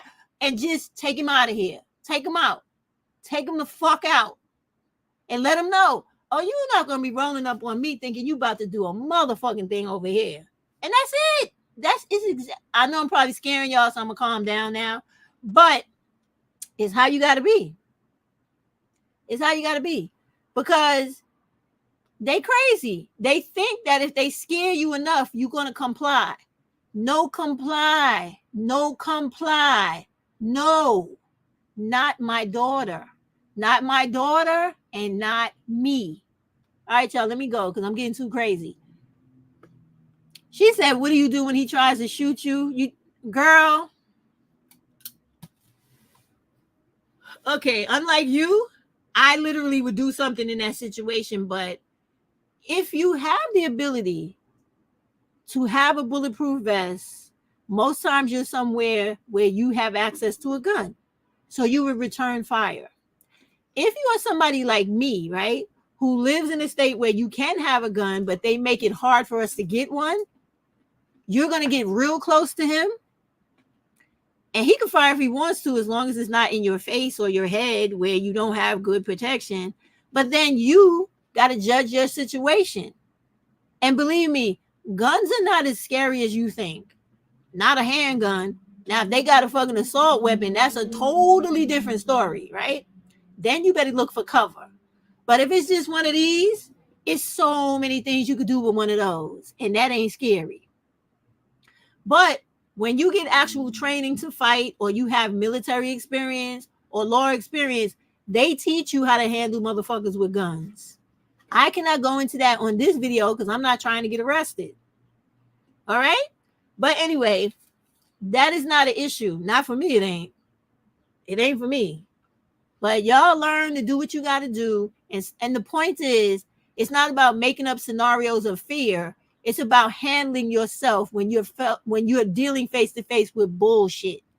Because if you live long enough, believe me, it's going to come your way. That ain't the first thing I've ever encountered. As a parole officer, I have had people pull guns on me, shoot at me, throw knives at me and everything else, set dogs on me. Girl, you have to learn to improvise and use your fucking brain in this world. It ain't about no what ifs or what could have been.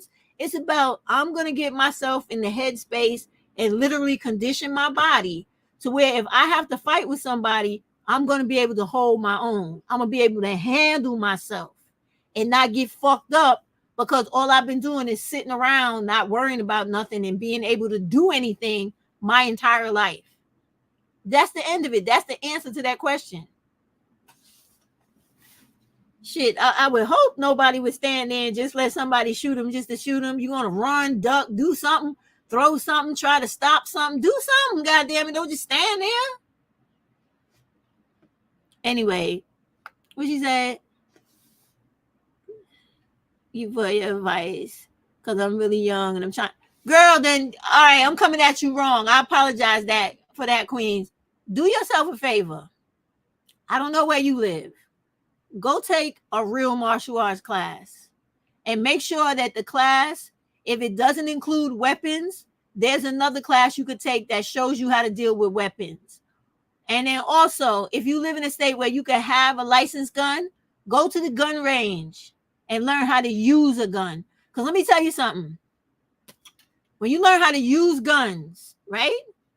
You know what the other person's capability is. You know how to fight with people with guns and take the ammunition out of that shit before they can use it again on you. You know how to take it apart so it falls apart literally. Like, let me tell you, it's so many things you could do with guns when you know how to use them. Like in the police department, the military, right? They literally blindfold us and have us take guns apart and put them back together in the fucking dark.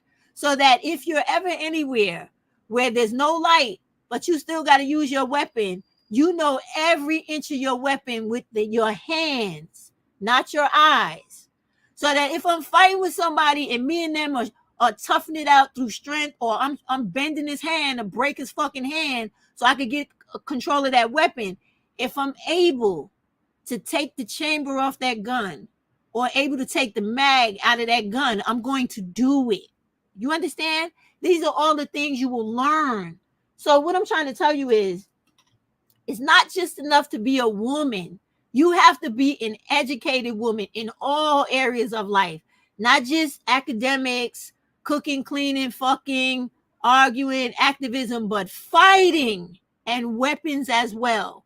Do you know in every other country outside of America, most women are in the military? It's mandatory for them to be in some type of military thing.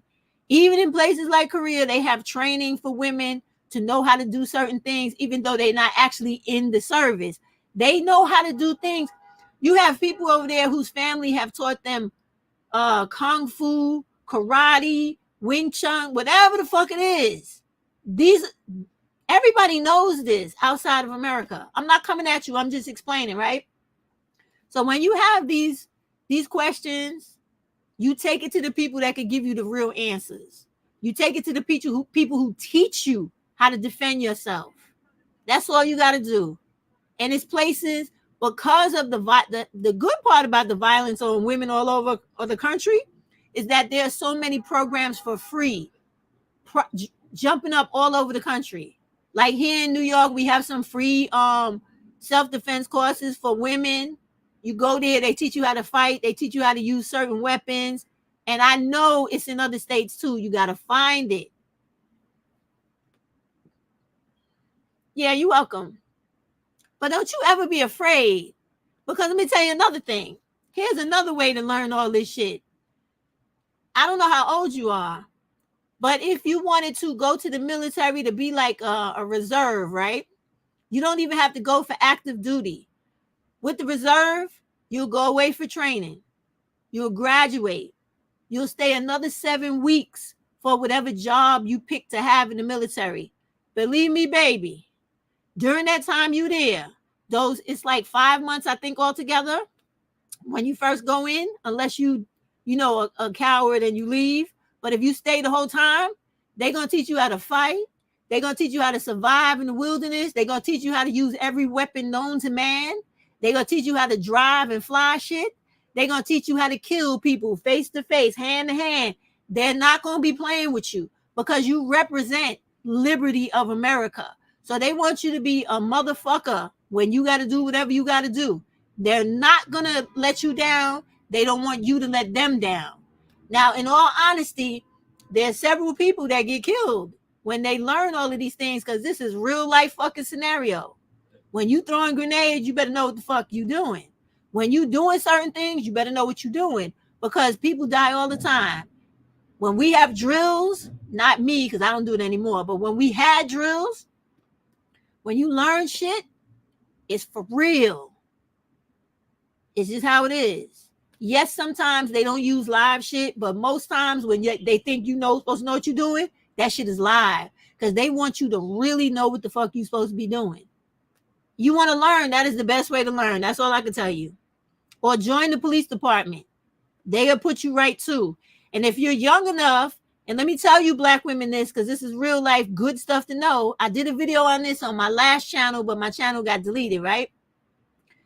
When you're young, any age, but no, not true. Before the age of 35, as long as you have your BA, you have a year, I think it is, or two, the most, of law enforcement of any kind, I think. Go on the FBI's page and the CIA, they're going to tell you. When you have that, you could become an FBI agent or even work for the CIA. I think the CIA is less credentials than the FBI, right?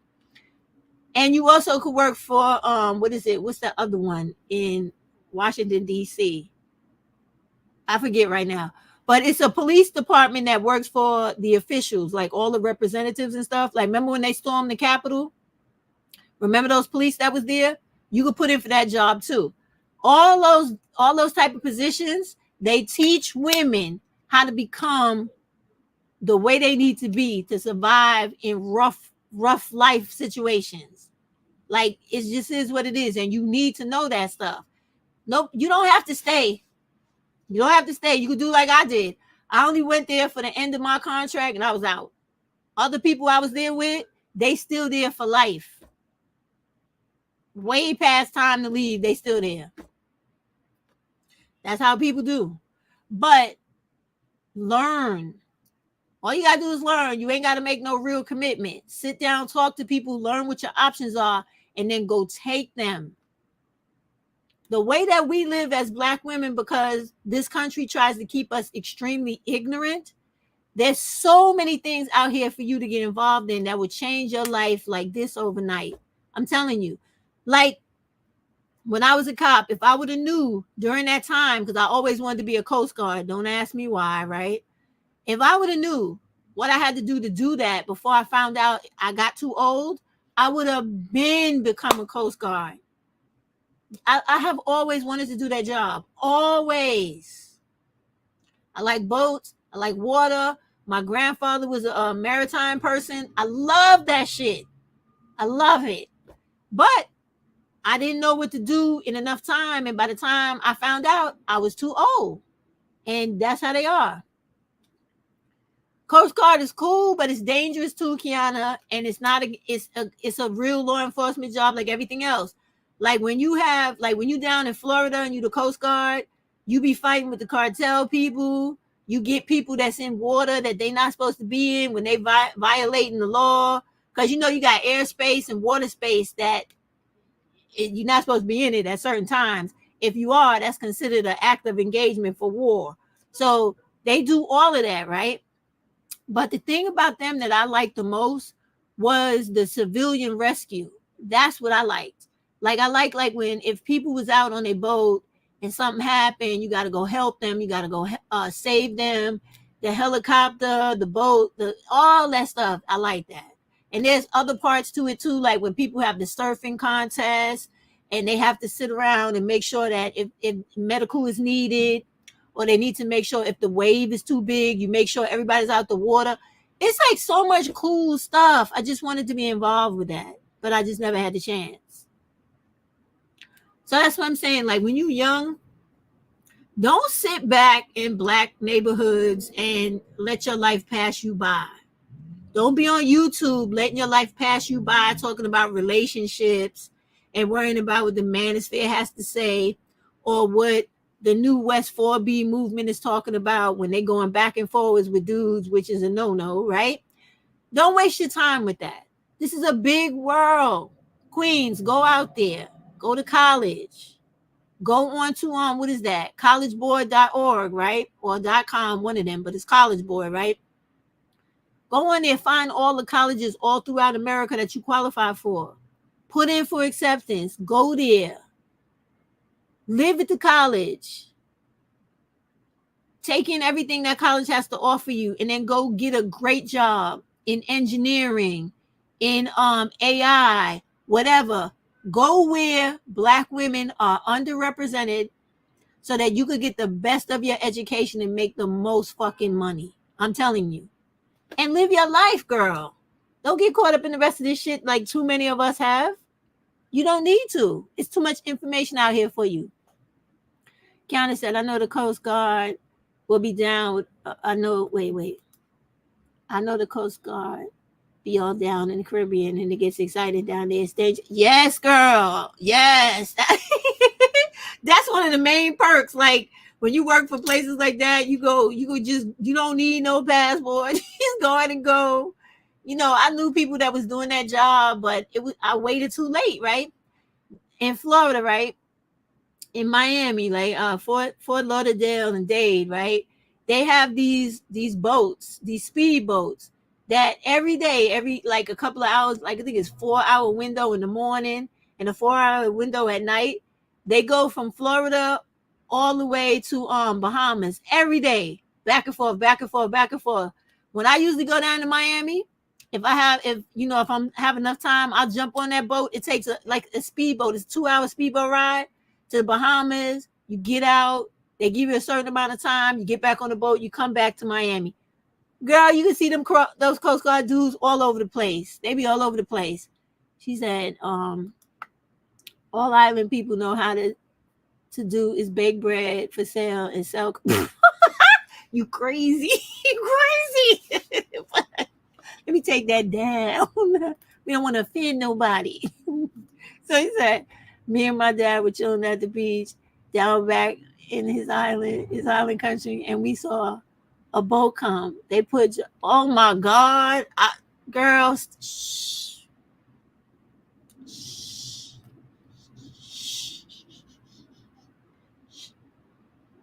Yes, right?